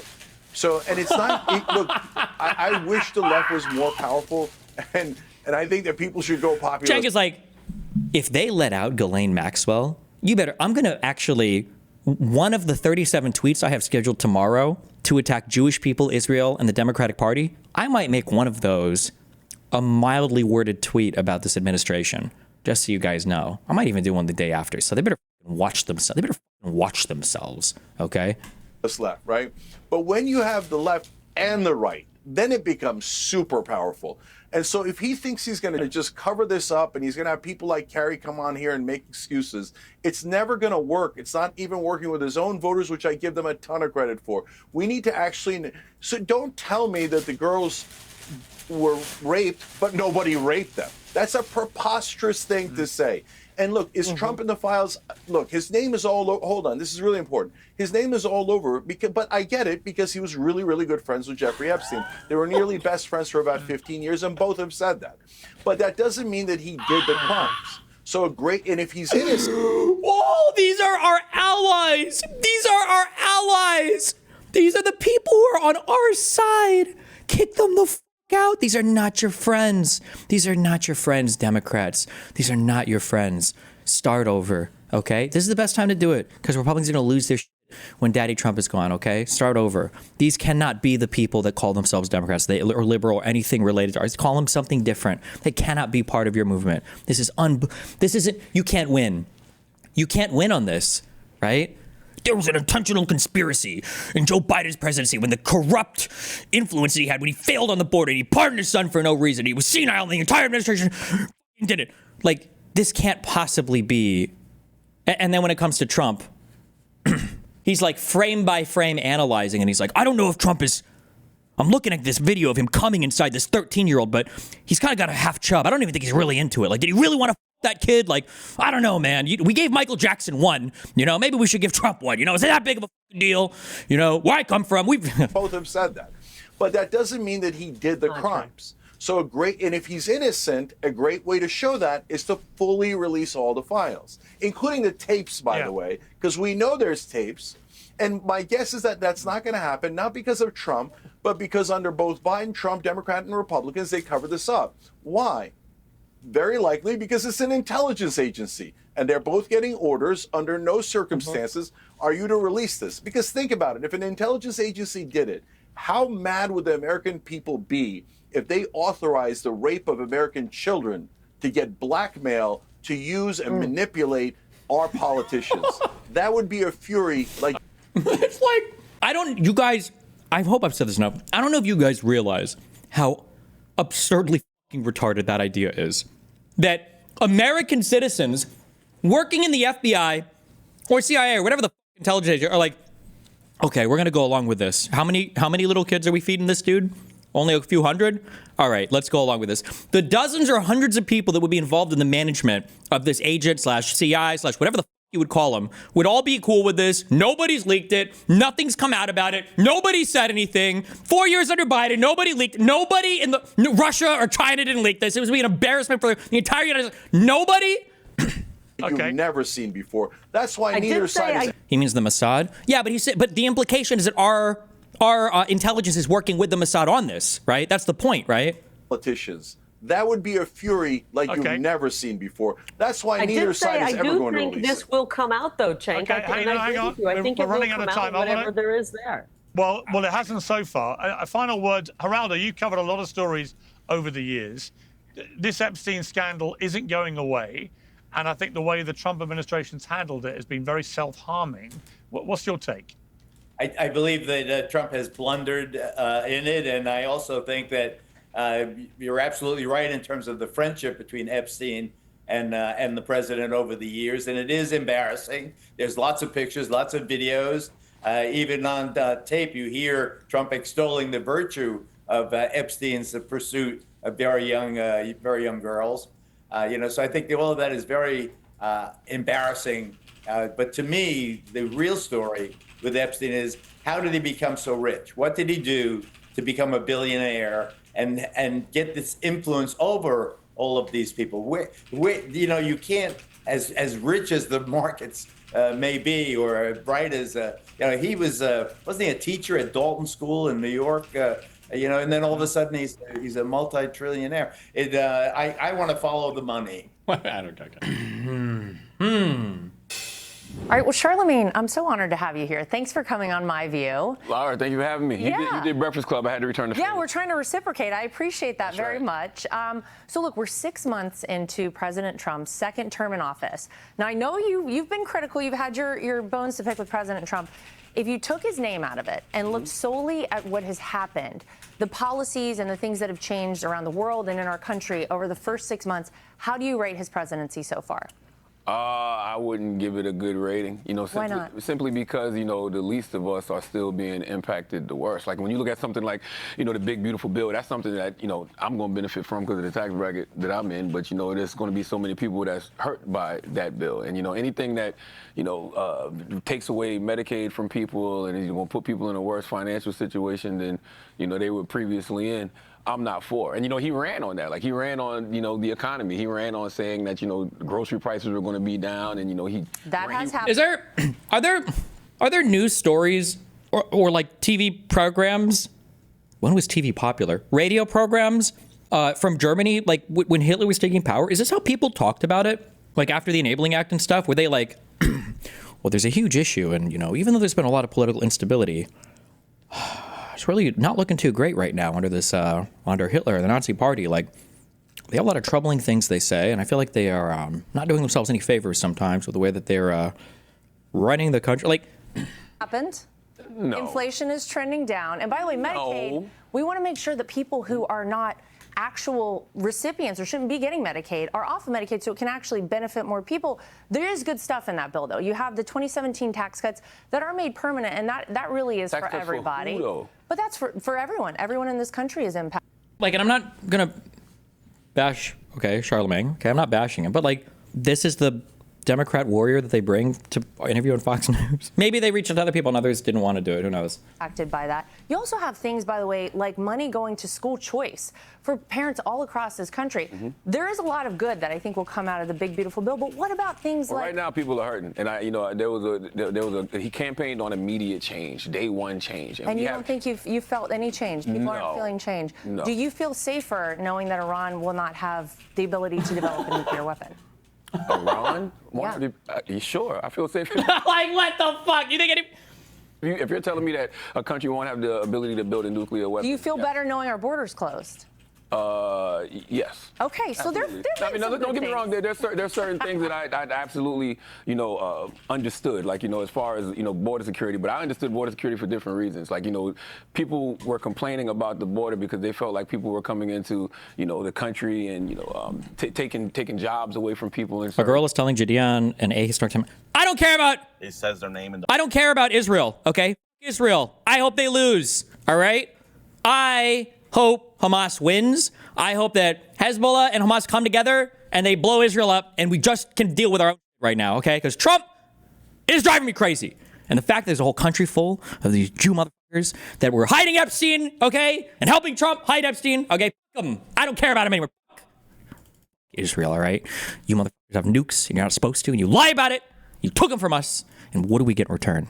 We get Epstein. At least Israelis used to have the goddamn decency to ship all the pedophiles back to their country, but you left them here in the United States. What the f*** is wrong with you? There's no more decency anymore, okay? Certain areas and certain communities, and that is the conversation that I had been hearing, for the past year and a half prior to the election. I understand. I want 2 minutes of silence. 2 minutes of silence for the brave souls that died on the USS Liberty, okay?